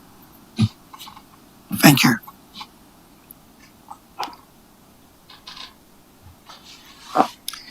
You're aware of Elizabeth Valentine's group who presented to us earlier today. You are separate from her. Well, I'm aware. I've come here to express my concern because, yes, I am aware that Lizzie did do a presentation today, so I'm probably fully aware that you're aware of the issues anyway. I thought it was important to express my concern because I've got a section out there. I'm paying rates. I'm paying good rates. I haven't developed there. That particular section that you're looking at, the owner has the property up for sale. He's walking away from it. I want to build there. I'm looking at retirement. I want to build and develop there sooner. But I'm in two minds until I start seeing some physical evidence of some sort of progress moving forward. Now, I believe the council and some effort has been made to move forward with some attempts to put some funding and some resolution into a solution. But at the moment, the key thing is this whole subdivision is effectively landlocked, and you can't get the water out. So there does need, I believe there's a stage 1 and a stage 2. All I want to see is some sort of funding set aside to make sure that this can happen moving forward. Appreciate that, Gerard. Can I go back to that 2017 and the installation of those swales and ponds and things? So have they not had the impact or the effect that you would hope they might have? At the time of the flooding in 2017, the water content and the volume of water was not what it was in 2022. By putting those swales in and putting those ponds in, where I'm actually standing there is close to where one of the ponds was put, and a lot of the soil that came out of that particular particular pond was put onto my property as on the right hand side facing where I'm facing forward. That soil was put where I'm standing, and so that's raised the ground level there. The rest of the site back there was pretty good, and the swales generally did work. Okay, and it wasn't until 5 years later that we got a lot of rain, and an intense rain, and it wasn't classed as an intense rain event, but it's the accumulation of Waitawiri and the particular the groundwater level came up through, and and where we're located, it's near one of the low points. So in terms of that groundwater level being so high in 2022, obviously what do you see as the solution in terms, because it can't really be pumped anywhere, can it? No, I can't. There's talk about all the designs and swells, and I think in principle it's a good idea, connecting them all up. I can see difficulties with some of the residents there, but at the end of the day, I think everyone needs to work together with a solution, and I think from the Flooding Group Action Group within Waitawiri, everyone, I believe, they've got a long-term vision.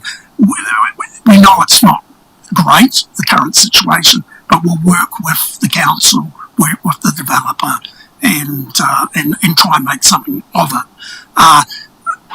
Ultimately, if you put in the swells and do what's been proposed, I think for stage one, I think that's a very good start. But you've got to look at getting the water out. You need to get that water out to the ocean, and it needs to go through a property that's in between us and the ocean. And I believe it's about 1 kilometre. I think I've measured it out on Google Maps. It's about 1 kilometre. I'm a senior asset planner, and I work for Transpower. In principle, divisions and subdivisions are built to standards, and they should be built to the latest standard.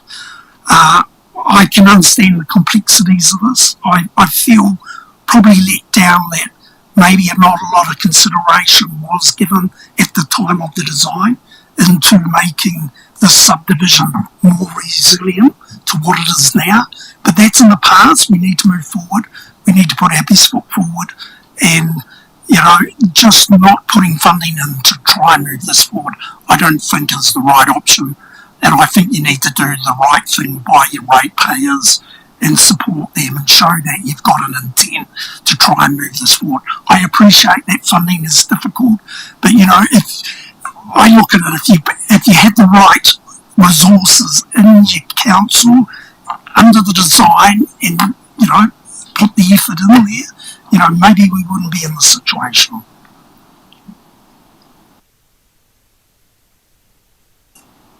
Thank you.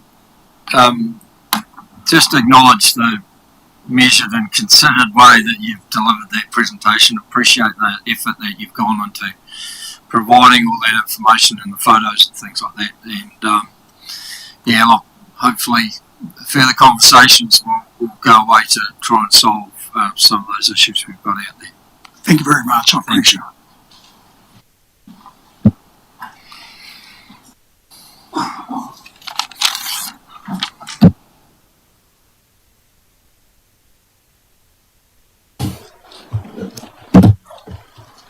Councillor Tommy Homer.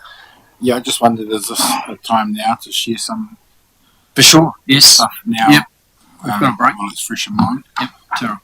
Just around Waitawiri Rice stuff, actually, I wanted to just some points of clarity from me where, were Lynn's report sought by property purchasers prior to purchasing sections at Waitawiri Rise? I'm interested to know if we have any of that data at all to us. Were they aware of the situation prior to going into there?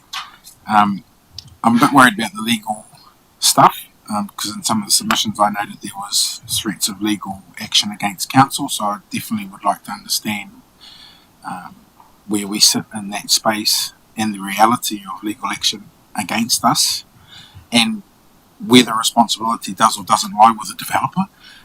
Certainly want some clarity around that.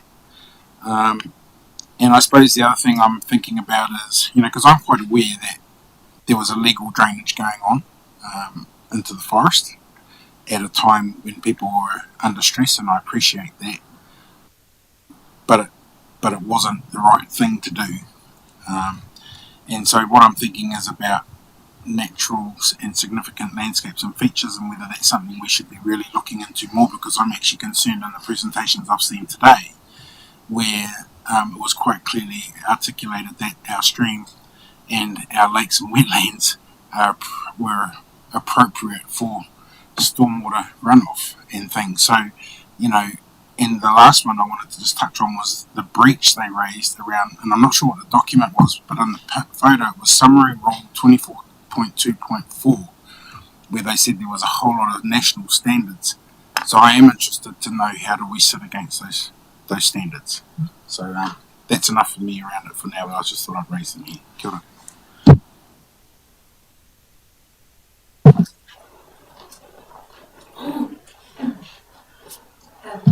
Thank you, Councillor Tamihana. We can arrange a briefing of elected members just to refresh you all on the work that we completed at the end of last year prior to going to the Waitanere Rise residents with a proposal, but also make sure that we respond to some of those specific questions that you've raised. And just conscious that we're in the public arena, and so probably for that reason we'll just put on the table that we've been very clear that we do not believe that council has any obligation nor responsibility for the situation that the homeowners find themselves in. But of course, we've been working in good faith to try to find a solution, and we've continued to be committed to that. But we will arrange an updated briefing for elected members on that mahi.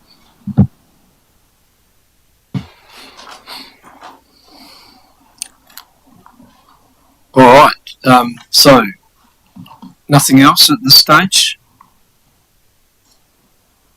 Just a quick question. In terms of the submission from Estuary Trust and Estuary Management Team, in terms of the so the question is what budgets applied to the dune management, estuary and dune management at Fox and Beach around the spinifex planting, those sorts of things. Is there a particular budget applied, or does it just come out of our operational budgets, I guess? Good to understand that.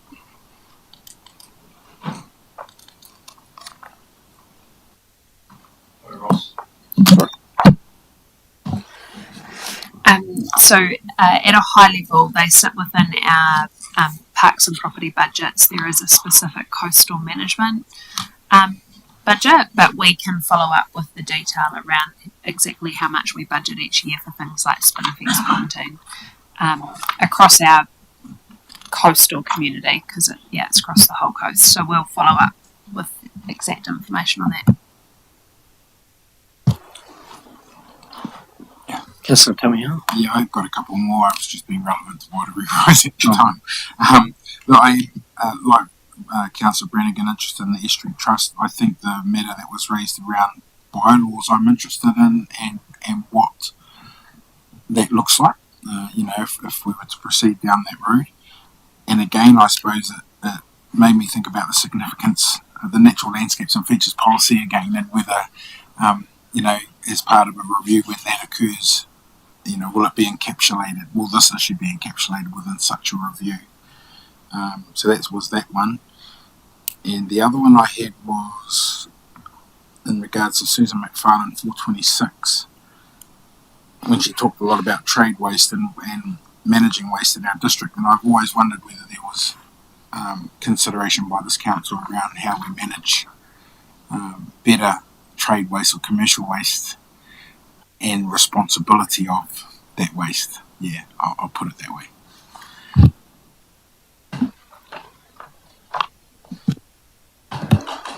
Yeah, Councillor Tamihana will make sure that in the deliberations report we touch on that. I know that in the organisation performance report of the agenda that we release tomorrow for next Wednesday's council meeting, there's quite an update on the work that we're progressing around the stormwater, drinking water, wastewater, and solid waste bylaws, which kind of capture some of that, but we can definitely touch on that in the deliberations report.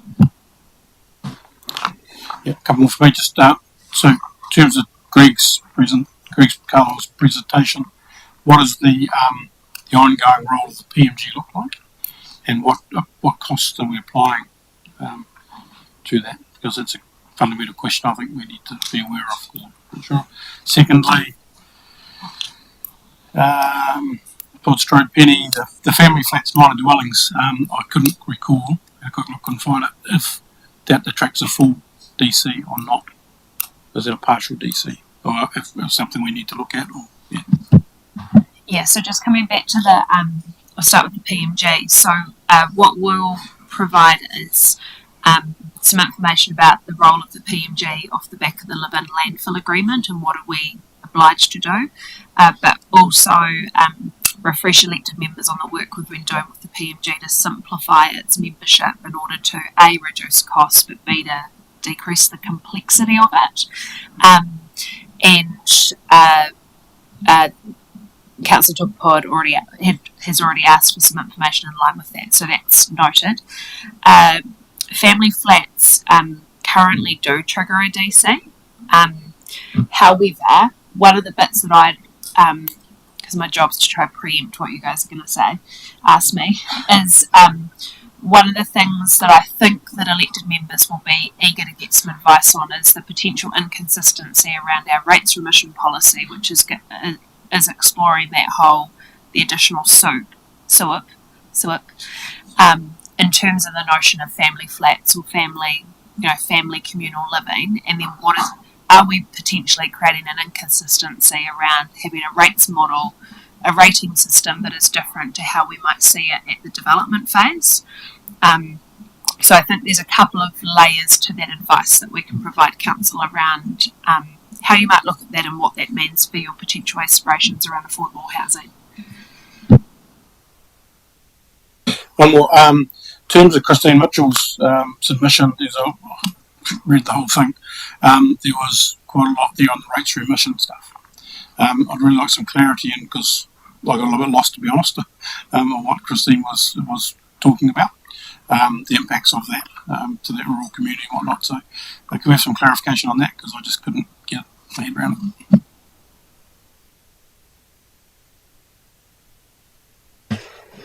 Yeah, we'll capture that in the deliberations report at a really high level. The rates remission policy, which we're consulting on, you'll remember that for us to keep within the 1% cap, there were some areas that we then capped, but there was also some areas that we proposed to remove. And so that is what essentially Christine's submission is saying, is that that's impacting the rural community the most. And I think Councillor Olsen probably talked to Council about that at the point in time in which we put it in the draft LTP. But yeah, we'll certainly do some further analysis on that in the deliberations report.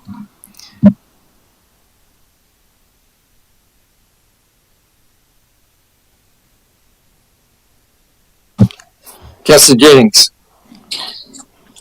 Thanks, Mr. Mayor. Yeah, look, I was hoping to get two things covered off potentially in advance of next week or deliberations, which was mostly around development contributions. So Todd talked about the idea of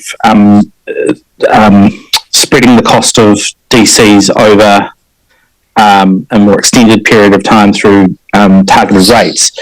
I just wanted to understand, one, confirm that actually is, whether that tool is available, but secondly, just to get that commentary or confirmation that essentially our challenge in implementing a scheme like that is currently balance sheet, so our debt capacity. So if there could just be some commentary on that.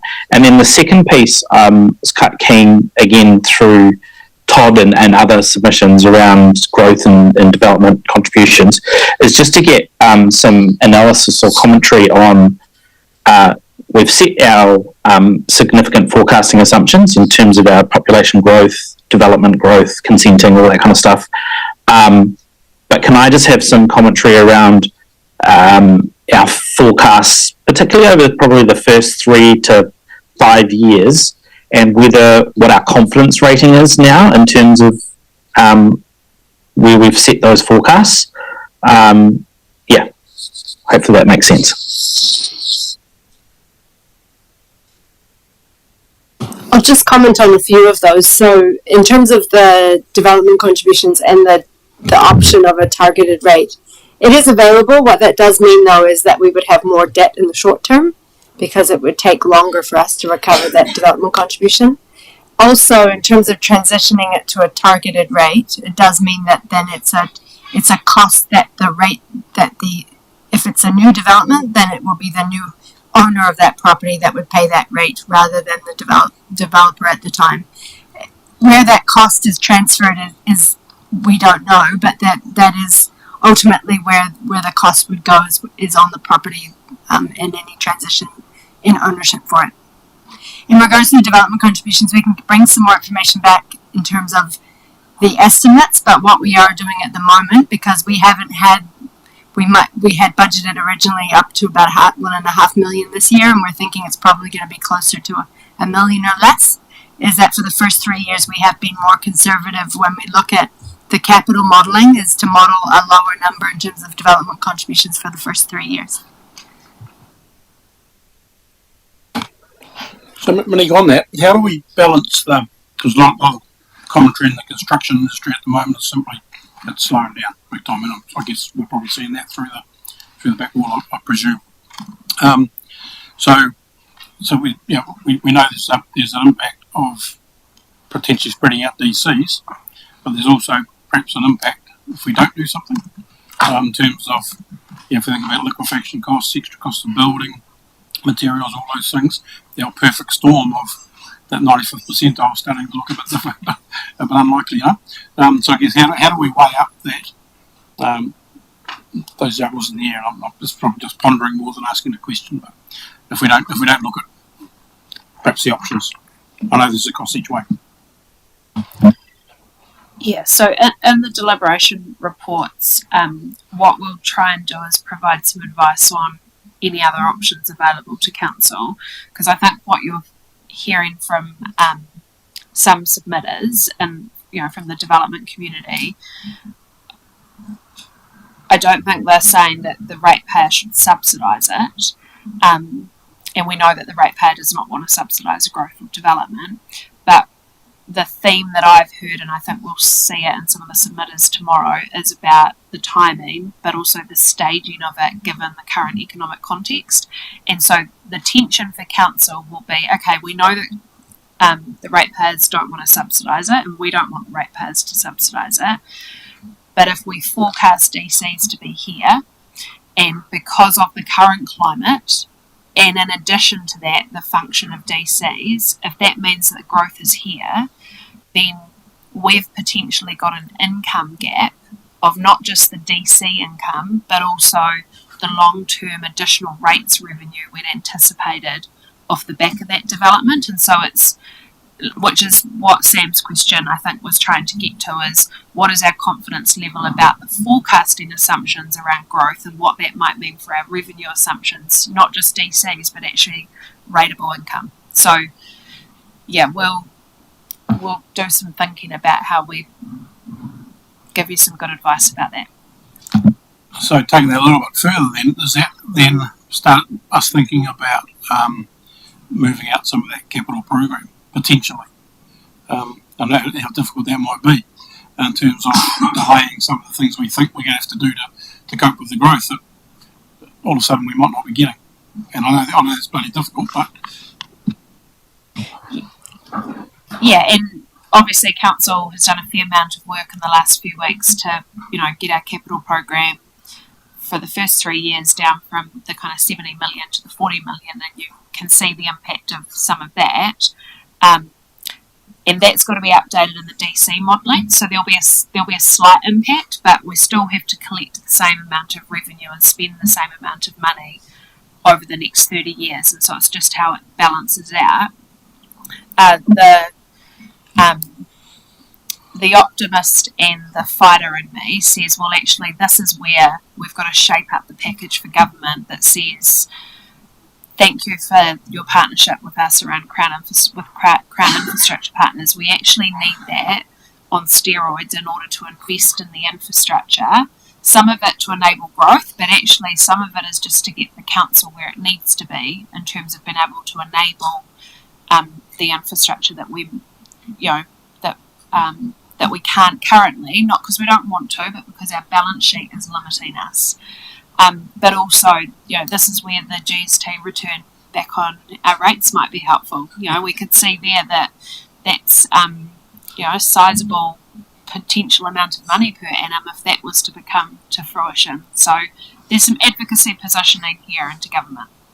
I think you're being a little optimistic there, but anyway. Councillor Roberts, just on that, Monique, I guess, looking at that debt ceiling and the capability there versus the balance sheet, but it would be interesting just to look at some of that modelling with the DCs, even if they were put over, say, a 3-year, 5-year period, because the rates intake obviously then wouldn't be so severely affected either. So it'd just be interesting to see what sort of implications are there, I guess, if that makes sense.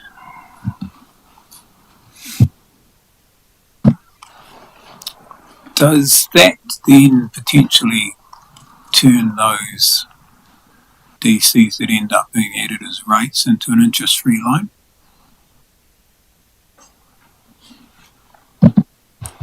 We could absolutely, in terms of doing it, it could absolutely be make sure that any interest is included in the cost of the rates.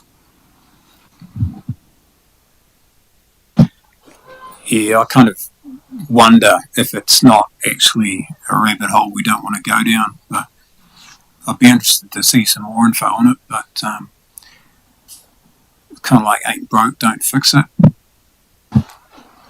And given our current liabilities on development contributions already that we look at and are disappointed we haven't collected, it would be pretty scary to have a huge number sitting there.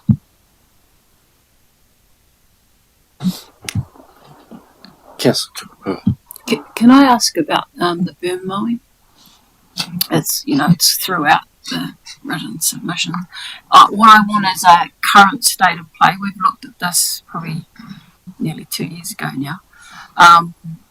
I'd like to understand that 240 in picture form. So, like, I'm asking for a report within the report that people can see, maps out exactly which berms will continue to be mowed, because at least my understanding till now is that the main arterials will remain and the rural ones remain because that's part of roading and safety, and that continues. So I just want to be absolutely clear which ones we're stopping and which ones keep going. And maps, pictures help, or street names help with that. We'll get you some maps. My understanding is that all berm mowing would be going. The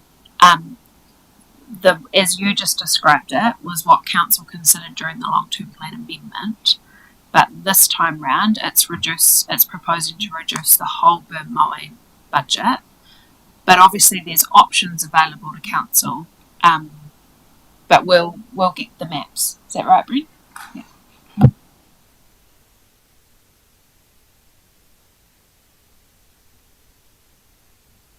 Okay, we now have a break till 6:45.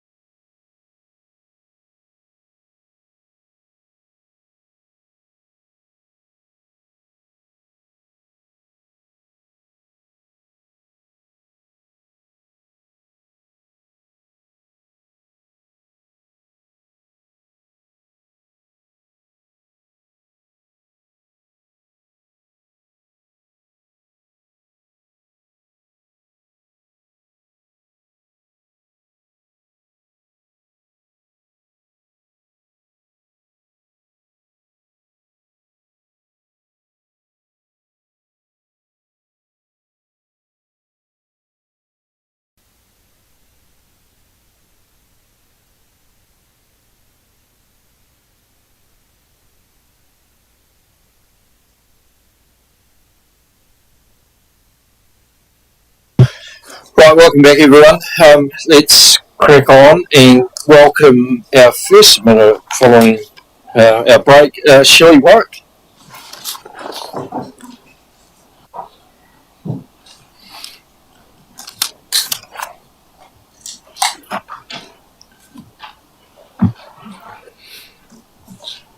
Welcome.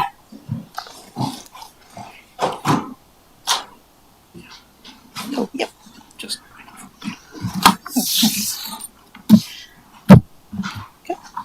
All good. I'm here to entertain you because you've had a few missing people. Kia ora koutou, I'm Shelley Warwick, I'm the Otaki Ward Councillor. I'm also the Chair of the Kapiti Equestrian Advocacy Group and Co-Chair of the New Zealand Equestrian Advocacy Network. And I'm here tonight to talk to you about opportunity and fairness. I've been to 3 of your long-term plans now in a row, and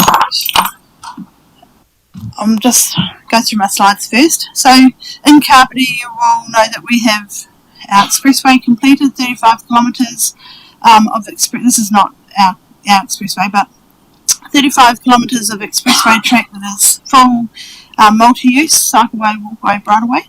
So I'm here to advocate for inclusion of horses and on your shared path network, which has not happened in Horowhenua. And also the opportunity that presents with the City to Sea Rail Trail. I was lucky to go to a meeting with them about a month ago. They're really struggling it's a trust that's really struggling to get any momentum to get this off the ground. But their plan is to go from Palmerston North out to Himatangi, then down to Foxton Beach, back into Foxton. And the potential here, the opportunity is that from Foxton going south, it can meet with the Otaki to North Levin, and then from the Otaki to North Levin, it can meet with our Kapiti Expressway, which then goes down to Whareroa Farm. Whareroa Farm is owned by Kapiti Coast District Council, and it leads into the Rimataka Forest, which goes over to the Hutt Valley, and there is land hopefully we have the opportunity to get excess NZTA land at Horowhenua, which is Transmission Gully, and that will lead into Transmission Gully and Battle Hill. And so potentially then with the Saddle Road Expressway, if that is full CWB, you've got a connection from Woodville through Palmerston North down to Foxton, and then south all the way to the Hutt and into Paikakariki. So there's heaps of potential. Which one do I? Oh, that's just the map. They sent me a bigger one. So this is our Kapiti Coast Trail Network. So for 20 years now we've had a CWB advisory group, which is cycleway, walkway, bridleway, and the Mackay's to Peka Peka and Peka Peka to Otaki Expressway track has given us a spine off which many connections have come, and the master plan is basically we will have 4 tracks across from Paikakariki to Otaki, which is a huge tourism potential. So we've got the beach, we've got the expressway track, we've got the foothills, and we've got the upper hills. The upper hills and foothills, we've got 25 kilometres of track to be made, and we're setting up hopefully a Trails Trust to kind of manage that. So Horowhenua unfortunately hasn't had the same kind of all-inclusive attitude that Kapiti has for many years. So this is our expressway, and one of the things we did last year was go to the Environment Court and present our argument for a multi-use path, which would be all 3 modes. So before the Oturanau ever had a shared path, I rallied the troops and campaigned for NZTA to have a shared path on the Oturanau. We came and met with your council staff and the mayor at the time, with Kapiti Coast District Council staff, and the irony in it is that you guys get a shared path, and even though I organised it, there's no horses. So we're hoping that the Environment Court will be favourable to us. However, really hoping that Horowhenua District Council will actually be favourable to us and look at this as an inclusive opportunity, because we are a recreational group like any other. We deserve to have access like any other, and the reality is that we are actually allowed to ride on the expressway when it is we're a legal road vehicle if we don't have an alternate path. But the opportunity is that you bring people here in tourism. So right now, after 20 years of having a shared path multi-use policy, we in Kapiti are really sitting on the opportunity of attracting tourists, and that's equestrian tourists as well as cycling and walking. And one of the things that people do say is, oh, it's unsafe. So this is the opening of our Pekapeka to Otaki Expressway track. Horses that are socialised on these tracks are very safe, and in 20 plus years in Kapiti there's been no incidences with horses causing accidents. There's lots of other user conflict on our shared pathways, but it doesn't involve horses. There you go, push bike, horse, little kid. We've got infrastructure on our expressway that caters for horses as well. And one of the other things is that how do we get across the rivers? We don't need a bridge, we can ford a river. This is Otaki River, which can be quite deep in parts. Obviously we wouldn't cross it when it's in flood, but horses don't melt, so that's not a challenge for us. We don't need another surface. We can use the surface that's provided. We can use all of the infrastructure that's on the expressway, and this is the Waikanae River Path, so this is quite a narrow path that has been available to us for 20 plus years. This is was two horses, a mother with a pram and a bike, so you know the issue of safety is not a proven issue. Around the country there's just a couple of places where we do co-share, and if it was unsafe that wouldn't be happening. So just today actually I heard that Access, you have a policy, I know you have a policy that horses are not allowed on reserves, which has cut the horses off from Waikawa Beach, and it just I don't know whether these strategies or policies or rules are coming from. Horse riders are generally women and girls, so we have a recreational group that is being basically discriminated against and unincluded, that is overrepresented by women and girls, and I just would really like to ask you to include us and you know, maybe set up an advisory group like our Cycleway, Walkway, Bridleway advisory group, which has actually progressed a lot in Kapiti, and include us. So, thank you, Shani. Any questions?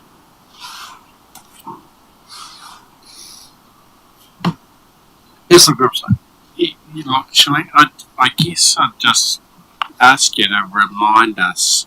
You've talked about the economic benefit or tourism opportunity that's there, but in terms of members, recreational users for horses within our district, do you just have some insight into those numbers and what that looks like?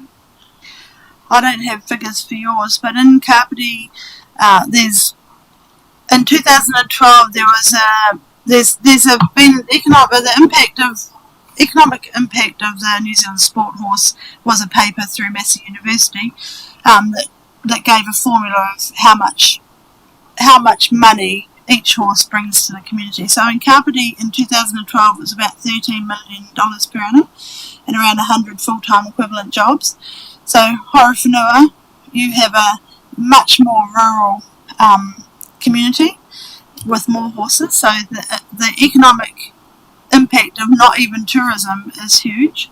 One of the other concerns of us, of our national group, is the fact that as we get less places to graze, as we get less places to ride, we won't have the next generation of horse riders, so that opportunity won't be given to our next generation. And there is a organisation that we are working with, because we did put a petition to Parliament which was ignored. There's been 3 now. The organisation is Te Hapiti Hoiho, which is the Māori Horse Riders Association. So we're going to work on them on another petition, and we'll write it to Parliament this time.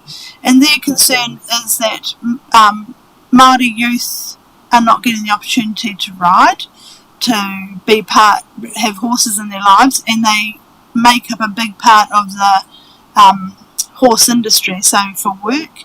So our focus is on access, equality, fairness. Theirs is really making sure that Māori have the next generation of horse riders. So, this is not just a concern here, it's a concern all over New Zealand, and what we want councils to do is actually just to start including us, talking to us, making us part of the plans. Thank you, Shelley. I appreciate your ongoing advocacy for the equestrian fraternity, and I'm sure, like all good things, progress will be made at some stage, I'm sure. Well, one of our big problems is we do have to change legislation at central government level, but you do have a Horowhenua Equestrian Advocacy Group, and of course Kapiti, so please ring us. We're happy to talk. We're happy to be part of groups that, start looking at opportunities. Just don't leave us out. Appreciate that. Thank you very much. Okay, thank you. Have a good night. I'm doing this all tomorrow. See ya.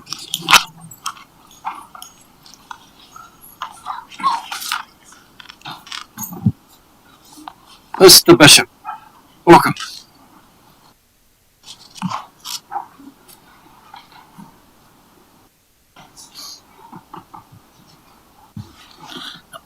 Thank you, Mr. Mayor and councillors. Lovely to be back. And back, I guess, because there's a pretty small group of people who play in our game in the developer community. So if we don't show up, it's even less chance of having a voice, even though we've tried this continually for so long. So we want to speak to 4 points: DCs, the quantum and the visibility of those numbers, the rate increase, public-private splits on resource consenting, and depreciation. Most won't come as any surprise. So DCs, I guess the challenge to the table is how comfortable are you as a group sign off on potentially these numbers, that they are actually based on solid worked up project costs. And I refer to just a couple of instances, because the history of DCs is that we tend to flip-flop.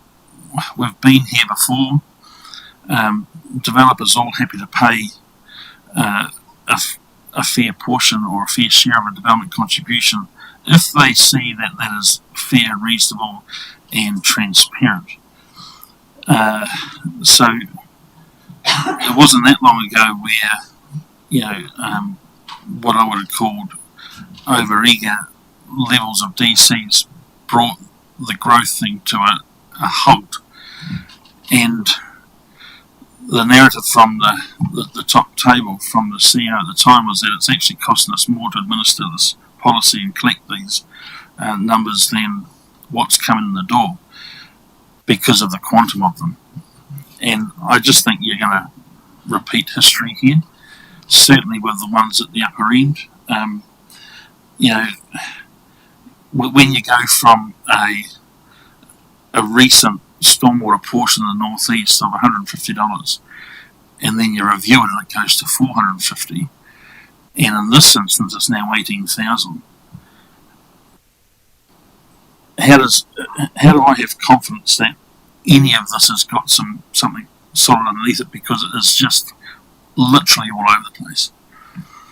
And in our home patch in Horowhenua, we're potentially looking at $45,000 per section out there For what? You know, I've asked the question, for what? How does that number get made up? What is the wastewater service to Ohau look like, or the water service to Ohau look like? I'd like to know that, because that's certainly something that's in our patch, and I'd like to see if that's going to eventuate. But I guess, you know, the obvious thing is that $45,000, there won't be any development over here anyway, so don't put a pipe out there. People won't pay that. Rates. So we've got just a touch under 33% rate increase over the next 2 years, which is horrific. 17.4 and 13%, just under 33%. And it's interesting stepping out of this environment, because I don't stay connected much at all to what goes on in here, but I certainly don't miss it. But I certainly hear the commentary of the nation on the other side of this wall here. And I don't know whether we live in a parallel universe when you're in here, but the big wide world out there is saying, cut your cloth by 6.5%. And it's up to you guys to think, how can we do that? And the drivers, what are the drivers of that huge increase? And a lot of it's the work program and depreciation. Now, I haven't done any research, but my last round, when I was sitting here at the table,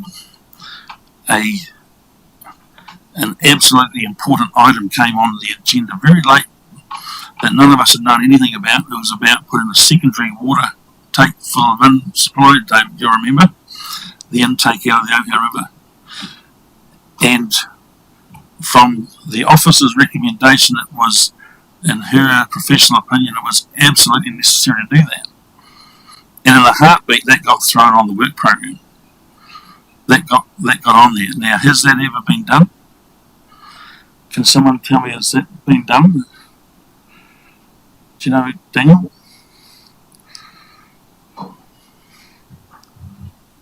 No, it hasn't been completed. It's not part of the current proposal for that site. It's being, costs are being saved, and yes, another mechanism being put in place. So what I'm saying is that there are items on the work program that are presented as must-dos, but they're not. If they're must-dos, that would have been done. I think you track, or you get commentary back as to how you're going against your budget and how much you've spent in your budget. But do you track how you've spent that as per project by project? If you've got a $40 million budget over all those 100 jobs, it's easy to account for $40 million spend, but do you report that those 40 jobs or 100 jobs have actually been completed? That's a completely different conversation. Because that's where your overruns are hidden, and your second water intake don't get done. So I guess you guys have got the authority to set the budget of what's available to the officers. And I guess if you put it at a realistic level where it's not going to hike the rates so much, they will then prioritise those must-do jobs themselves. When I talk to depreciation, this misnomer that one day soon there's going to be all the depreciation you can ever want sitting in a little account somewhere, so that when the next year's jobs come up for renewal, there's nothing to pay because it's all been stashed away thanks to this generation who's been paying twice. This generation of ratepayers are paying for major projects through loans, and at the same time we're being hit for depreciation of that same asset.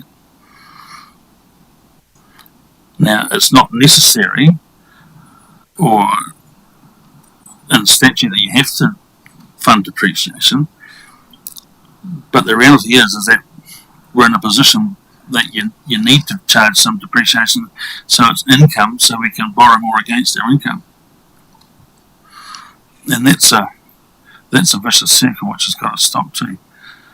Because this generation has been hit with, like I say, twice. And I was trying to come up with an analogy of how you would put this into your own home. If you're down at the bank and getting a mortgage for your property you've just bought, I don't think you'd get a second facility to replace the roof in 50 years so that your kids don't have to have that burden. That's just nonsense. Because they've got the ability when their time comes to do the same thing. Point of order. We're already at 10 minutes.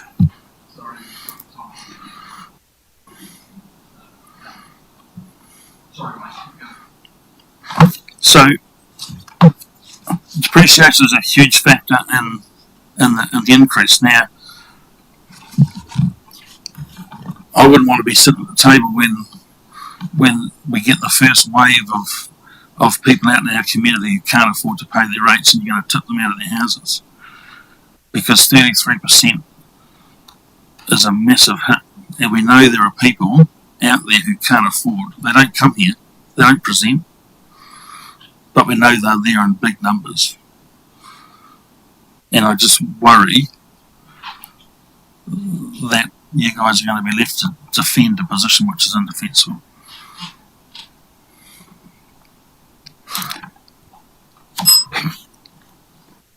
Public-private split. Sorry, that is the end of your time, Wayne. Okay. Any questions? We've got no time for questions, sorry. We're going to keep going. No, but I've got one. I want to ask him the same question I asked Todd. So, you know, with the planned development going on, in the current situation we find ourselves, the only question I asked Todd was, do you think we can continue to press on with the development that's been proposed with the current infrastructure this district has? That's the only question I've got for you. In which area, Justin?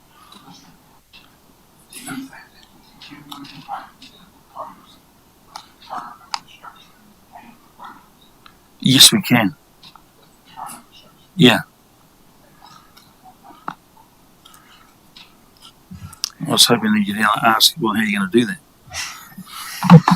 Appreciate your time, Wayne. Thank you very much. I don't know that, do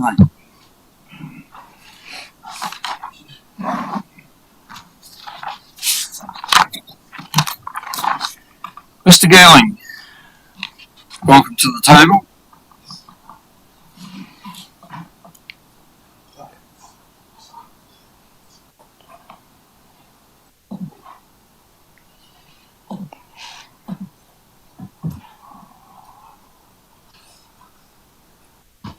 Good evening. I appreciate you've probably had a very long and hard day and I don't want to take up too much of your time. What I would like to do, I'd just like to emphasise a couple of points which are very important. I think the thing that we need to worry about with rates increases, we have to have them because you have to pay. But unfortunately, ratepayers are not a bottomless pit. And in areas such as Foxton, where there is a low decile area and people are on a benefit, they don't have deep enough pockets to find more money. And I think we're going to have a few problems there. I say that quite advisedly because I also am involved in the budget service and we see a lot of the people who are stretched financially, and a large increase in rates is going to cause a lot of problems for some people. The paper that you put out was very good. And so what services do we need for our community? There's a lot of pressure on HDC and I fully appreciate that because the central government seems to be giving local governments more work and no more money. And I would hope that LGNZ are working very hard to get another source of income for local government, like something like a portion of the GST or something like that, because rates cannot keep paying for all the work that local government has to do, and that's a problem. On the aspects you actually put out to us, I don't believe that you should do away with an adverse events budget, because we're going to have adverse events. Our climate is changing.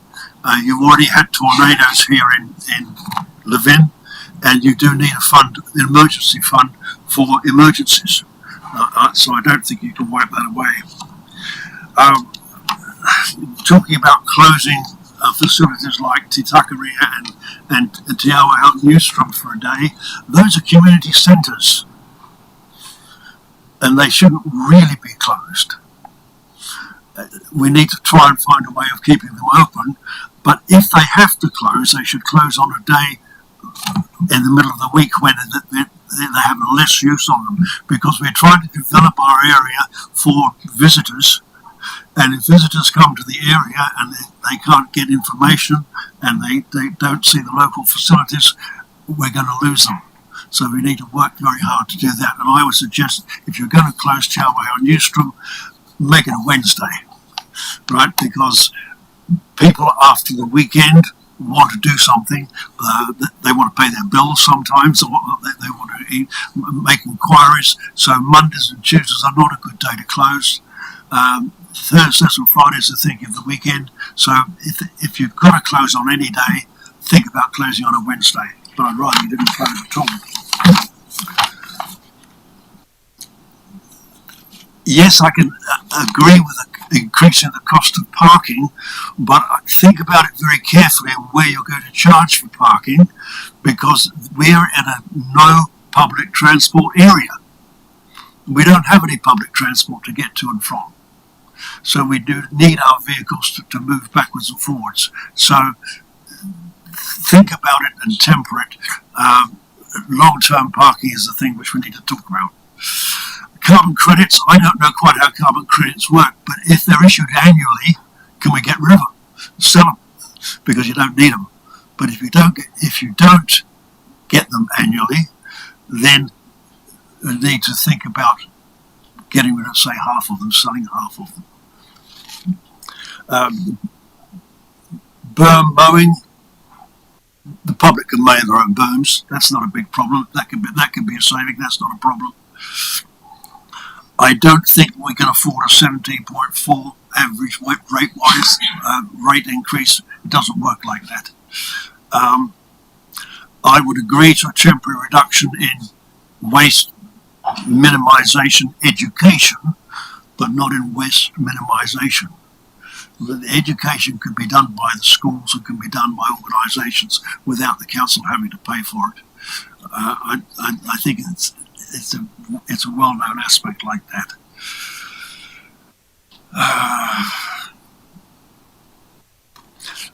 Bit confused about depreciation. How can you decrease depreciation?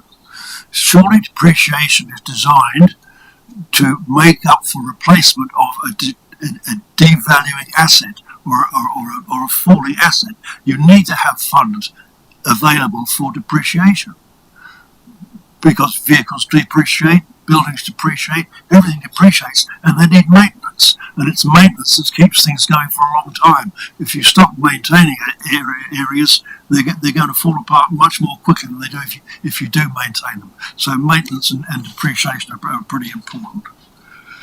The best option going forward, you've got a big challenge, quite frankly, because you've got to keep your rates down as low as possible, because you want your people to be able to pay them. Sharing the cost, who should pay for what, is an interesting one. Who should pay for what? Commercial development is commercial development. Housing development is housing development. And it should be a user pay type situation. Existing ratepayers should not really be paying for in areas for new development, because when you get the new development, you get more rates, and you get a built-in cost on your development cost. The development cost is a very important thing, and that should pay for development. That was the idea of it in the first place. To have done away with it at any time is crazy, but you should have the development cost for the people who want to develop. Economic development target rate. Why would we want to have an economic development target rate? Why would the ratepayers pay for economic development? Economic development is a business aspect, so businesses should pay for economic development. Rates remission, that's an area which I know we've got to talk about, and that's fine. You'll get that sorted out. Sorry, John, I'm just conscious that we're running out of time and there may well be questions, so I just want to make sure that you've got enough time to answer those. All right, I've got one last point that I will push, which I'm very concerned about pushing, and that is the bigger picture, and that's climate change and Foxton and the Ramsar site and the areas which HDC have a fiscal responsibility for the Ramsar area, and we need to contribute on a regular basis because there are three people, HRC, Department of Conservation and HDC, and that needs money. It's got to have some money. On that, I'll buy my time. Thank you. Thank you. Any questions? Councillor Boyle. Oh, heaps of questions. Your figure of 14% that you've come to for rates, I think you might have read the tables wrong. When I went through your things, it got down to about 16%. So all the items in that first table, those percentages that are shown are already included to get us to the 17.4%. Just kind of point of clarification on that. In terms of economic development, I quite like what you say on this. So currently we spend a bunch of money on this and it is targeted at all ratepayers. The question was, should we make businesses pay? Are you saying that potentially we should just not invest in economic development at all? That's a very good question. What is the role of a district council? Is it to provide service, or is it to be a business? I mean, it's a debatable point. If they're short of money, they should actually be providing the service, and people who want to develop can develop. Well, we outsource it anyway, so I mean that might answer that question. You mentioned climate change. We finally have a budget line in our long-term plan for doing something about climate change. Do you think we should keep it? It's $100,000. I think you're probably underestimating the cost of climate change. We had a presentation at the community board from professors from Massey, to which you were invited. Not many of you turned up. It would have been a very educational aspect of it. We are going to be suffering from climate change. Thanks, John. Appreciate your, as always, and the views of the community board. And thank you.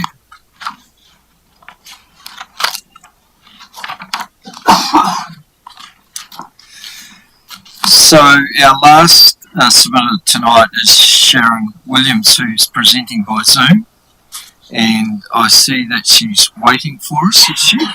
She was there before. Yeah.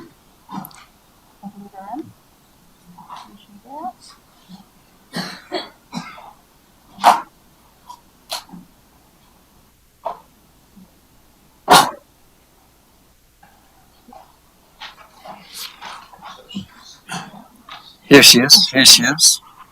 Sharon, can you hear us? Yes, I can. Can you hear me? We can. Yes, loud and clear. Thank you. Great. Okay, I'll there you just turn go. my volume up slightly. I'll just try and get my screen. Oh, okay.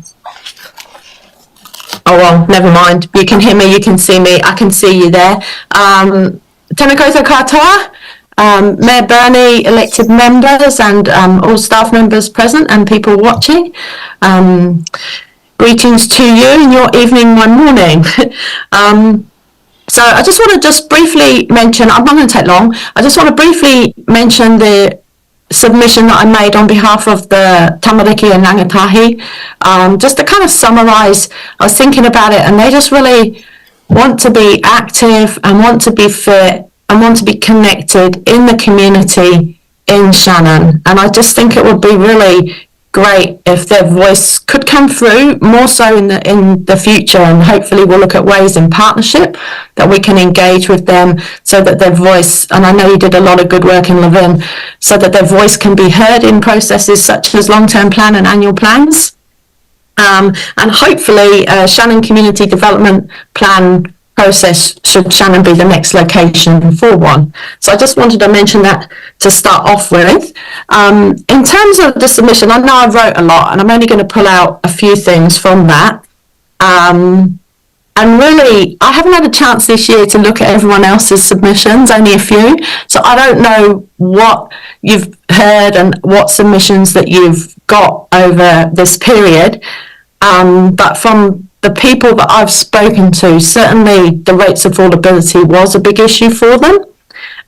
So I did take that quite seriously when I looked at the options 2 and option 3. And for me, it wasn't quite a simple tick box like yes or no. I think some of them maybe could be partial, or maybe there could be other options. And I did go into a lot of detail about that in my submission about some other things, and then some of the things already I saw a document. I've only had a chance to briefly glance at it this morning, the document that council sent me back since the submission process. But I had known from talking to staff that some of the things like the Staffordshire Reserve in Shannon had already been significantly reduced and moved to year 5.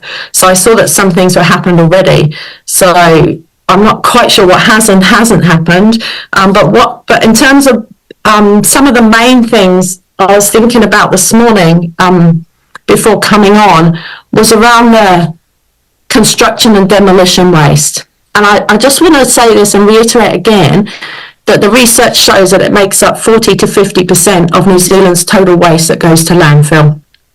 And that each home constructed generates on average of 4 tonnes of waste. And it's been demonstrated by simply sorting the waste, at least half could be diverted from landfills and clean fills.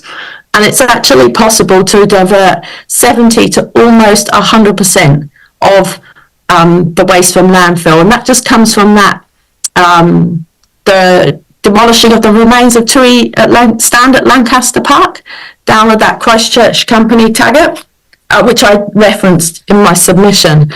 And so for me, I think the idea of increasing the revenues around that will hopefully have potentially a twofold effect. One, a disincentive to put it in landfill anyway, which then also helps for our environment, but also then it would generate revenue too.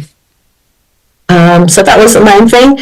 I was thinking about that. When I looked at the fees, I did look at lots of little fees, as I do, but some of the main ones I was thinking about, apart from the Staffordshire Reserve.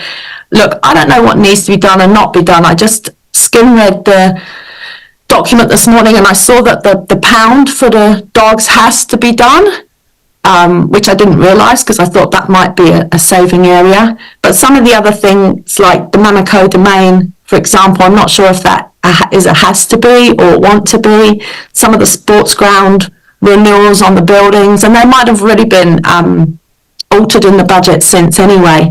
The main one for me I was looking at was the Te Horowhenua Storm roof and the 500,000 replacement cost with a 20-year warranty, as opposed to the 400,000 repair costs with the waterproof membrane with a 10 to 20-year warranty depending on the product.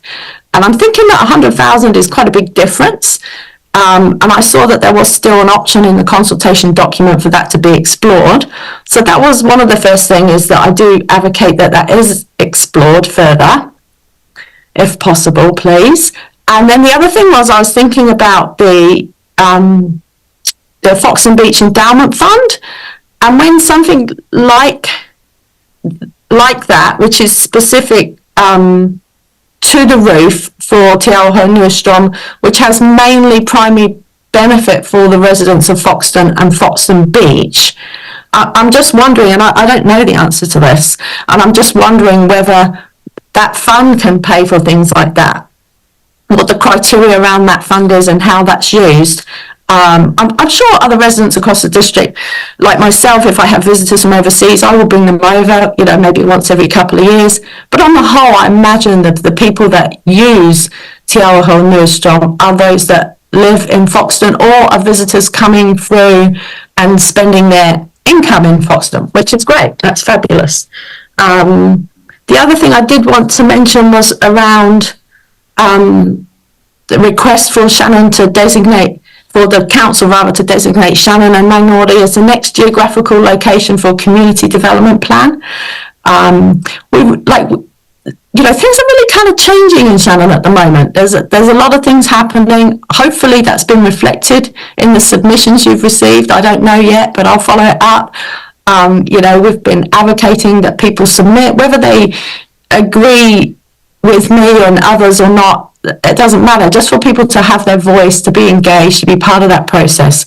So hopefully there has been a difference in terms of that engagement in Shannon, and also with the O2 now coming through, and I'm thinking about the Foxton Futures, and I'm seeing that in budget lines, and we're about to approach Christine to try and get things organised for Shannon and get our planning moving as well, so that we're not on the back foot.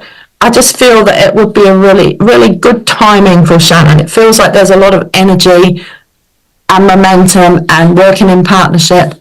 It just feels like the time is right for Shannon for that to happen. Then just another couple of things to mention. One was around living wage, which I brought up again, which I brought up last year in the process, and it was workshopped out to come forward.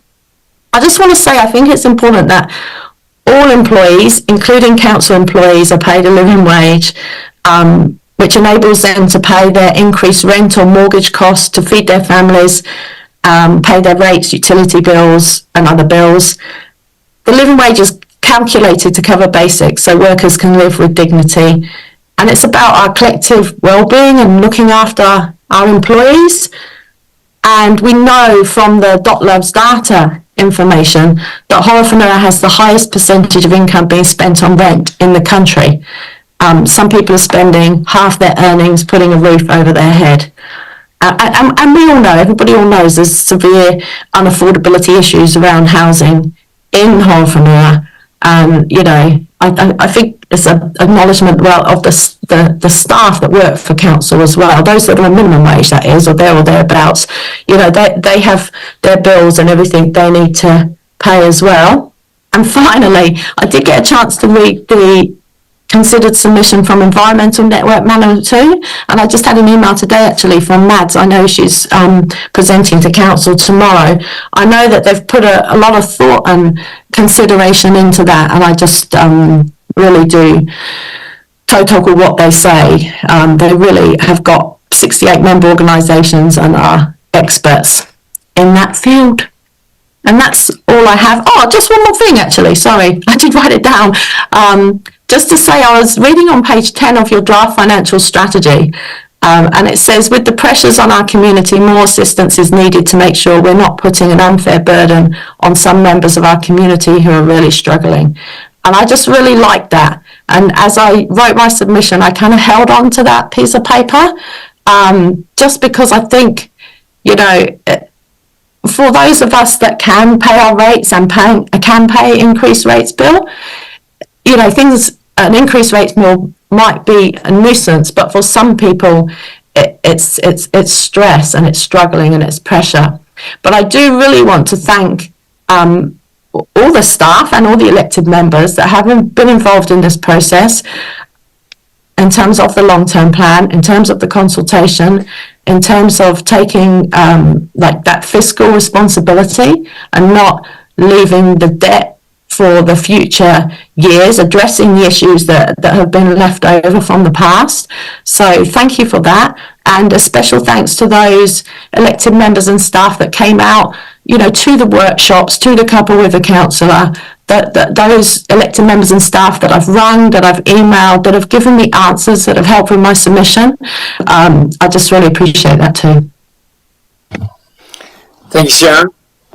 As always, very considered submission, and you've raised a number of points. Look, I'm sure will be dealt with through the responses and the deliberations that we've got in front of us. But do want to acknowledge the work that you do in your community and your continued advocacy for Shannon. We've had a number of submissions from Shannon today, which has been really good and encouraging. So we've got a good clear idea of, the views and opinions of the Shannon community, which is great. So appreciate all you do in that space. Good. Any questions? There's 100 questions probably, but I think it'd be more in deliberations and things like that will get those sorts of questions and understand. We will have noted a lot of your queries tonight, and we'll seek some clarification on those, and then talk about that through that process of deliberations. So thank you. Thank you. Was I the last speaker for the night? You were. Great. Everyone can go home now. Yes, we can. All right. Thanks, Sharon. Okay. Mā te wā. Mā te wā. Okay, so that does bring us to the end of day one. Let us. We're starting at midday again tomorrow. And it's a slightly shorter day, isn't it? Yeah. Okay, cool. Let's just, there's no further comments or? Yeah, no, I have one. Do you? I really just wanted to finish today, one, appreciating all the submissions and what we've read. I'm just a little bit concerned about some of the flavour coming back around the Foxton Endowment Fund and potentially the way we've consulted on the matter. One thing that's consistently coming through is that the district believe that Foxton gets special treatment, and that by way of that special treatment, the contributions don't reflectively go across the community and the district. And I think it's a really unfair reflection or even understanding of that. It's called the Foxton Beach Endowment Fund. It's not called the Foxton and Foxton Beach Endowment Fund. It has a history of its own that many in the district will never probably take the time to understand.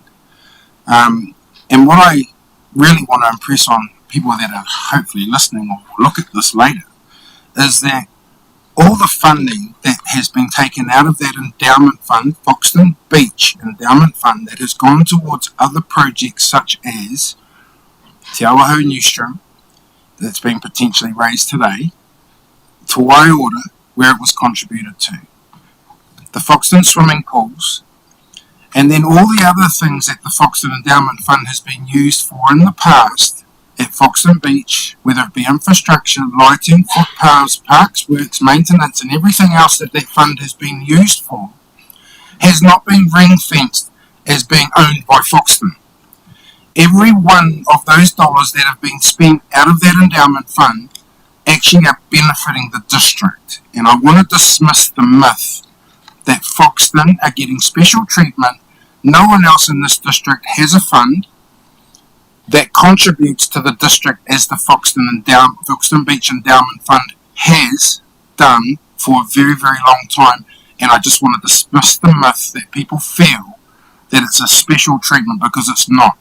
Everything that fund has contributed goes to the district. It's not ring fence for Foxton Beach. I just want to make that clear. Kia ora. Thank you. Okay, let's finish with our karakia, and we'll see you at 12 o'clock tomorrow.